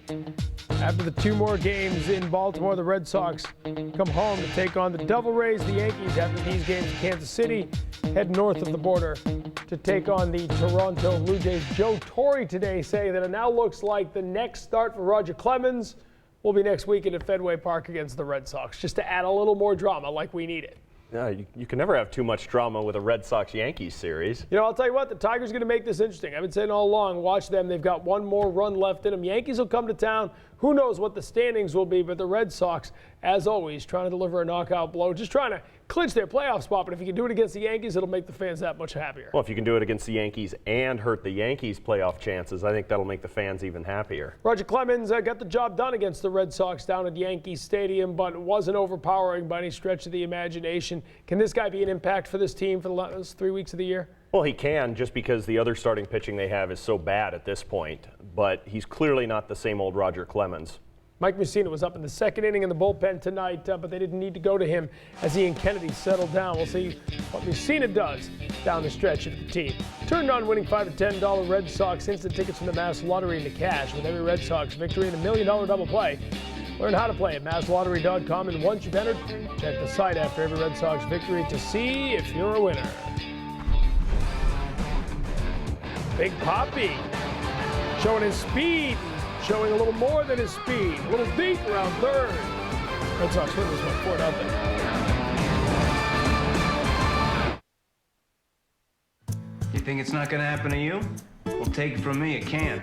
And whether it's a broken bone or appendicitis or cancer, you can't afford to suddenly pay a huge bill. You need health insurance. That's why Massachusetts is now requiring everyone to have it. And they're making it more affordable and easier to get through the state's health connector. Call them or go online. Get information, compare plans, choose the one that's right for you. Hey, don't wait till it's too late. Nothing is more exciting than winning a freestyle cruise on Norwegian Cruise Line. Correctly answer 2 trivia questions in a row and you're entered to win a Caribbean cruise. You can dine or just unwind, all while visiting exotic destinations. With NCL, you're free to whatever. We're giving one away every month. So you better text, you could be next, to win a freestyle cruise on the Text to Win Challenge. Just text WIN31 to 79608. Text to WIN now. As the internet keeps making the world smaller, one bird can make your online experience even bigger. Roadrunner High-Speed Online's blazing fast advanced fiber network means speeds that are light years faster than dial-up. It means constantly updated security and free extras like Photo Show Deluxe and commercial-free Roadrunner radio. See just how big your internet can be at roadrunner.com today. Get Roadrunner for only $29.95 a month for 6 months. Call 1-800-833-2253. Another great service delivered over Time Warner Cable's advanced fiber network.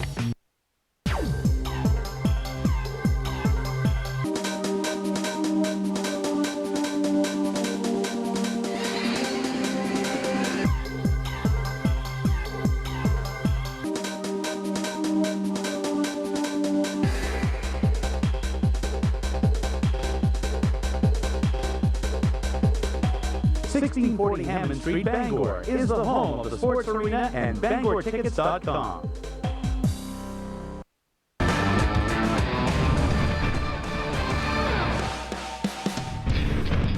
Oh, bad news for the Portland Sea Dogs up at Hadlock Field, Game 3 of a best-of-5 semifinals in the Eastern League in Trenton. In a tight game, the AA affiliate of the New York Yankees, a 3-2 win over the AA affiliate of the Boston Red Sox. Now the Sea Dogs try to stave off elimination with Game 4 coming up at Hadlock Field, right by 295 up in Portland. That game tomorrow night. If they can win that, Game 5 down in Trenton the very next day. All right, let's go back to Camden Yards right now and hear what the manager had to say about this one. Red Sox win it 4-0, 2 straight wins. It's Terry's Take with Tita Servasio. Terry, we saw a very confident John Lester out there tonight. What did you see in all of his pitches that made him so effective? We saw the same thing. Body language, ball coming out of his hand, just teasing him a minute ago. Is that the guy I heard about? Again, all the health issues and everything is well documented. The farther he gets removed from that, the more he stays on the mound, and the repetition, the ball came out of his hand. And there's always been the will to compete and things like that, but that ball came out of his hand really well tonight. In the 4th inning, after the Caberra pitch to Pedroia, I mean, what we saw initially was the warnings. What happened from there? I don't know if I have a real great explanation. Things are happening pretty quick. You know, again, our goal is to come out and win the game tonight. The extracurriculars I'm not real interested in, just wanted to win, and I thought we did a good job of doing that. How nice was it to see J.D. Drew have a game like he did tonight, both at the plate and in the field? Yeah, I thought that play in the 9th was a great catch, and he bangs the ball left center, left field, takes a couple walks, runs the bases.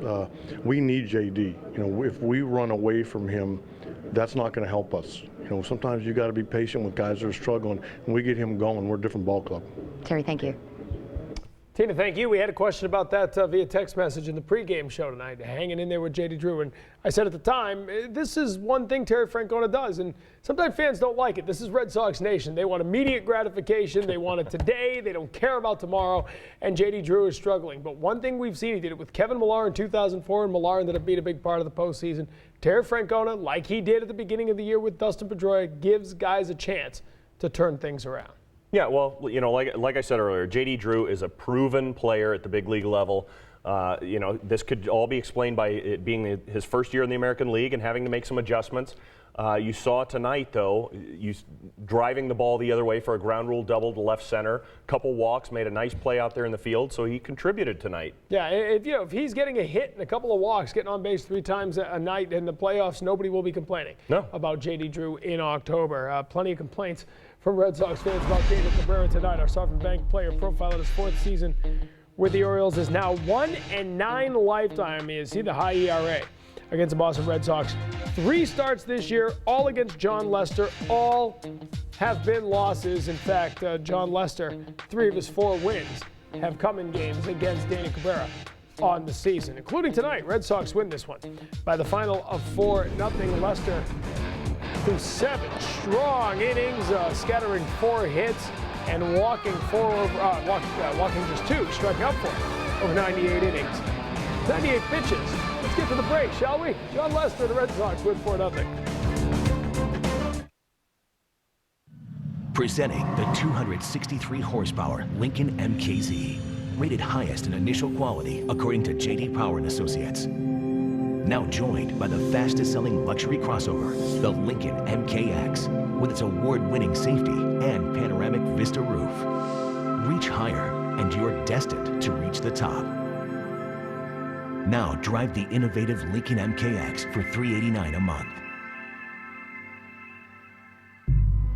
Getting nickel and dime by your bank can crank up your blood pressure like a playoff game in New York.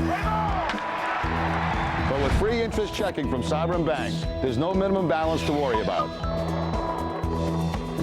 You get paid interest too, and you can use any bank's ATM in the country free. As far as this stock's concerned, Sovereign Free Interest Checking is the hardest working account in the nation.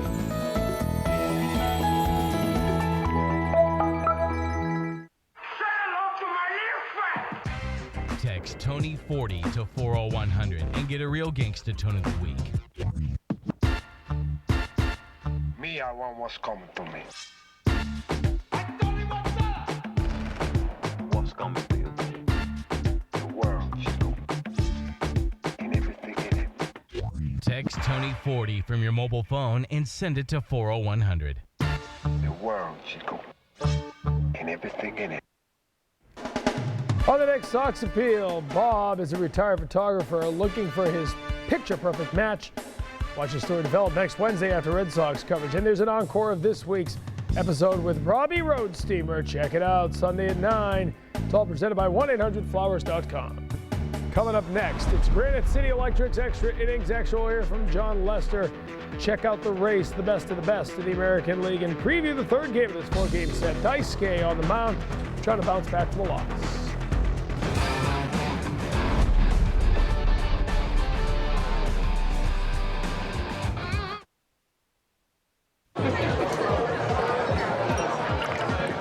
Front row on the rocks.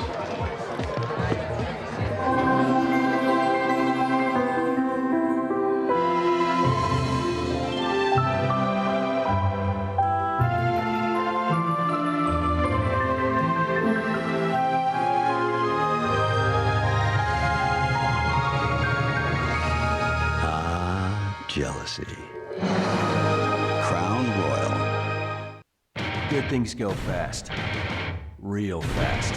The Polaris Power Play sales event going on now until September 30th. Now's the time to get model year-end clearance offers. Rebates up to $800 on Polaris ATVs and rebates up to $600 for 4.99% financing on Ranger utility vehicles. Check them out now at your local Polaris dealer, because before you know it, they'll be gone.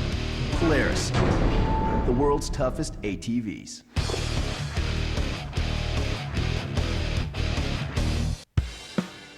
Take the comforts of home with you with Pivot, a new service from Comcast and Sprint.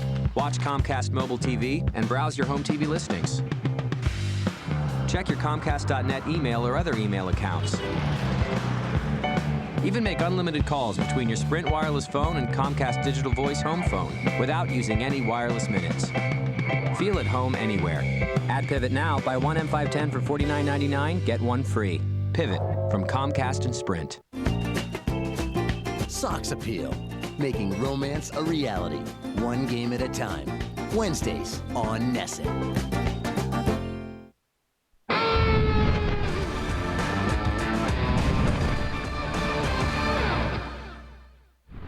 Welcome back to our Nessun HD Television Center. Tom Karen with you here for Granite City Electric's Extra Innings Extra. The Red Sox taking the field for Game 2 of a 4-game set in Baltimore with the win tonight. 30 games above 500 for the first time this season.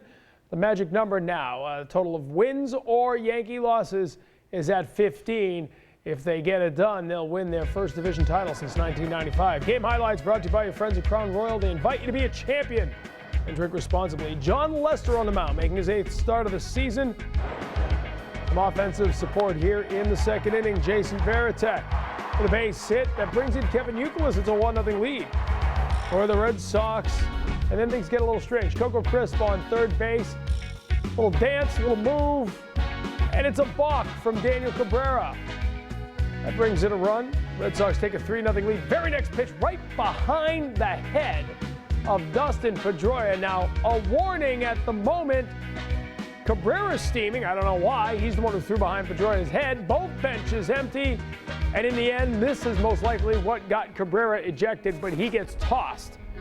End of the night for Cabrera, not for the Red Sox offense. 2 on, 2 out. Kevin Youkilis with a line drive to left. Jacoby Ellsbury, watch the speed.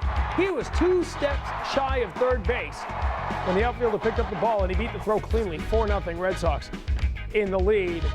And then getting it done defensively, Melvin Mora. The high fly ball to left field. Ellsbury on his horse, and he makes the catch and bangs into the wall. Jacoby Ellsbury electrifying Red Sox Nation every time he's in the lineup. 9th inning now. Miguel Tejada, a high fly ball to the other side. J.D. Drew had a double, a couple of walks, and a nice catch here. Going up to the corner, and he makes the catch, reaching out just as he bangs into the wall.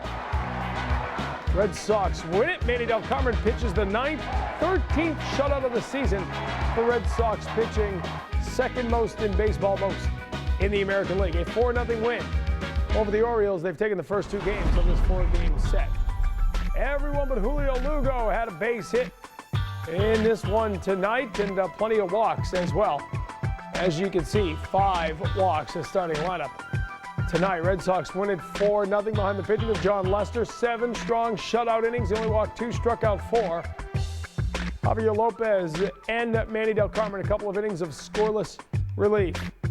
Sox 2-0 in Baltimore. Let's go back to Camden Yards right now. Check in with John Lester.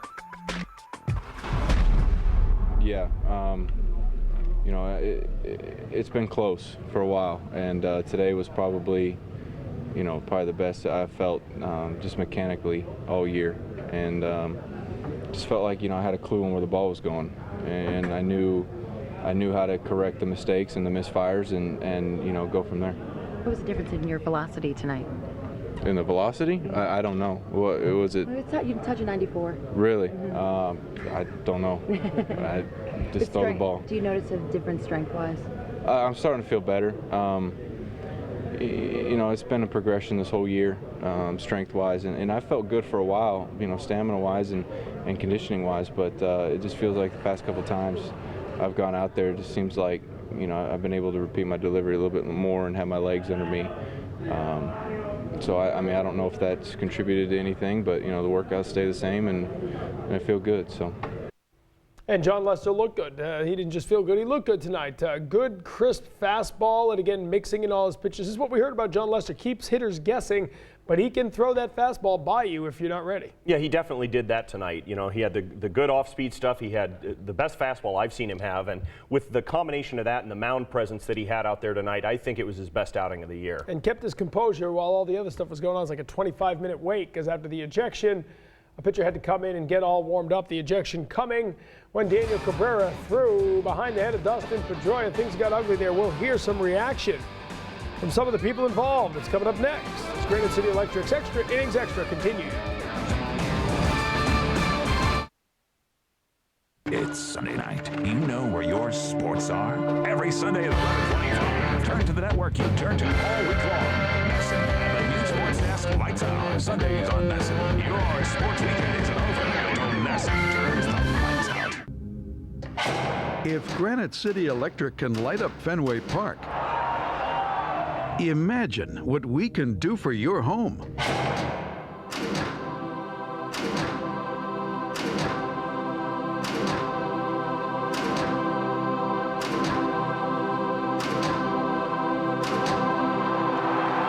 Granite City Electric. 5 lighting showrooms, a world of beautiful lights.